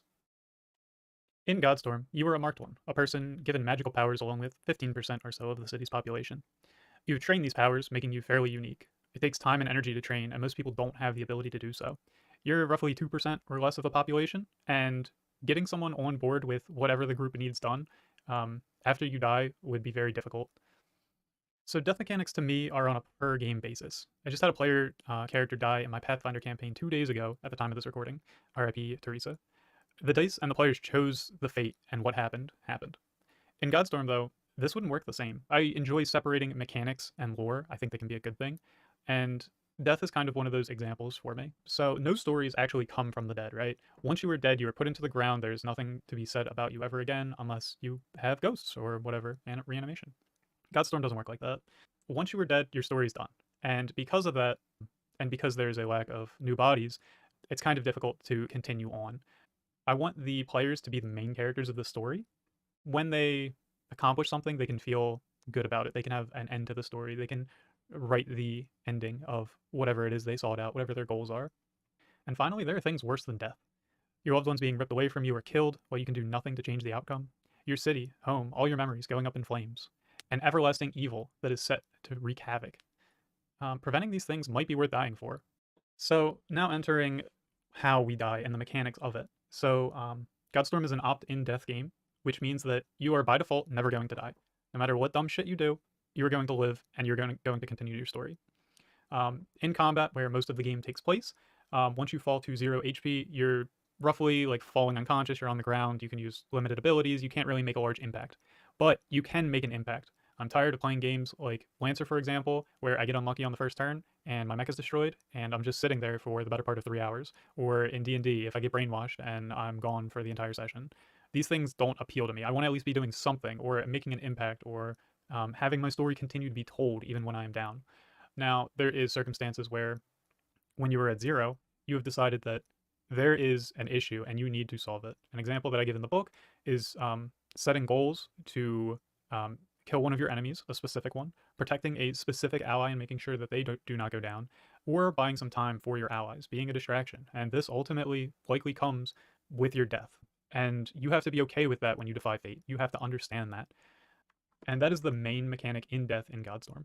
So now we have to talk about defying death. So we have reincarnation. In Godstorm, there are currently 2 people in the lore that can resurrect a person. They can do it monthly, and it has a 1/5 chance of working. It is very unlikely to bring someone back, and they're basically kept, not as slaves, but as servants for royalty, and they bring back anyone who is deemed important dies. Necromancy in Godstorm does also exist, but it is more akin to there being puppets, and you controlling these puppets. They just so happen to be meat or bone puppets, and controlling these really helps still give off the vibe, but without controlling souls. It also doesn't make anything innately evil, you're just strange. And that's pretty much all I have for death in 5 minutes. I could ramble about this for hours, and if you want to talk to me more, you can contact me on Discord at Sixu. You can look at that link, and you can also reach out to me on Blue Sky at six.bluesky.social. Thank you.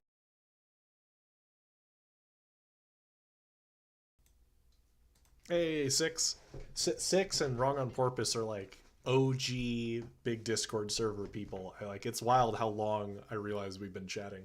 There's a lot to like here. We're seeing another instance where death is not the main. I'm going to go back a slide here, where the failure state of the game is not death. It's failing to accomplish the mission. It's failing to stop the bad guys, right? And so the players are not so much TPKing. It's like they have been defeated and the enemies get their way, right? The enemies get to do what they want to accomplish. And it's really interesting to see how many opt-in death mechanics we've gotten on the 7 total hours that I think these live streams with the 2 of them have been doing. And I like how open-ended this Defy Fate is, right? Where like pick a thing to seize, right? A moment to seize as your last act, right? And that'll leave a mark on the story in some dramatic way. And I like that a lot because, and correct me if I'm wrong, Six, as I know you're in the chat, Six's combat engine is very Lancer or D&D 4E like, in that it's kind of crunchy. Like it's got a lot of cool combat systems and it's very positional based. And just because you have a game that is concrete like that, right? Mechanically concrete, doesn't mean you also can't have subsystems like this Hope Remains page, where despite getting these exhaustion levels and getting banes on subsequent will saves, that's all very concrete. There's also a route to just have a pure narrative structure included, right? And I like that a lot. I think that's very cool. Because there's no reason you can't mix the two discipline. Yeah, crunchy combat is a sport. I'm trying to remember. Yeah, where you like Lancer, where like it's about positioning and getting your blasts and like your targeting, and in your game, if I also remember correctly, characters have a lot of cool mobility options, right? They have blinks, so they're teleporting around. Really cool stuff. But that doesn't mean you can't slap one of these bad boys onto your death mechanic either, right? Because I don't believe that just because you have a crunchy game, you can't have fun roleplay, right? Or just because I've optimized a character, I can't also roleplay. Anyway, that's waxing philosophical for a moment there. The structure you have here, Six, actually feels like it'd be really good in a superhero game as well. I know the player characters in your game are super heroic, like they're very powerful, but in a superhero game, they get knocked into the rubble and they're like not incapacitated, but like they can't do as much temporarily, and then Lex Luthor flies away, right? That's more of how the scene concludes rather than a character getting killed. So I think that sort of structure would work really well. Right, everyone can blink, that's your niche. Thank you. I think this sort of structure would work really well in a superhero game as well. Like, this could translate well. I dig it. Yeah, death is opt-in, and when you do some one cool Blaze of Glory final stand type thing, which is pretty darn cool. Okay, let's see here. Where's this submission? Oh, there it is. Ooh. In Everdying.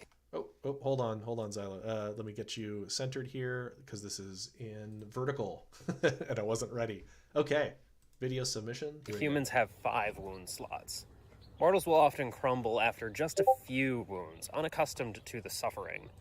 But the titular Everdying will persist to the bitter end because they're slowly getting used to being mangled. Fill all your wound slots and you bleed out in 1 round. Exceed them and you die instantly. For most humans, that's it. End of the road. No second chances. No afterlife. Not that you would know of.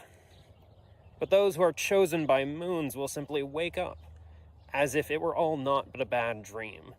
The mortals call them saviors or saints, undying, deathless. But after being mauled, crushed, and cut to pieces a few times, they have an ironic name they call themselves. A private joke, if you will. Everdying. Once a player character perishes, they disintegrate and dissolve, pains fading and their consciousness expands. They cannot take combat actions, but gain dreaming actions they can use in the current scene. They might use them to distract the opponents or lend power and focus to the strikes of remaining allies. They can inspect the scene to glean secrets and weaknesses, which they can whisper to the living. They may even exert ghostly force to reduce the wounds their allies take. Or, with every ounce of their lucidity, they can fire a single phantom gunshot to parry an enemy's strike. Do some tasks for eldritch beings, and they'll show you some other tricks you can use while dreaming. This goes on for 2 to 5 rounds, and then a character's lucidity fades, and they wake up just off screen. They can jump right back into the action. But if at any point there are no living player characters left in the scene, nothing remains to tie their dreaming minds to the area. The scene ends and time progresses at least a minute or 2 before they can make it back to that spot. If their lantern was far enough away, it could be much, much longer. And that is time the monsters will use to hunt down and devour the innocents you were protecting. It's time the cultists will use to sacrifice their victims, summon elder evils, and push their fell plots. They will do so rapidly and with desperation, because they know that you are coming back. You'll get to try again, but with each failure, there is less and less to save. May you find your worth in the waking world. Everdying is a game about conversations, about the burdens of immortality in a society that would idolize you, and about being corrupted by the horrors you've seen and the powers you bear. You will die a hero many times before seeing yourself become the next lurking terror. These days, we try to threaten our players' characters with death. Every combat, a slim, theoretical chance of disaster with an overwhelming narrative of player power and victory. If they lose, it's a GM's worst nightmare. Nothing could feel so terrible as a PC randomly being plucked out of the story before they're done. Sure, we could work around that limitation, but why not try a different angle on it? So, I'm not threatening them with death anymore. Instead, I'm planting them in a world with family and friends they care about. And I'm putting the pressure right there, where it should matter. Their homes, their workplaces won't revive if they're burned down. There's no resurrection for buildings. No more pretend stakes. May you find your worth in the waking world.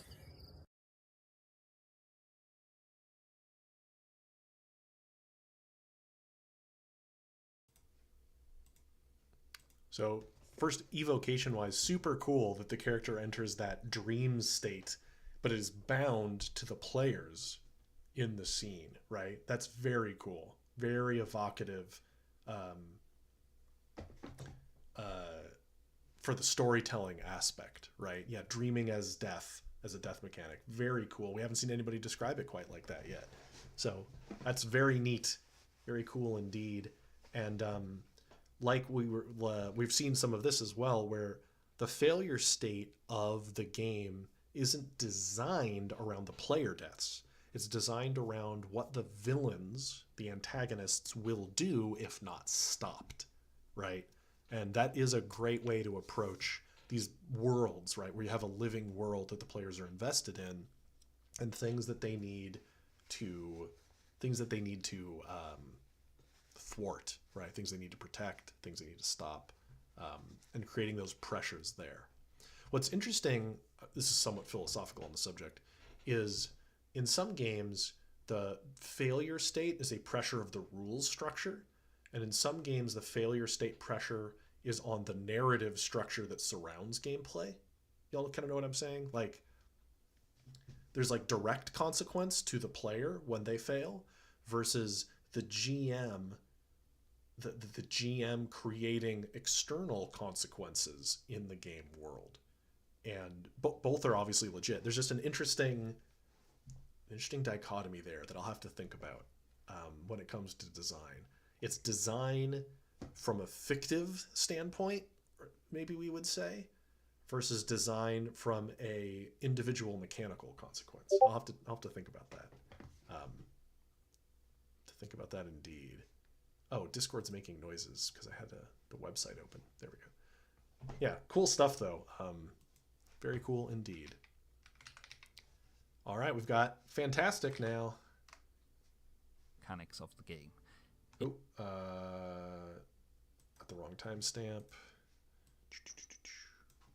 So this is a longer video that has much more conversation about Daggerheart and D&D and some other systems, but here is just the submission portion. My last case study. So, let's make death fantastic. This is the part of the video where I give my contribution to the community showcase being run by Peter and Zarek. However, they've each only got an attention span of about 5 minutes, so I better make this explanation quick. Before I get into the rules for death, or as I call it, ending a story, I should give a bit of context as to how players can reach that state. In Fantastic, when characters are hit by attacks and similar effects, they receive what's called damage. There is a limit to how much damage a character can take, and that is set by their health. Any damage your character takes over this threshold, however, spills over into affecting their dynamics, which is the game's version of abilities bonuses. They're called dynamics, however, because unlike ability bonuses in a game like 5e, they are, well, dynamic, which is to say they can be increased and decreased during play. So, for every point of damage you take over the threshold set by your health, you're going to lose an ability bonus point. What this means is that during play, you can take quite a lot of damage, but then at some point you get to this cliff edge where you are really in danger. Because in Fantastic, when you lose all of your dynamics, that's when the rules for death kick in. When you have 0 marks in your dynamics, marks are what I use to track your current bonus, then you have 2 choices, accept defeat or last stand. Accept defeat is similar to the rules laid out in Daggerheart, but actually takes its original inspiration from Fabula Ultima. Simply put, your character accepts that they are defeated, and they can no longer actively contribute to the episode, which is like the quest that your characters are currently on. but also they can no longer be damaged or similarly attacked, and the plot simply conspires to allow them to survive to see the next episode. I like to compare this to a scene in Lord of the Rings: Two Towers, where Aragorn falls from a cliff during a battle with some wargs. He's effectively defeated, and he's no longer a part of the film for a few scenes. But then, after that, he returns, having miraculously survived, floating unconscious in a river, and continues to adventure with the party. The idea of accepting defeat is that it allows for players to, well, be defeated, and for there to be a downbeat in the story without ending their story. Similarly, the whole party could accept defeat, in which case the plot conspires to save them all. Perhaps they are captured by the group of goblins that they were fighting, or if they were at sea, they might wash up on the shores of a deserted island. However, there is a cost, and it's the cost of one of your character's lives. Lives are basically how much plot armor a character has, allowing them to last much longer within the story. In most stories within Fantastic, it assumes that you'll have 3 lives. However, if you want a game which is more punishing, you can reduce the number of lives, or remove them entirely, which I think raises the question, what happens if you have run out of lives, or you don't want to accept defeat? Well then, it's time to make your last stand. When you make your last stand, your character will immediately regain any lost marks and continue taking part in the scene. This is a very powerful benefit, however, it comes at great risk. At the end of the scene, you're going to need to make a difficulty 10 luck check, which is simply rolling a d20 and hoping you get 10 or higher. On a 10 or higher, your marks go down to 0, and you can no longer participate in the episode. However, if you roll less than 10, your character's story ends. Also, a character who makes the last stand and is reduced to 0 marks a second time also has their story end. And when I say end, it could mean that they die, but equally it could mean that they simply decide to retire, or sail into the west, or maybe even turn into a villain and side with the story's antagonists. Whatever it is, however, they are no longer a playable character, and so at the start of the next session, the player will need to introduce another character of the same level. Of course, if all the characters' stories end, then it's game over. The story ends with the party's defeat. A last stand is intended to let players experience those fantastical moments where characters can fight on despite their injuries, and is reserved for when the stakes of the scene are so high that they can't accept defeat. We're talking like Boromir fighting on to save the halflings. Characters who are basically on death's door, but are fighting on desperately despite it. So let's consider these death mechanics with the framing of control, impact, and tension. I think in terms of control... And we stop there because now he's going to start reviewing the other things. So this is a longer video. It's 23 minutes long where he goes into all sorts of other cool stuff. But to go back a moment here, where was it in his video? So, okay, we have a system here where, yeah, TCS drinking game where we pick or like a bingo card, right? Last Stand, Blaze of Glory, like drink every time somebody uses that. I mean, I'd be drinking with my own game. So anyway, what this game has is something, it reminds me a little bit of Cypher in that the consequence of failure comes at the expense of your abilities, right? Your bonuses, they're your pools in Cypher. And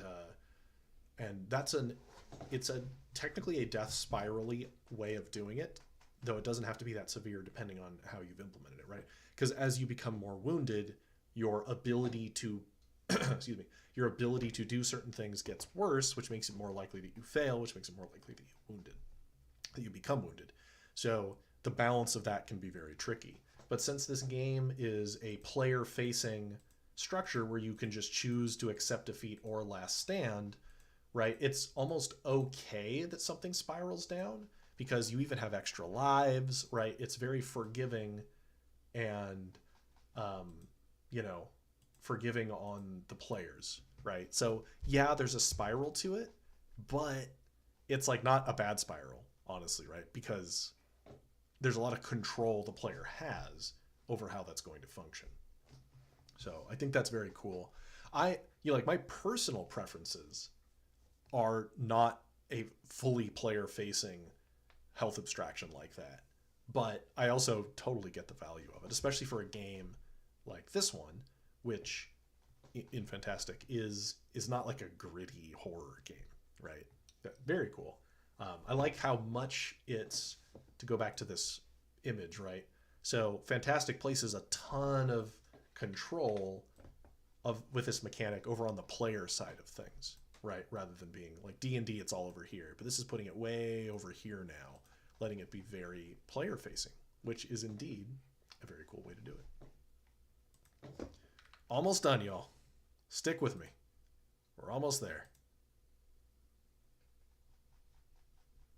Pulling up the next one. This one is an image, basically. Okay, let me get the framing right.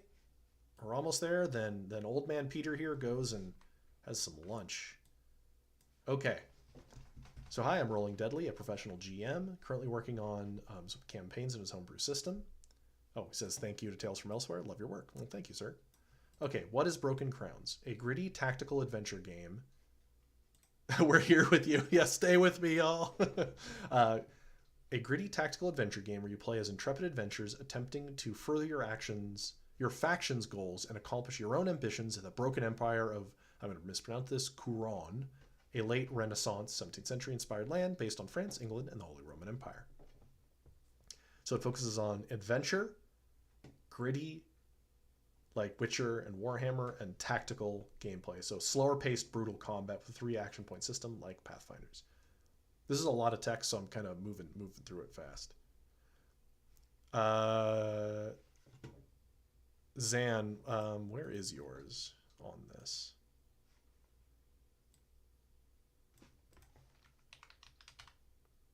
I feel like, wait, where is yours, Zan? Did you, yours isn't on my list. Did it come in late? Pink, forward me your submission, Zan. For some reason, I'm not seeing it in Excel when I've got a lot up on my screen though. I'll make sure it comes in here. Okay, so the basics. System uses a D10 roll high system. You roll a D10, add your appropriate modifiers, and compare it to a static number. Pretty classic. And outside of combat, let's see here, compare it to the static value for outside of combat or against an opponent's counter when they roll a D10 plus their proficiencies. Skill modifiers scale from +1 to +17, but it's rare for any character to start with under a +3 in any skill. These skill modifiers are purposefully larger than the mechanics die to put a slight emphasis on player skill and decision making rather than luck. Okay, so you've got physical health. When you get hit, you lose HP. When you drop to 0, you enter the dying condition. In the dying condition, your actions are lowered to 2 from 3 until the end of the combat encounter, and you can no longer take reactions. This avoids the yo-yo effect of many games where you drop to 0 heal and are back up again. Here, all the negative value must be healed as well, and entering the dying condition applies a penalty that applies to the end of combat. Okay, so you do go negative hit points here, which, like we were talking about with Vice's game, makes healing matter more. That being said, I find nothing more boring than being incapacitated for 1 to 3 hours. I want my players to play, which is why you lose only 1/3 of your actions instead of all of them. Most characters tend to have a maximum cap of 60 HP, and your average mook hits for about 5d6 damage. Okay, so fairly large numbers overall. With a simple one-handed weapon, or 5d10 for a two-handed weapon. Okay, so big dice pools. Big dice pools means the swing sometimes, or not the swing, the minimum and maximum can be quite large. And thanks, Anne, I saw that I got a DM from you. Resolve. Resolve is your mental health. Unlike HP, Resolve can be spent as a meta currency to increase your odds. For each Resolve you spend, you can add +1 to your roll. If your Resolve ever drops to 0, it gets permanently lowered by 1, and you suffer a mental instability. If your Resolve drops to 0 during combat, you are stunned for the remainder of that combat. Most characters tend to have a maximum of 6 to 12 Resolve, but it can also be lost by seeing particularly gruesome sights or fighting horrific monsters, like that. So there are 2 ways to die. Your HP drops to negative its maximum value, which kills you instantly. If you gain more than 3 instabilities, your character either goes insane or falls into a vegetative state. Either way, they're out. Unlike HP, this is a much more long-term health bar, one that simply cannot be healed. Once you have an instability, that's it, you're stuck with it. This makes making Resolve is a nice risk-reward choice, since the game incentivizes you to use Resolve to get the edge, but who knows when you'll face or see something that saps that last bit out of you, permanently affecting your character. There is a burial mechanic where if other party members collect the body of the fallen to bury them, according to very specific funerary rites, or bring the dead character to an asylum, the dead player's new character can start with all the XP of their previous one. Oh, well, that's super cool right there. I just want to point that out, that if you're recoverable or extra steps are taken, your new character gets a little boost. That's very cool. I like that. And this is interesting, that HP may go up and down, sure, as you heal and level and what have you, but these instabilities from the horrors of the world are permanent. That is neat. So that is a campaign level of attrition, right? In the end. Yeah, I'm on like the second to the last one. We're almost done, Zarek. We're just about done here. So that's very neat. So like, we have some hit points and all that, and the negative value means that healing does matter a lot, especially because you can go very negative with upwards of 60 hit points, right? So healing, it takes a lot more healing to bring somebody up, making healing, you need strong heals to matter. But yeah, the fact that resolve is your campaign level attrition is quite interesting indeed. Very interesting indeed. Oh, and Piotr, you had sent yours after, right, as well? I seem to remember you had like messaged about it. But yeah, this is very cool. I like the idea that the players get worn down by the horror of the world over time, and that can cause them to basically retire. That's very cool. So, Zan, let's pull yours up now. So yeah, this happens every time. I miss one submission or two. So this is just in the frenzy. It happens. Let me adjust this. Okay. Oh, this one's fairly quick. All right. So this is in Zan's Rift Dropped.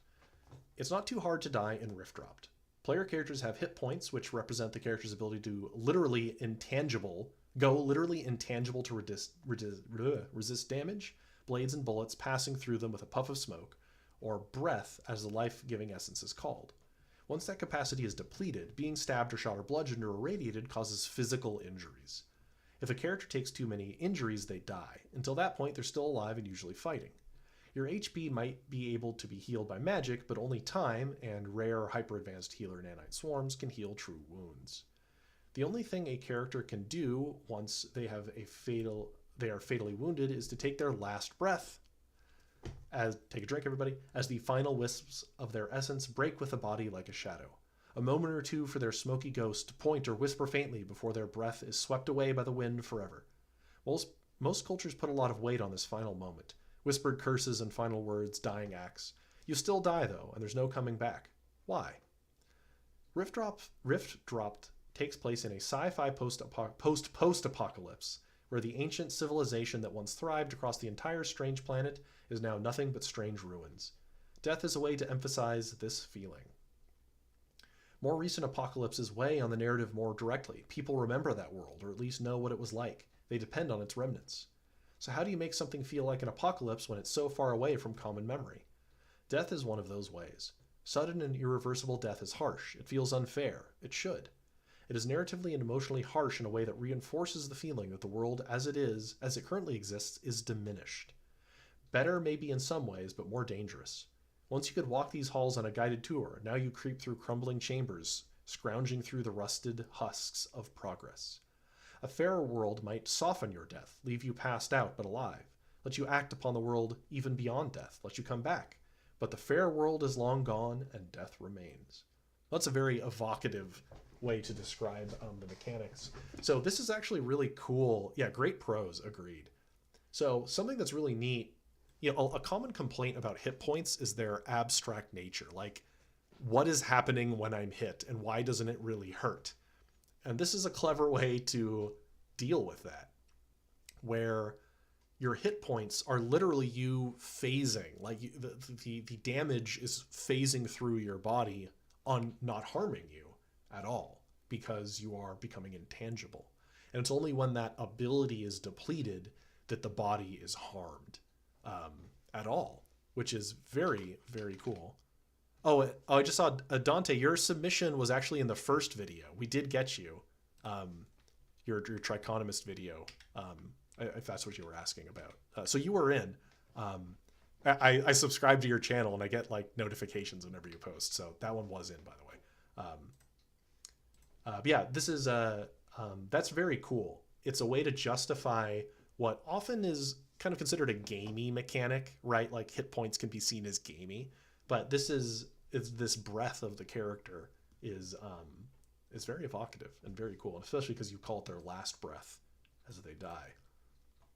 And this is an interesting philosophical question that you're positing here about how to make a world feel harsh and dangerous, right? If your death mechanic is harsh, the world is harsher, right? And that can serve the goal of the game, the impermanence of life. That ephemeralness can reinforce the themes of your world in the same way that a game that has no punishment for death or has this very high level of heroism reinforces that heroic aspect, right? These can evoke in different directions. And I'm a big fan. I say this fairly frequently. I like when there are harsh consequences for failure, but the heroes can rise above that, right? The heroes are the ones that face that challenge and succeed. That like it sweetens their victory all the more. Yeah, this is very cool, Zan. Yeah, I'm really digging that you've justified hit points instead of just hand waving them. That is a commendable thing to do, my friend. Commendable indeed. All right, we've got it almost done here, y'all. Here's my non-eye bleed version. Oh, is this going to be eye bleedy? Oh, yeah. Okay, I got to switch because that hurts my eyes a little bit because I got old man eyes. Oh, Zan says, I have a personal belief that the rules cannot be separated from the setting, and so it's important yeah, I'm with you. They are one packet, right? They should be feeding into each other. All right, so I know that Corgi had to head out, I think, earlier, but here is their submission. And, we've got a death is optional. Oh yeah, this is much easier to read. Let me just check. How is this framed? Okay. So hi, I'm Carbon Corgi, and I'm working on Fairy Forge, a whimsical medieval fantasy RPG about intrepid adventures with a heavy emphasis on reflavoring and focuses on a mix of turn-based tactical combat and freeform, loosey-goosey, gallivantin and explorin'. So now I'd like to talk about the death mechanics of Fairy Forge, or more accurately, the lack thereof. That's right, in Fairy Forge, when a player character reaches 0 hit points, the player can opt to simply be knocked unconscious rather than perish, so long as they do not abuse this mechanic in bad faith, of course. This post will be focused on the design reasons for why I decided to experiment with foregoing that staple, the staple that is permadeath.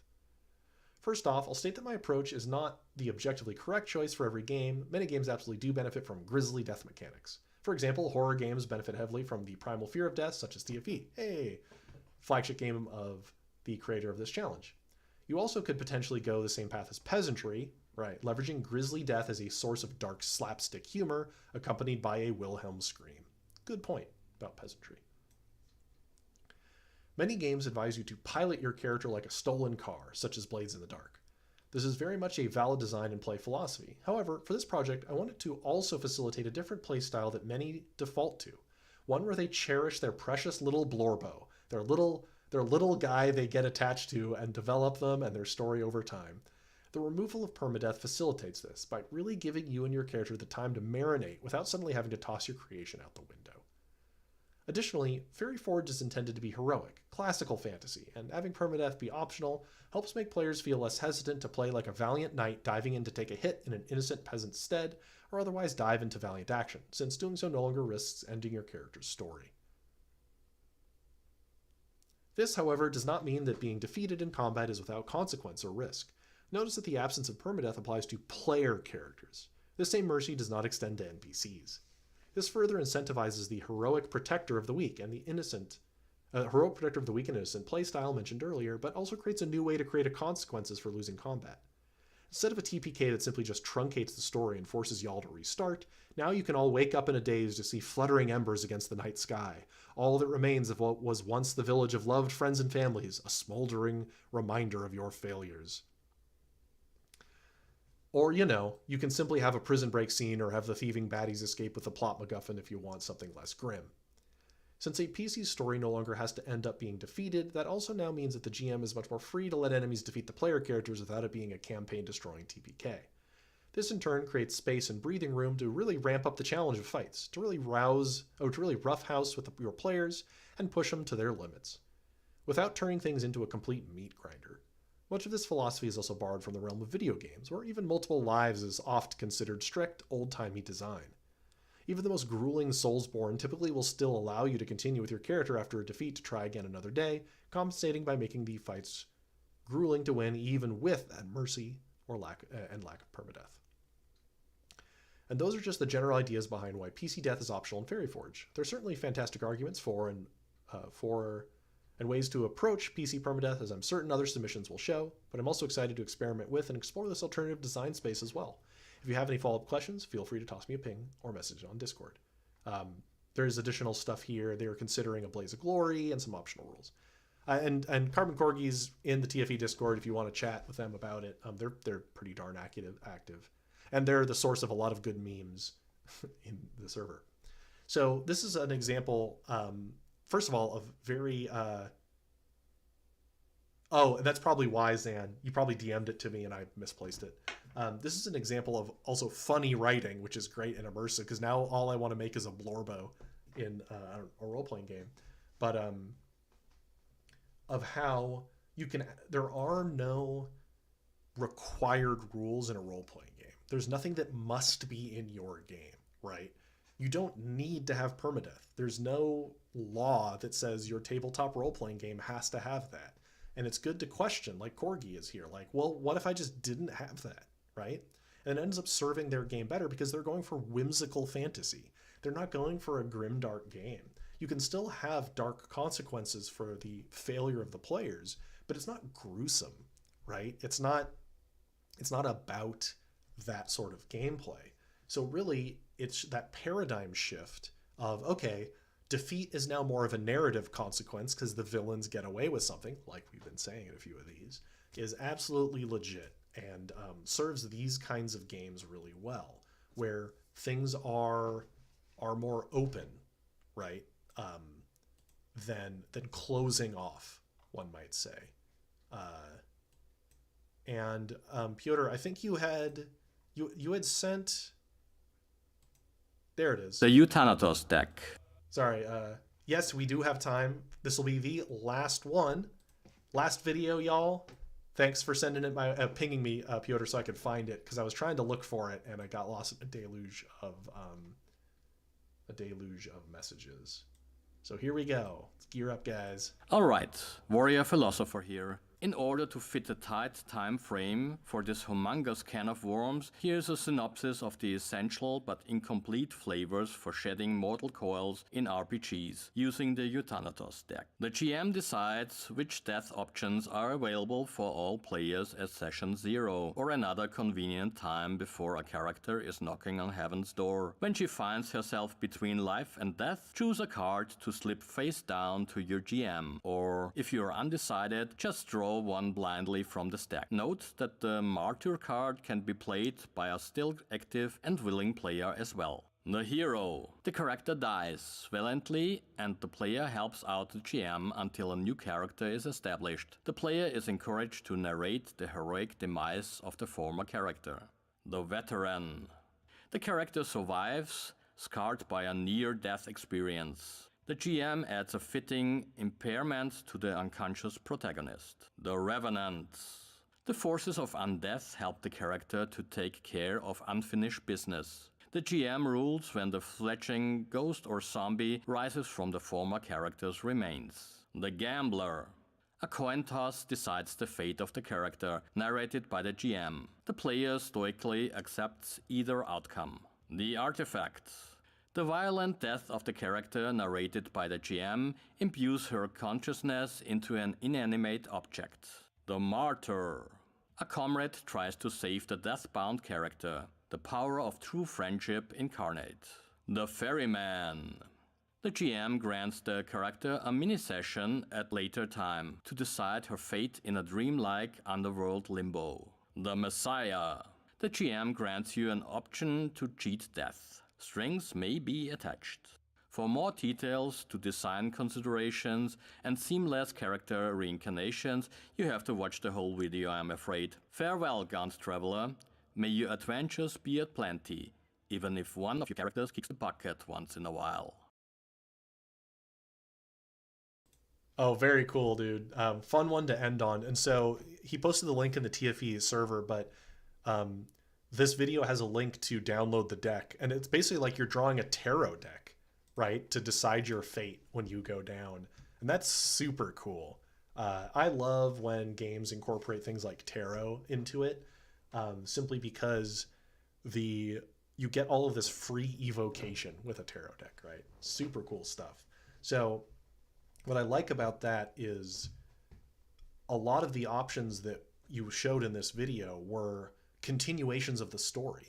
The story doesn't end. It's not like different ways that you died. It's different ways the story continues, right? Whether that's a journey in the underworld with the ferrymen to determine your fate, or you're saved by somebody else, or you're reanimated, right? These are ways, in many of the cases, to continue playing the game, right? Or continue interacting at the table, and even pull in other players into that narrative. So very cool stuff. Yeah, you could totally just watch the long. Yeah, and there's on his channel there's an additional long video to dig into more of them, which we obviously won't watch right now. But what's neat is you could just slap that onto any other role playing game for the most part that has a death moment. Like you just put that into D&D pretty easily. Yeah, just like you could template that on top of things and just make it a little bit more evocative. The Youth Thanatos deck is a really cool name for a deck, by the way. Really cool deck. Yeah, very neat. Yeah, I dig it. Yeah, that's the only one I think in this whole submission that was specifically set game system neutral, right? Agnostic, could be used in any game. So really cool stuff, dude. I'll have to watch the long form video later off stream. But what's neat about that approach, just to highlight, if you are making a game, you can leave your death mechanics in the abstract, right? Like they don't need to have incredibly concrete details if they don't need them. You can leave them as some amount of negative space, right? Where there's a prompt that you then explore at the table, right? That's a very legit way to approach your death mechanics. Even if you're making a crunchy game, like with sixes, right? It's like a tactical Lancer, like super powered game, but you can leave conversations open, right? So really good stuff. All right, that was it. We got through every single one, everybody. Thank you all for sticking it out and for submitting. This was a blast. I'm glad we finished it because I'm going to be busy for the next month and a half. So my weekends are going to be too dense to do another stream. But if you do want to participate in more such events, the community is organizing their own, because Zarek and I can only do this about once a quarter. They're planning on doing like once a month or so, every other month, new challenges. So the TFE Discord server has the Tabletop Community Spotlight channel where folks are talking about it. I believe they have a thread going. All right, y'all, have a good rest of your weekend, and I will see you in the TFE Discord sometime. All right, have a good one.